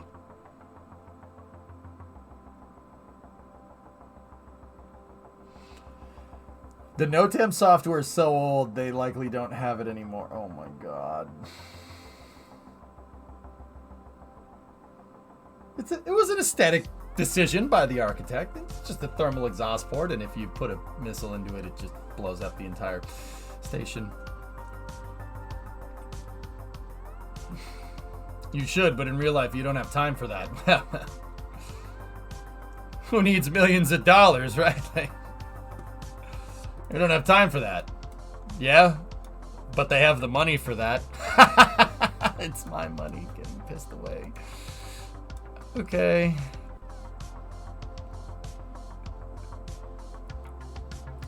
I'm gonna change the banana controller to go a little bit slower. Let's just switch it to 120 seconds. And play. All right, Raid. Trunks, let's see what this does.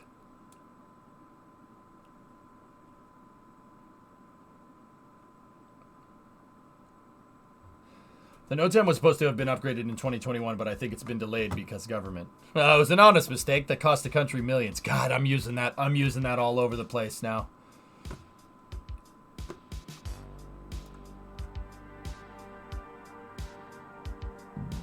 Oh, geez, Narv. So, a couple of viewers in chat, Snackless. Okay, all right.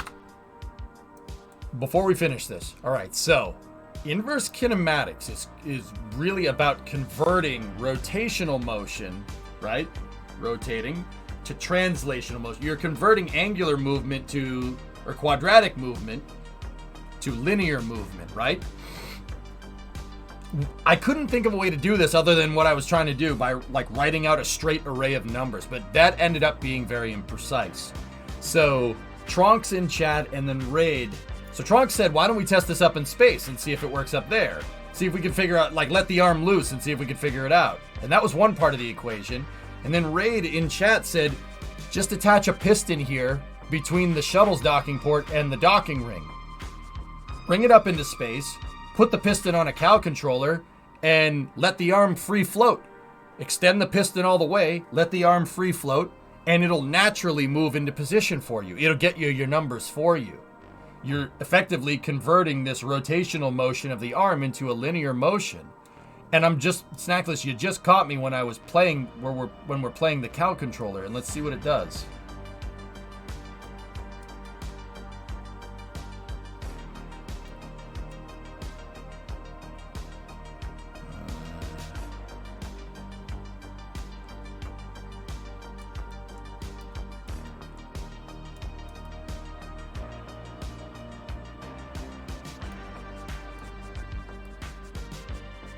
See, and look what happens, guys. If you move the arm slow, you don't need to worry about it kind of bending and flexing. The arm is strong enough. You just have to go slow.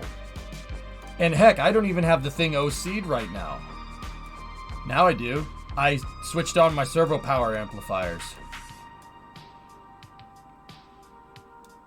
All right, now the real moment of truth here is to see if we're not going to dock to it because the hydraulic is in the way, but the real moment of truth would be to see if the pins line up.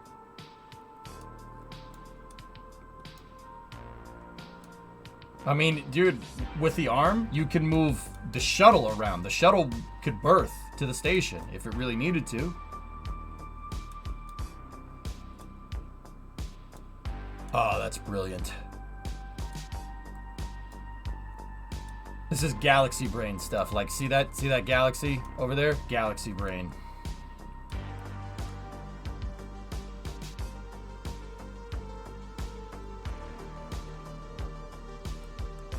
Dude, that movement is so linear. Oh, no, she's going down a little bit. Come on.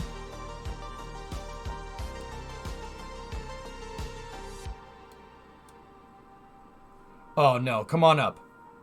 Come on up now. No. No, after all that.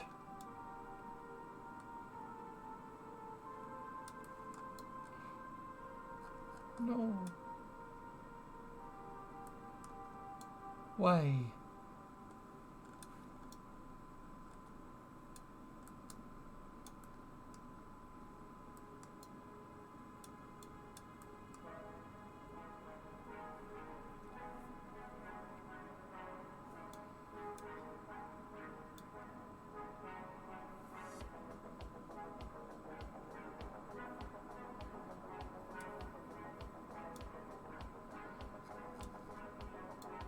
No, those parts have...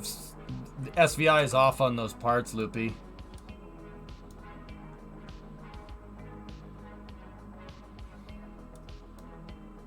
No, Trunks, it's okay. It's okay. This is not the worst thing.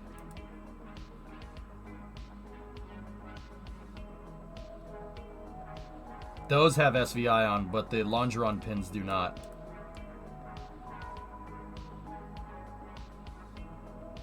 It might just be as simple as going slower, dudes. Discovery, go at throttle up.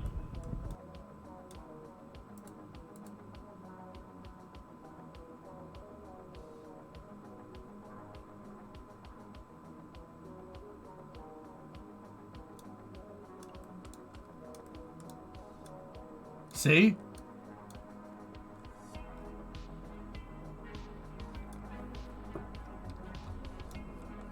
All right, and once we're locked in the longeron pins, which we absolutely are, we just hit and it clicks into place. Dude, it does not get more precise than that. It's just the traverse rates, dude. We would need to smooth out the animation curves, but if we wait, if we like stop at the like 5 seconds to on the cow controller to birth, we're good. We got it.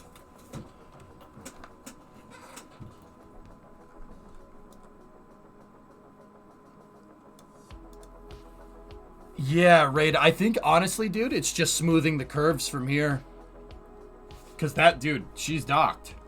I mean, it's not docked. We're still docked via the arm because there's a hydraulic in the way. But, dude, it does not get more lined up than that. It don't get more lined up with that. You can't get that precision except in the editor. This is why I want to use arms so much. Look at that. It's perfect. It's freaking perfect, dude.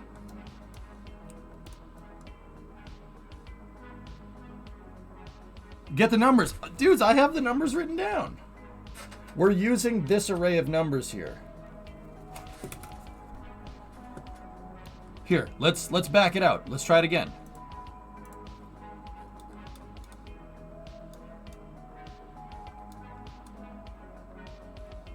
Oop. Hold on.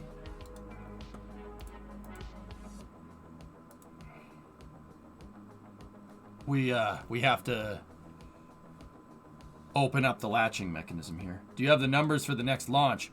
King, I think we're good enough here, dudes. Okay, ready? Play. SVI on the longeron pins, and the trunnion is shut off.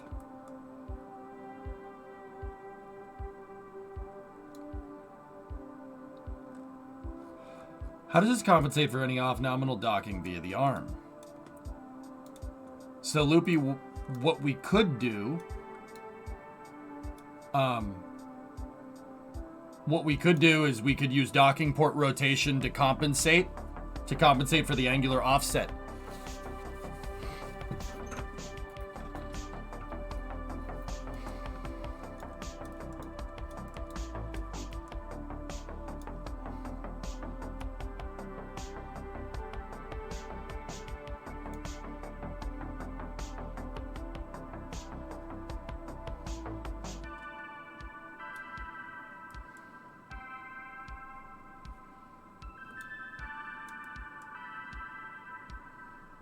This is excellent, dude. Loopy, I'm confident enough in my ability to be able to get that pretty damn close. I can get it this close via a dock, you know?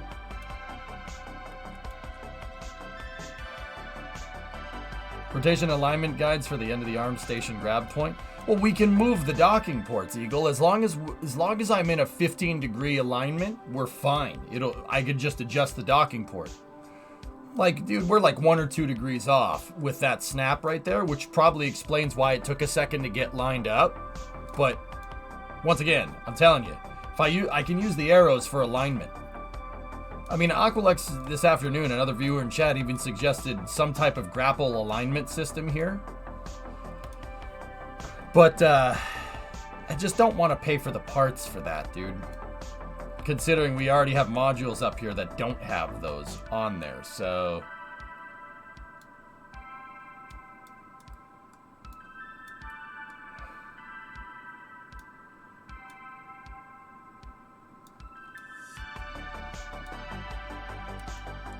That's freaking sick, dude. What a shot.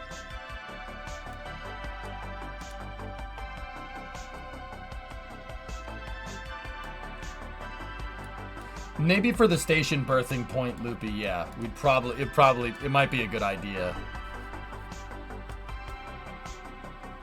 I could always attach a module to this thing that's just a docking port with 2 servos and another docking port.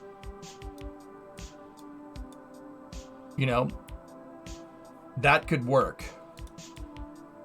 So we could always do a servo alignment if we really wanted to. That would absolutely do it. All we'd have to do is go into the Arrow UI menu and match the numbers of that port and then the secondary port that the arm attached to. We match those numbers, we're good to go. Or match the arms port with this one right here. We could put that module on. That would be easy.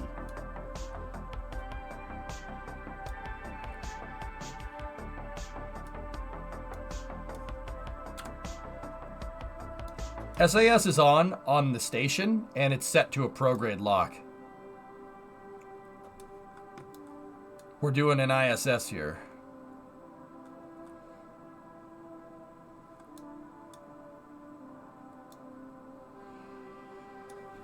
You could just have an antenna sticking out of the station and an antenna on the servo. Then you would rotate that servo to a line. Yeah, Eagle, we could do that. Just 2 things that kind of... You know?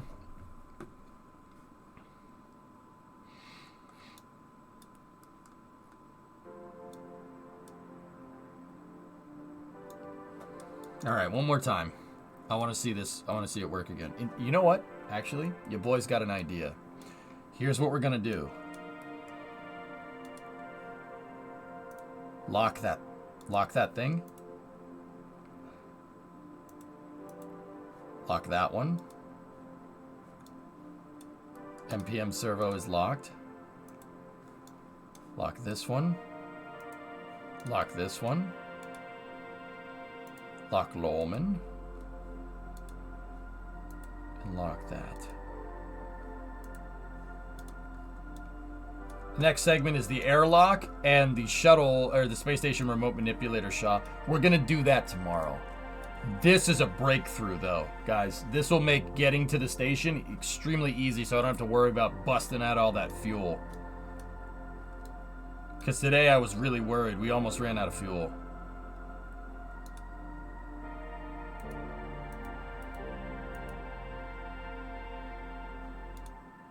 All right, ready? Undock. Switch to the shuttle. Control from here. RCS SAS.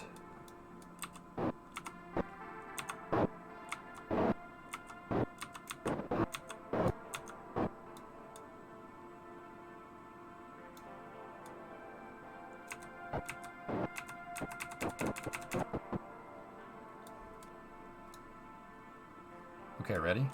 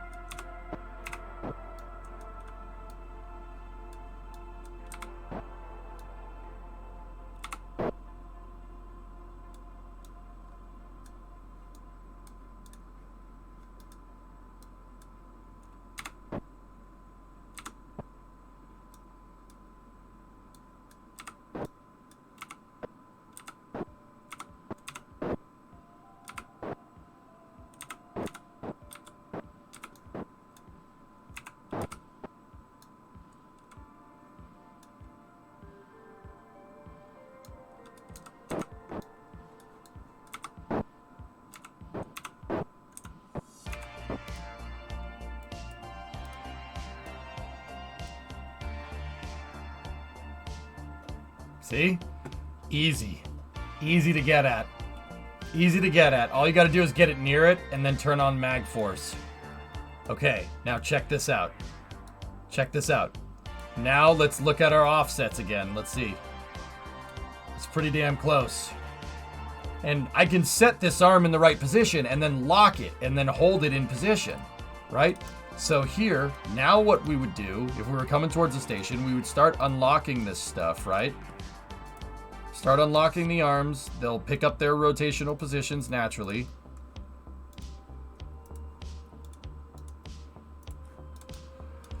And now, all we'd have to do is just play the banana controller.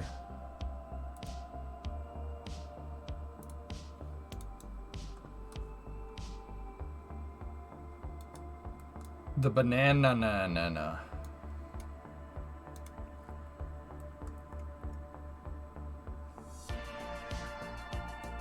Please tell me it has an acronym. No, I just called it banana for debug purposes. Okay, Okay, so hit 3, make sure our longeron pins are unlocked so we can guide this thing in.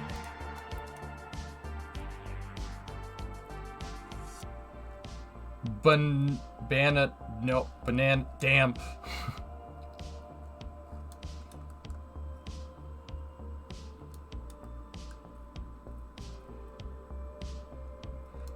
Noontime is when we'll start doing it, Trunks. All I gotta do is put the, well, actually, we're probably gonna see a launch closer to 1. Just because, probably gonna see a launch closer to 1, just because I have to go through the rest of the mission. In fact, you know what? We could do that tonight. Berthing and near approach and approach negation automation. Berthing absolutely not ablating now. No wrong answers, chat. No wrong answers. Well, in Russian, guys, banana is called banan. Banan. It's just, there's no extra NA. It's just banan. In Spanish, it's banana. Banana hammock. Wait. No, that's something different. In Soviet Russia, banana pilyu. You're like the Yankees up there. All you do is win.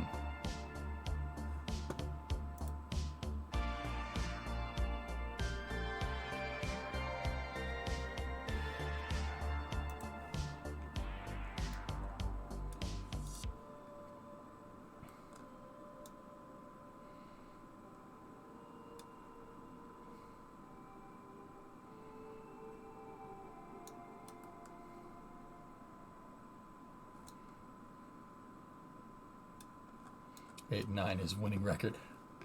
I'll kill you. I will kill you, you motherfucker. I will kill you. I will kill you. This streamer is no more. He has ceased to be.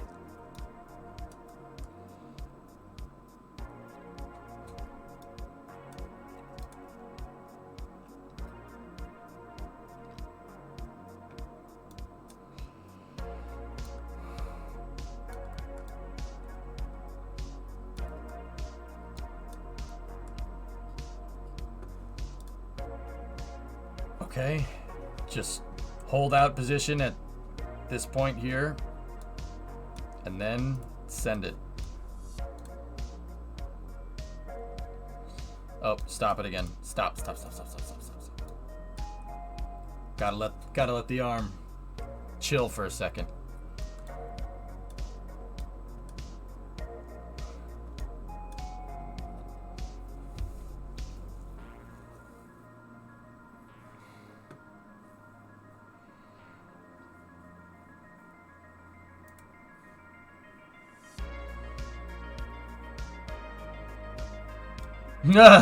Canary Kid, yes. Screw that guy.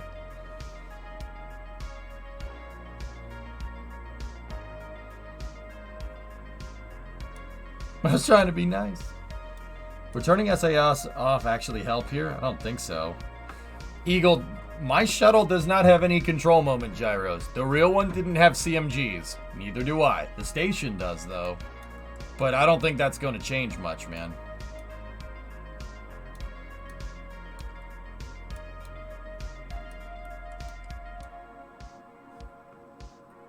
There we go, and you're good.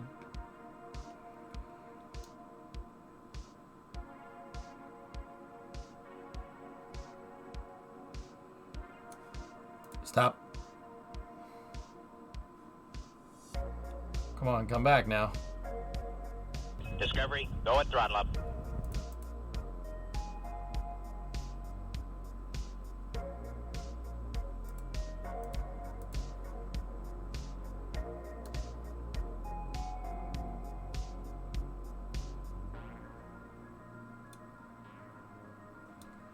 Oh. Come on.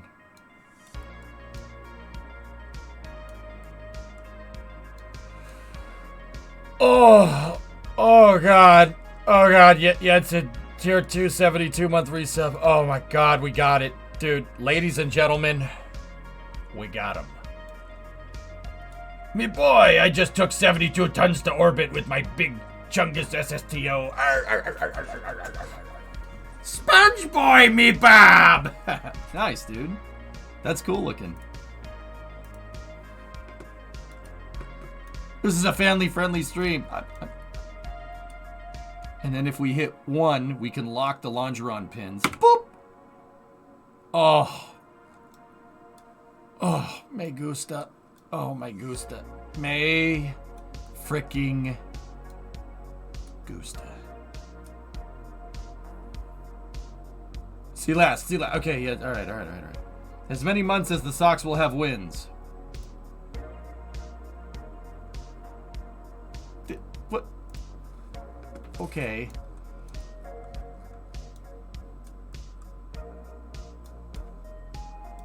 Hey, who forgot to close these?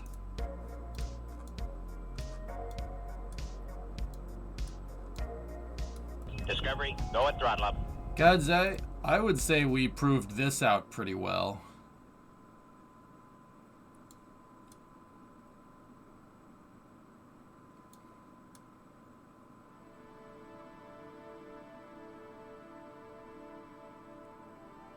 As an indication, I may have overdone it on my margin of launch delta V when the boosters alone get me to 80 kilometers. Yeah, that is a little bit, yeah.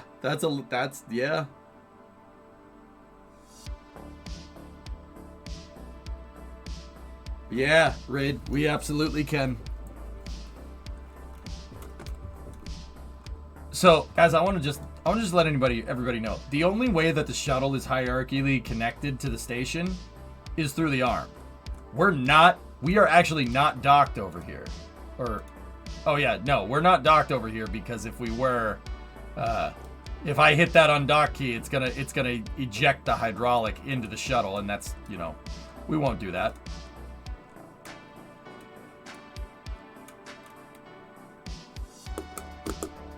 Trunks. All right, later, dude. See you tomorrow. Trunks. Good call, man. Do it? No. No.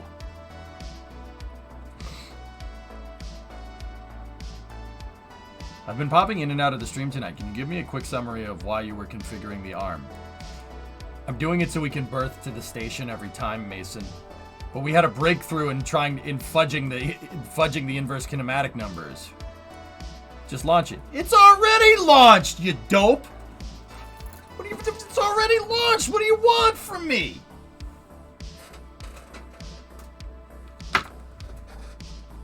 It's engineer mode. What do you...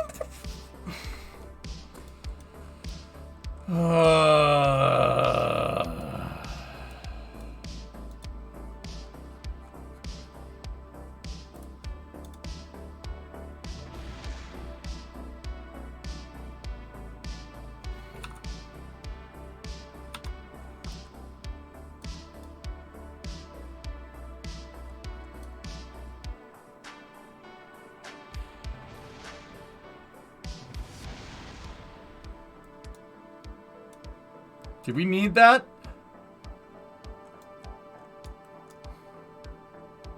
Hey, where's my docking port?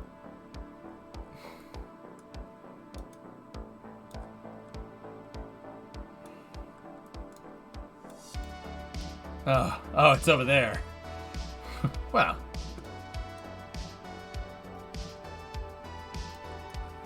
That looked important. Jeb, go get it. All right, I had the numbers written down, guys. Those updated numbers. Those updated numbers worked really, really well.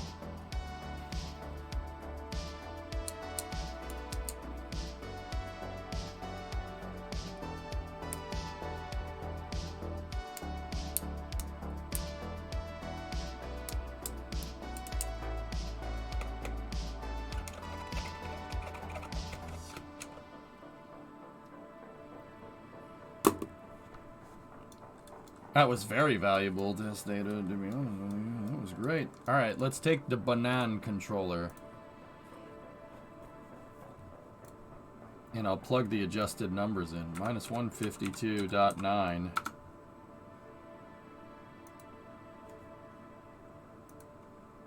minus 150.3.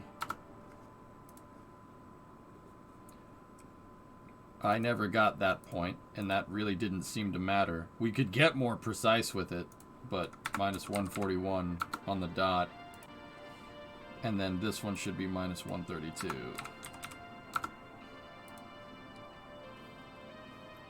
Yeah, chat was being chat. So this is 113.2.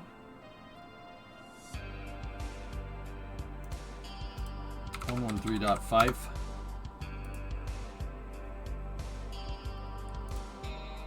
We didn't get that number. Right here, 109 on the dot. And then the last number was 95 on the dot. Next one.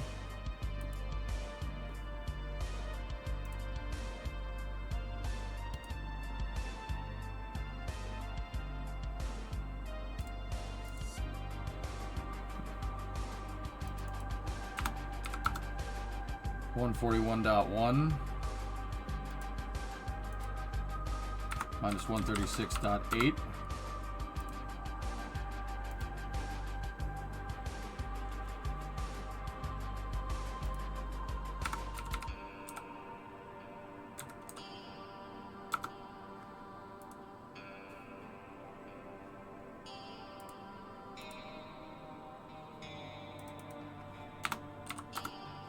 Sorry, wrong point. 82.7. That's actually right. Next one here, 71.1.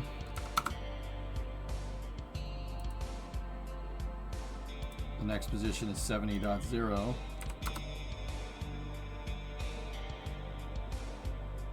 Actually, dot one is what I wrote down.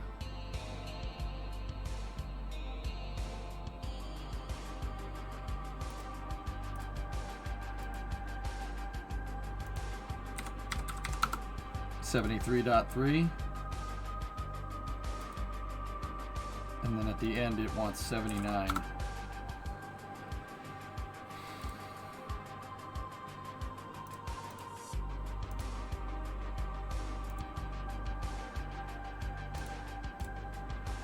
This one's looking for 117 and then 115, 115.2 right there. And then I don't have that point. I don't know what that is. This one is 109.9.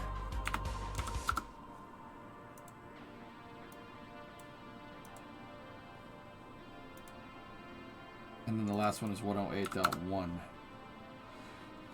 I think with dampers, and if we did this with dampers and we doubled the movement time from 60 to 120, it would line up pretty much every time. It'll start lurching back and forth when the movement does that. But dude, I can't believe we made a breakthrough like this. I'm really, really excited about this. I was worried that we wouldn't be able to get this right with the arm, but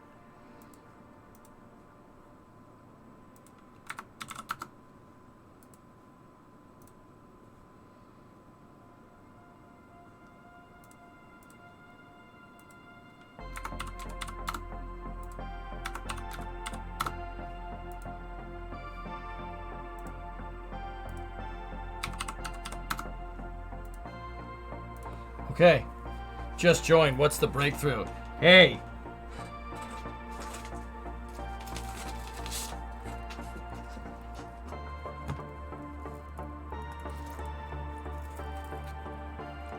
That's the breakthrough right there, man.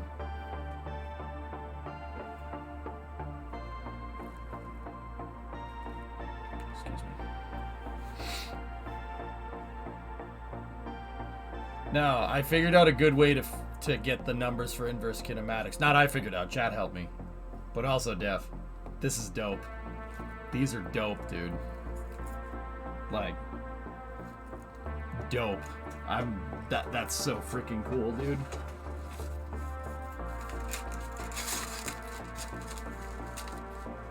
Oh, dudes. We got it. Oh my goodness. All right.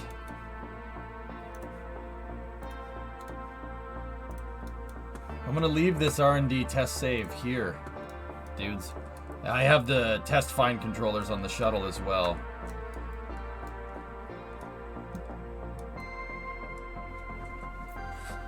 That's so awesome, dude.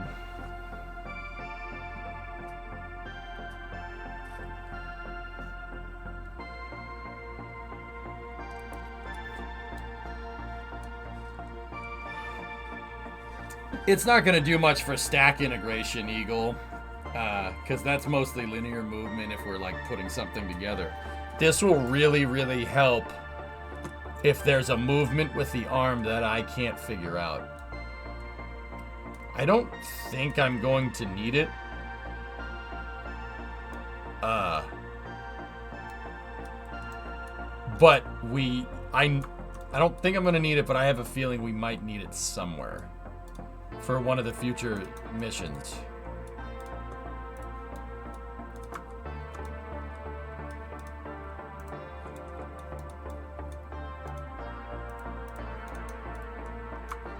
Dude.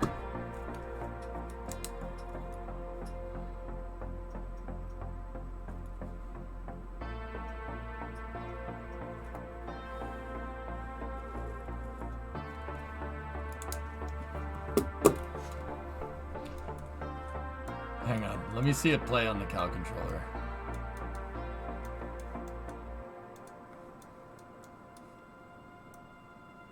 Oh, it's so linear, look at that.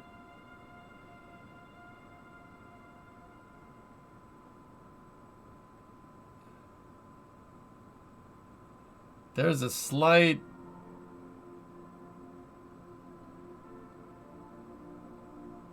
Dude, it might pay to plot this all out, fellas. But dude, look at that. We're getting linear movement from a robotic arm. Oh, that's so cool. Anyway, Def, the breakthrough. So, check this out.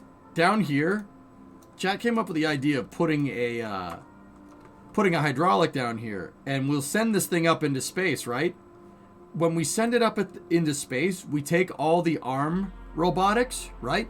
And just shut them off. And then we extend the hydraulic with the arm still docked, and it literally gives you the exact numbers that you need. Because look, when the hydraulic is at maximum extension, actually maximum extension it needs to be 3 because we moved 3 meters. When it's at maximum extension, look, it is almost exactly lined up with that docking port. It's got motors on it, and the motors are amplified. So, yeah, stepper motors for the most part, yeah. Or at least the Kerbal equivalent of them.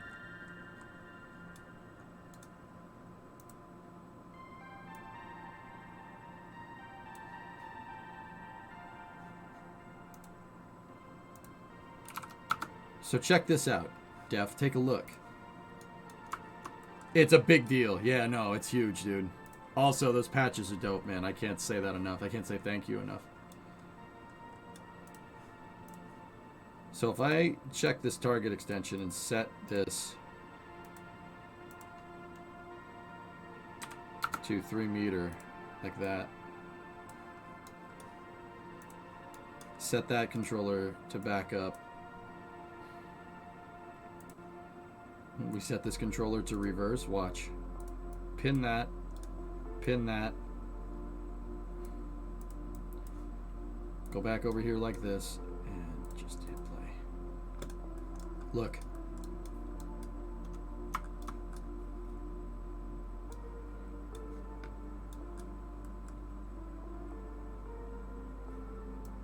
They're not perfectly synced, but that's the idea.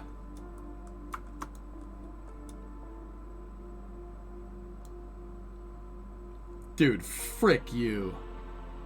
Frick you, that's cool.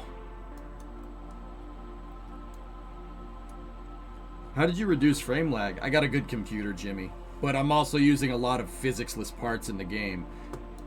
Like, to make this look nice, I'm using a lot of the flags that come with the DLC. Actually, I don't even know if they come with the DLC. I use a lot of flags, and then I make textures for the flags, or chat does. And, yeah, it looks more complicated than it actually is.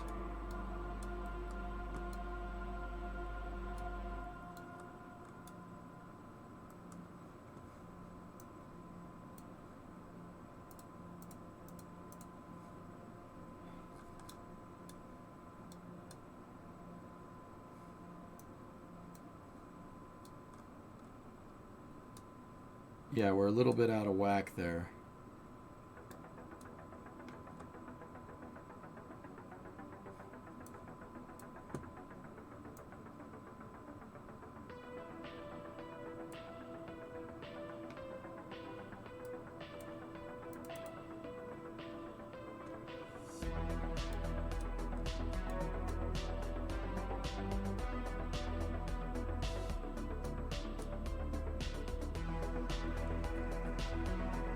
Like I said, guys, I'm not 100% sure how relevant this is going to be for doing future missions, but it'll definitely, for certain things, it'll definitely help. Discovery, go at throttle up. Hey, sup? What's going on? I can't believe that.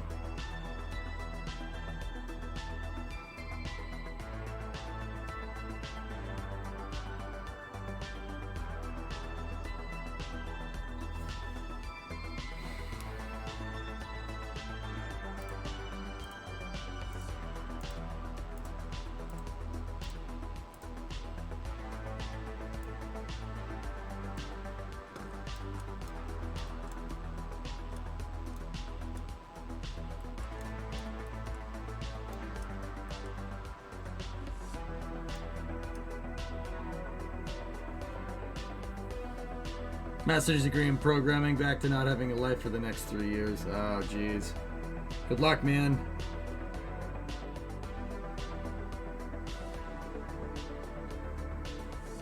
If only there was a snapshot. Yeah. Yeah, see how out of whack it gets right there? We should go back and iron out that 20-second spot, because I guarantee you at 10 it's going to line back up. Yeah.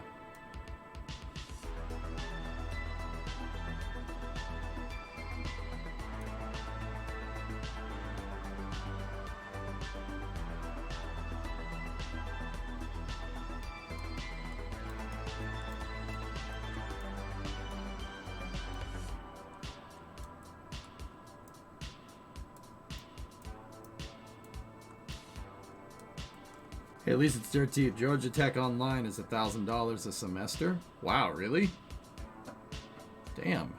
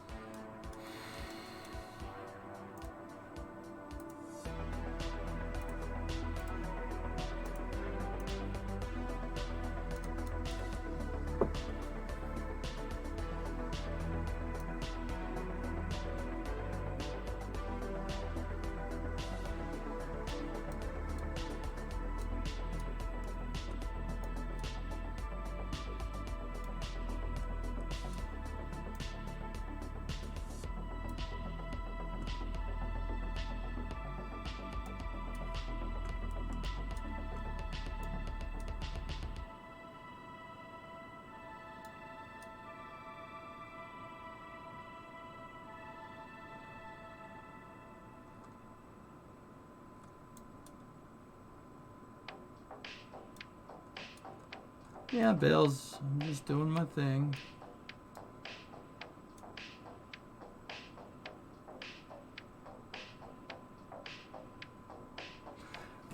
I think we're good. I think this is good enough. It's a little desync down there, but you know what I'm gonna do, guys? I'm just gonna leave this craft file here. If we want to mess with it more, we'll do it.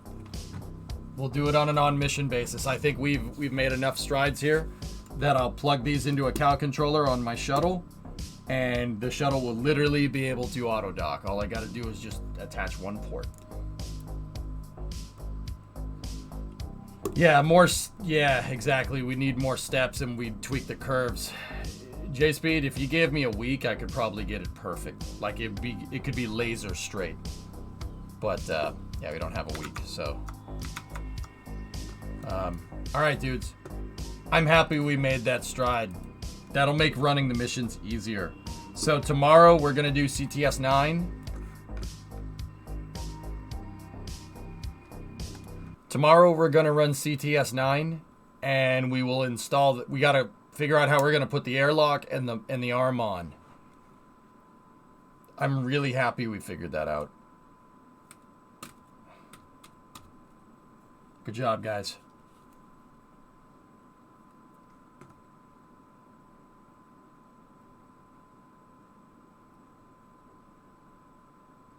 It's gonna make birthing it a freaking joke. It's gonna be so easy. You know what I was thinking, dudes? Just one last bit. One last bit here. You know what's interesting? You know, I was thinking about this. My shuttle, right? We have a docking port, right? When we bring the shuttle into dock, we have a docking port. And I was wondering, we put the docking port on a hydraulic because the hybrid tech is holding it in place. And we retract the hydraulic inside of the docking, or inside of the shuttle, or inside of the docking ring, or whatever. We retract the thing on a hydraulic, right? And then, you know, we lock that thing in, good, and then we move the hydraulic in to dock the two vehicles together. Man, you know what? That seems like needless redundancy. It already works. We know it works.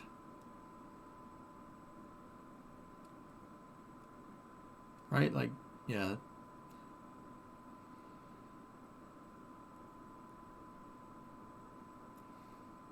Well, yeah, most docking systems do, Nova Raptor.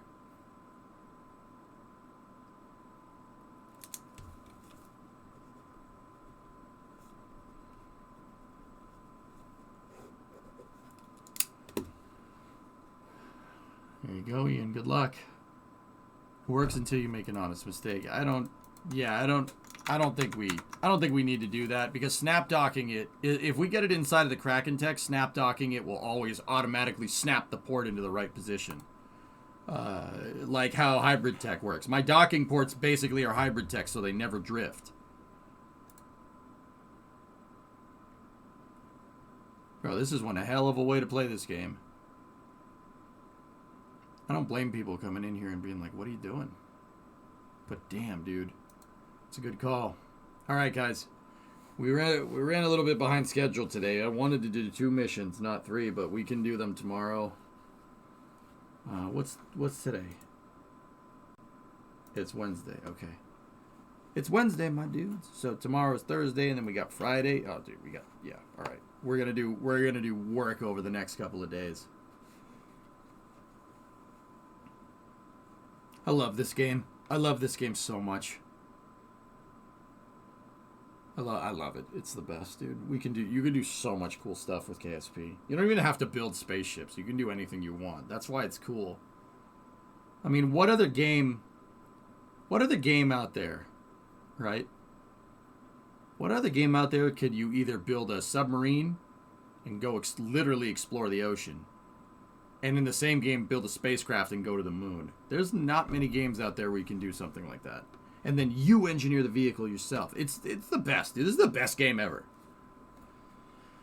These modules for the station, if they have a docking in the same spot when they are in the cargo bay, you could program the arm to get them out of the cargo bay by the same way every time. I think that's the other thing that we're going to program, Raid. Yeah, translation out of the bay, keeping the ports in the same spot. I could easily do that. That's no problem.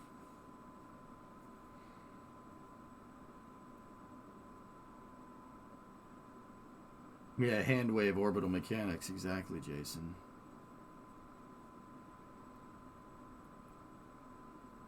What a game, dude. What a ride. What a ride, man. Can you believe dude, back when we were making like KRAKEN arm and stuff. You ever think we'd get to this point?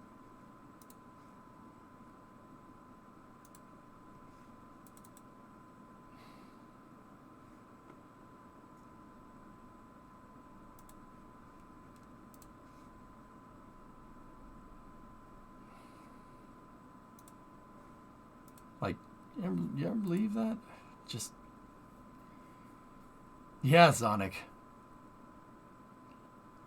You've had some good breakthroughs this go around. All those breakthroughs with the damn launch pad, dude, we're applying it here. Like, I don't know about you guys, but I feel like the launch pad's got us to this point. I wouldn't have been here without messing with the launch pads so much, but I'll tell you this right now. We wouldn't be able to make the breakthroughs that I'm making right now if it wasn't for it. But damn, dude. Damn, this is awesome. Some of these breakthroughs are the craziest breakthroughs that we've done. The nuttiest things that we've been able to figure out. Yeah, exactly, Sonic. Yeah, exactly. We wouldn't be able to do the armament stuff if I didn't build the gantry cranes, right? Like, we wouldn't be able to do it.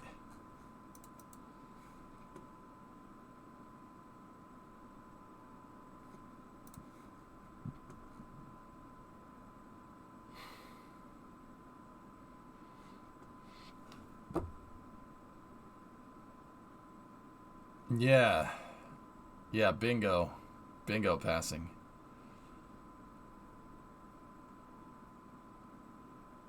Interesting, Jim.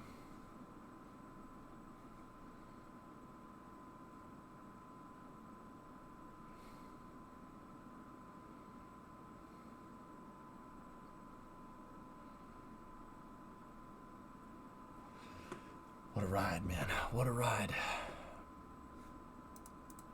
Okay, guys. I'll talk to you tomorrow. Let's see who we can raid. Be here, noon. Same time, same place. And the good part is that we have all the truck parts, too.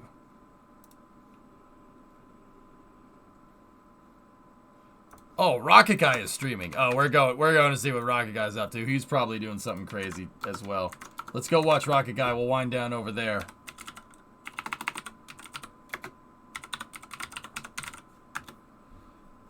Alright, send him a raid.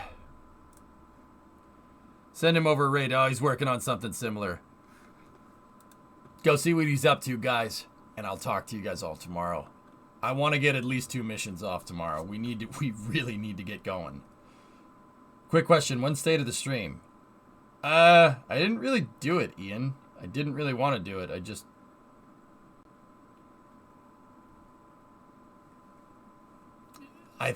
don't think I need a state of the stream to get my finger on the pulse, dude. I know what I need to do, so.